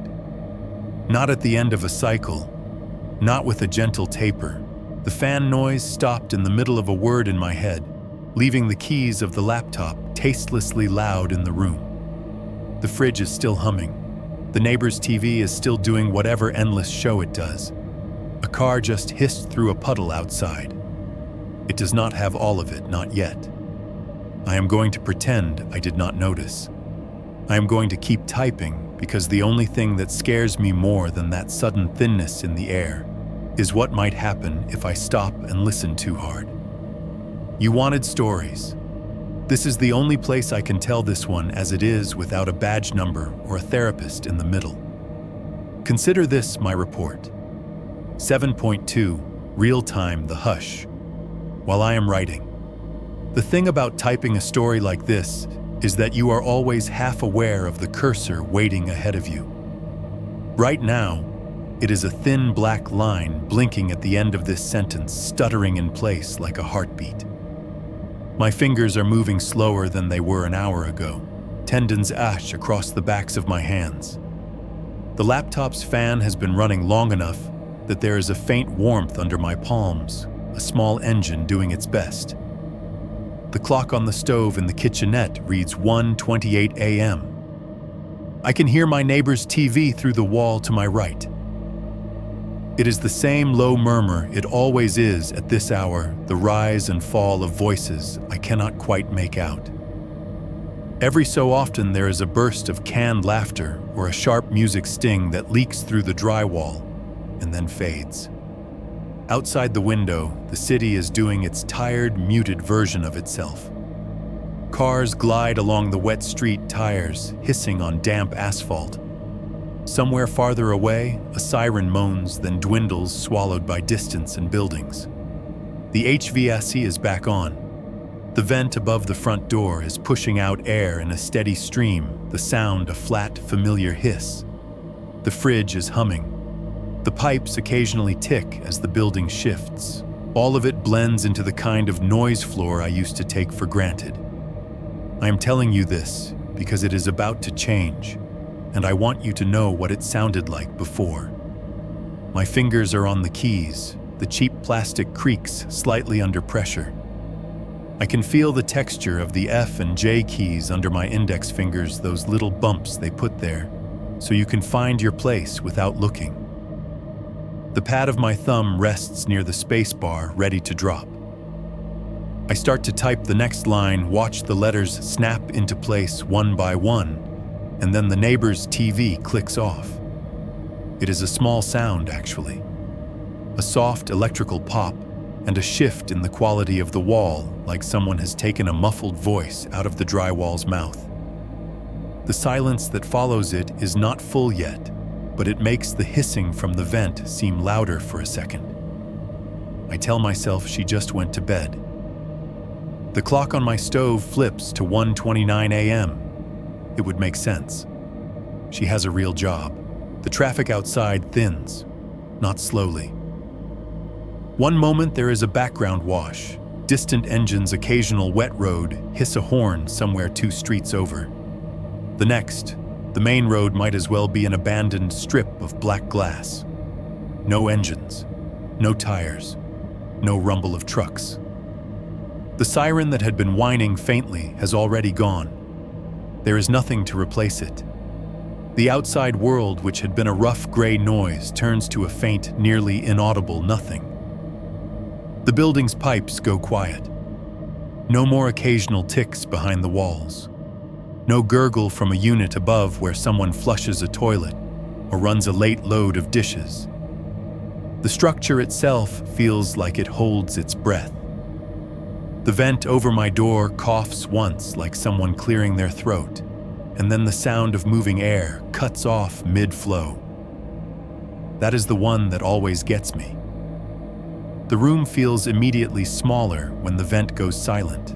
The air is still technically the same air, it has not vanished, but the sensation of it actively moving dies, and my ears send a message to the rest of me: something is wrong. The fridge hangs on for a second longer, humming stubbornly as if it did not get the memo. Then its compressor stops in the exact middle of its cycle. No gentle wind down. Just the disappearance of that low, anchoring vibration. I realize my fingers have stopped. The last word I typed hangs incomplete, its final letter, blinking as if asking whether I plan to finish the thought. I take my hands off the keyboard and listen. There is a sound, but it is so high and thin it barely qualifies as one. A tiny, constant whine from the laptop's screen, the kind of noise you only hear when the room around you is completely emptied out. If I were not leaning over the machine, I might miss it. It sits at the top of my skull like a needle. Everything else is gone. In that first heartbeat, the silence feels like the inside of an elevator between floors, a small, suspended box of air. I can hear my pulse in my ears. I can hear the slight rasp of my own breath moving in and out of my nose. The hallway outside my door, which is on the other side of the kitchen, has its own presence now. I cannot see it from where I am sitting, but I can feel that strip of space in the way my body holds itself, as if turning my head might make something there notice me. There is a sound from that direction. It is barely anything. A faint shift, like someone putting their weight down on the hallway carpet. Not even a full step. Just the subtle compression of fibers under a shoe, the building answering with a tiny, tired creak. Then softer, the squeak of rubber pivoting against the floor. The kind of tiny noise a shoe makes when someone turns in place, adjusting their stance. It comes from exactly where my door is. No knock, no rattle of the handle, just the weight of someone standing in that narrow strip of hallway right outside my apartment, moving enough to let me know they are not a piece of furniture. The cursor blinks at the end of the half-finished sentence. My instinct is to freeze, to hold my breath and hope the thing on the other side of the wall does not realize I am here. At the same time, another impulse muscles in the one that has been pushing me through this whole account. If I am honest, I want there to be a record. So I reach back to the keyboard fingers, shaking a little, and force them to move. As I am writing this, something is standing on the other side of my apartment door. I can see the words appear on the screen as I type them, the letters dragging reality into place, a fraction of a second behind the actual moment. It feels like narrating my own autopsy. The quiet does not lift. The laptop's screen whine at the edge of hearing becomes a kind of tinnitus halo around everything. My breath sounds too loud in my own nose. I am acutely aware of the muscles in my forearms, the tendons in my wrists, the small bones in my fingers that are still moving against every instinct. The thing in the hallway does not pace. It does not sigh or shuffle or clear its throat. It waits. The cursor reaches the end of the last line, blinks, blinks again. Then, in the absolute dead center of the silence, I hear my name. Ryan. It is my mother's voice. Not the flattened wrong version, the real one. Soft around the edges, the vowels long the way she says them, the subtle upward tilt at the end that makes it sound like a question and a call at the same time. For a moment, every part of my body wants to respond. Years of conditioning fire at once. You do not ignore that voice. You say, yeah, you get up. You go to her. She is not here. I think hard enough that the words feel like they might carve into the inside of my skull. She is at the cabin. She is asleep. She is not standing in a hallway in Columbus. The quiet seems to notice that I do not answer. There's a tiny shift in the quality of it, as if someone on the other side of the door is adjusting a mask. My name comes again. Ryan. Same word. Different mouth. This time it is my voice, not the version I hear in my own head, the recorded one, the bad speaker version. Flat, slightly compressed, the consonants blunted in familiar, humiliating ways. It sounds like every cheap video clip I have ever heard myself in, played back through a phone held 3 rooms away. Hearing your own voice use your own name from outside a door you are not opening is a special kind of wrong. The 2 versions of the words sit on top of each other in my memory, the warmth of my mother's tone and the cold, tinny scrape of my own, like someone has layered tracks in an audio file and is switching between them to see which sells better. I do not know which one it will pick if I answer. 7, 3, The last time I am willing to hear my name. There is a moment where all of this balances on something very small, the distance between my chair and the front door. I know exactly how many steps it is. 10 if I walk normally. 8 if I cut the corner around the end of the counter. I know where the floorboards squeak, where the hallway light hits the wall, where the peephole in my door sits at eye level. If I get up now and walk over there, I can put my eye to the tiny glass circle and look. Part of me wants to, desperately. To prove that it is just an empty hallway with cheap carpet and beige paint. To see nothing but the fire door at the end and the red exit sign above it humming quietly. To confirm that I am alone and that voices are just tricks of a tired brain. Another part of me is replaying a different possibility on a loop. If I look, and instead of the third-floor hallway, I see the cul-de-sac on Southridge Drive. If I see the curve of asphalt, the circle of light, the street light burning at the center where it has no right to be, whatever in me is still flexible will snap. There will not be a way to walk that back inside my own head. So I stay in the chair. I keep my hands on the keyboard. I keep my eyes on the screen. I do the only thing that feels like it might matter, which is to leave a record in a place where other people's stories go when they have nowhere else to be taken seriously. The cursor blinks at the end of the last sentence I wrote about my name. My fingers start moving again. I tell you directly, I am not going to the door. I am not looking through the peephole. I am choosing very specifically not to give it my face pressed against glass. The laptop stutters. The line I am typing lags for a second, letters appearing in a short burst instead of smoothly. A small icon spins in the corner of my screen as the Wi-Fi symbol grays out, then flicks back to life, the bars filling in. It is a nothing glitch. It happens all the time. Routers hiccup. Connections drop and reconnect. But in the thick of this silence, the timing feels deliberate. Like something put its thumb on the wire for a second, testing how easily it could cut me off from the place I am planning to send this. On the other side of the apartment, the hallway remains a strip of absence I can feel but not see.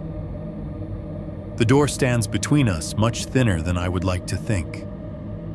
Something brushes the bottom of it. Not hard. Not like a kick or a shove. A soft, dragging contact, as if a coat hem or a sleeve or fingers trailing along the floor have passed over the inch of space where wood meets carpet. The sound is wrong in a way I don't know how to describe properly. It is too dry to be fabric, too smooth to be skin, not metallic enough to be anything hard. The closest I can get is this. It sounds like a shadow trying to remember how cloth works. The noise runs in a slow line from one side of the threshold to the other, and then stops exactly under where the lock and handle sit. The laptop's screen whine eats at the top of my hearing. The silence in the apartment is still almost total. The word Ryan hangs in the air twice, once in my mother's voice, once in mine, like two hooks waiting to see if I will lean into either of them. I don't. I keep my hands on the keys. I describe what is happening as it is happening. I type, "There is something standing outside my door, and I am not going to look at it." The act of putting the sentence down feels like hammering a nail through my own choices. The building moves first. The HVAC system kicks back on with a shudder air rushing through the vent, like it has just been allowed to breathe again. The fridge in the kitchenette coughs and resumes its hum. Above me, somewhere on the 4th floor, a toilet flushes water roaring briefly through the pipes in the wall. Farther away, a door slams. A car outside accelerates, tires hissing on wet pavement, someone leaning on the horn in a short, angry burst. The noise slams back into the apartment in layers. My ears ring with the sudden return of the everyday. Whatever is in the hallway does not knock. The handle does not rattle. The door does not shudder. There is no dramatic exit. It just recedes, or sinks deeper, or waits. I do not get up to check whether there are scuff marks under the door. I do not fling it open to prove that the carpet is untouched and the light is boring and fluorescent. I sit at the table until my heartbeat stops trying to punch its way out of my throat. Eventually, at some point before dawn, I will save this document. I will attach it to an email to a horror channel with a subject line that says something like "True Story from Ohio," because that's how these things begin. I will hit send. The little paper airplane icon will sail off into whatever server farm holds all the other confessions. If you're hearing it now, that part worked. Here is the detail that bothers me more than it should. Since that night, every time I reread what I've written, I hear my name wrong in my own head. Not out loud, not a hallucination, just a tiny delay the way audio sometimes lags behind video on a bad stream. When my eyes pass over the first line, I'm writing this from a third-floor apartment in Columbus, Ohio. My brain supplies my name silently the way you do when you imagine introducing yourself. There is the faintest echo on it. A half beat later, the same word comes back like a recording played alongside the original. Sometimes it sounds like my mother first, then me. Sometimes it's the other way around. Two mouths still practicing. You can tell yourself that's just what happens when you fixate on a sound. When you spend too long thinking about how a single word can be stretched and flattened and tried on like a coat. Maybe you're right. But if you've listened this far, if you've let the pattern of it settle into the back of your mind, the hush, the cut-off hum, the knock, the stolen voices, I think I owe you one last thing. A warning or a test. You can decide which. In the next week, somewhere in the normal run of your life, there is going to be a moment where the noise stops wrong. You'll be in your kitchen or your car at a red light, or an office after hours. The fan will be on, or the radio or the TV in the next room. Traffic outside. Someone talking in the hallway. All the usual chaos you don't notice until it isn't there. Then for no good reason, all of it will dip out at once. The AC will cut off mid-breath. The fridge will stop humming in the middle of a cycle. The road outside will go quiet for longer than a coincidence. You'll feel a tiny pressure change in your ears, like going up a floor in an elevator without moving. Most of the time, that moment will pass, and nothing will happen. You'll go back to whatever you were doing and forget it 2 minutes later.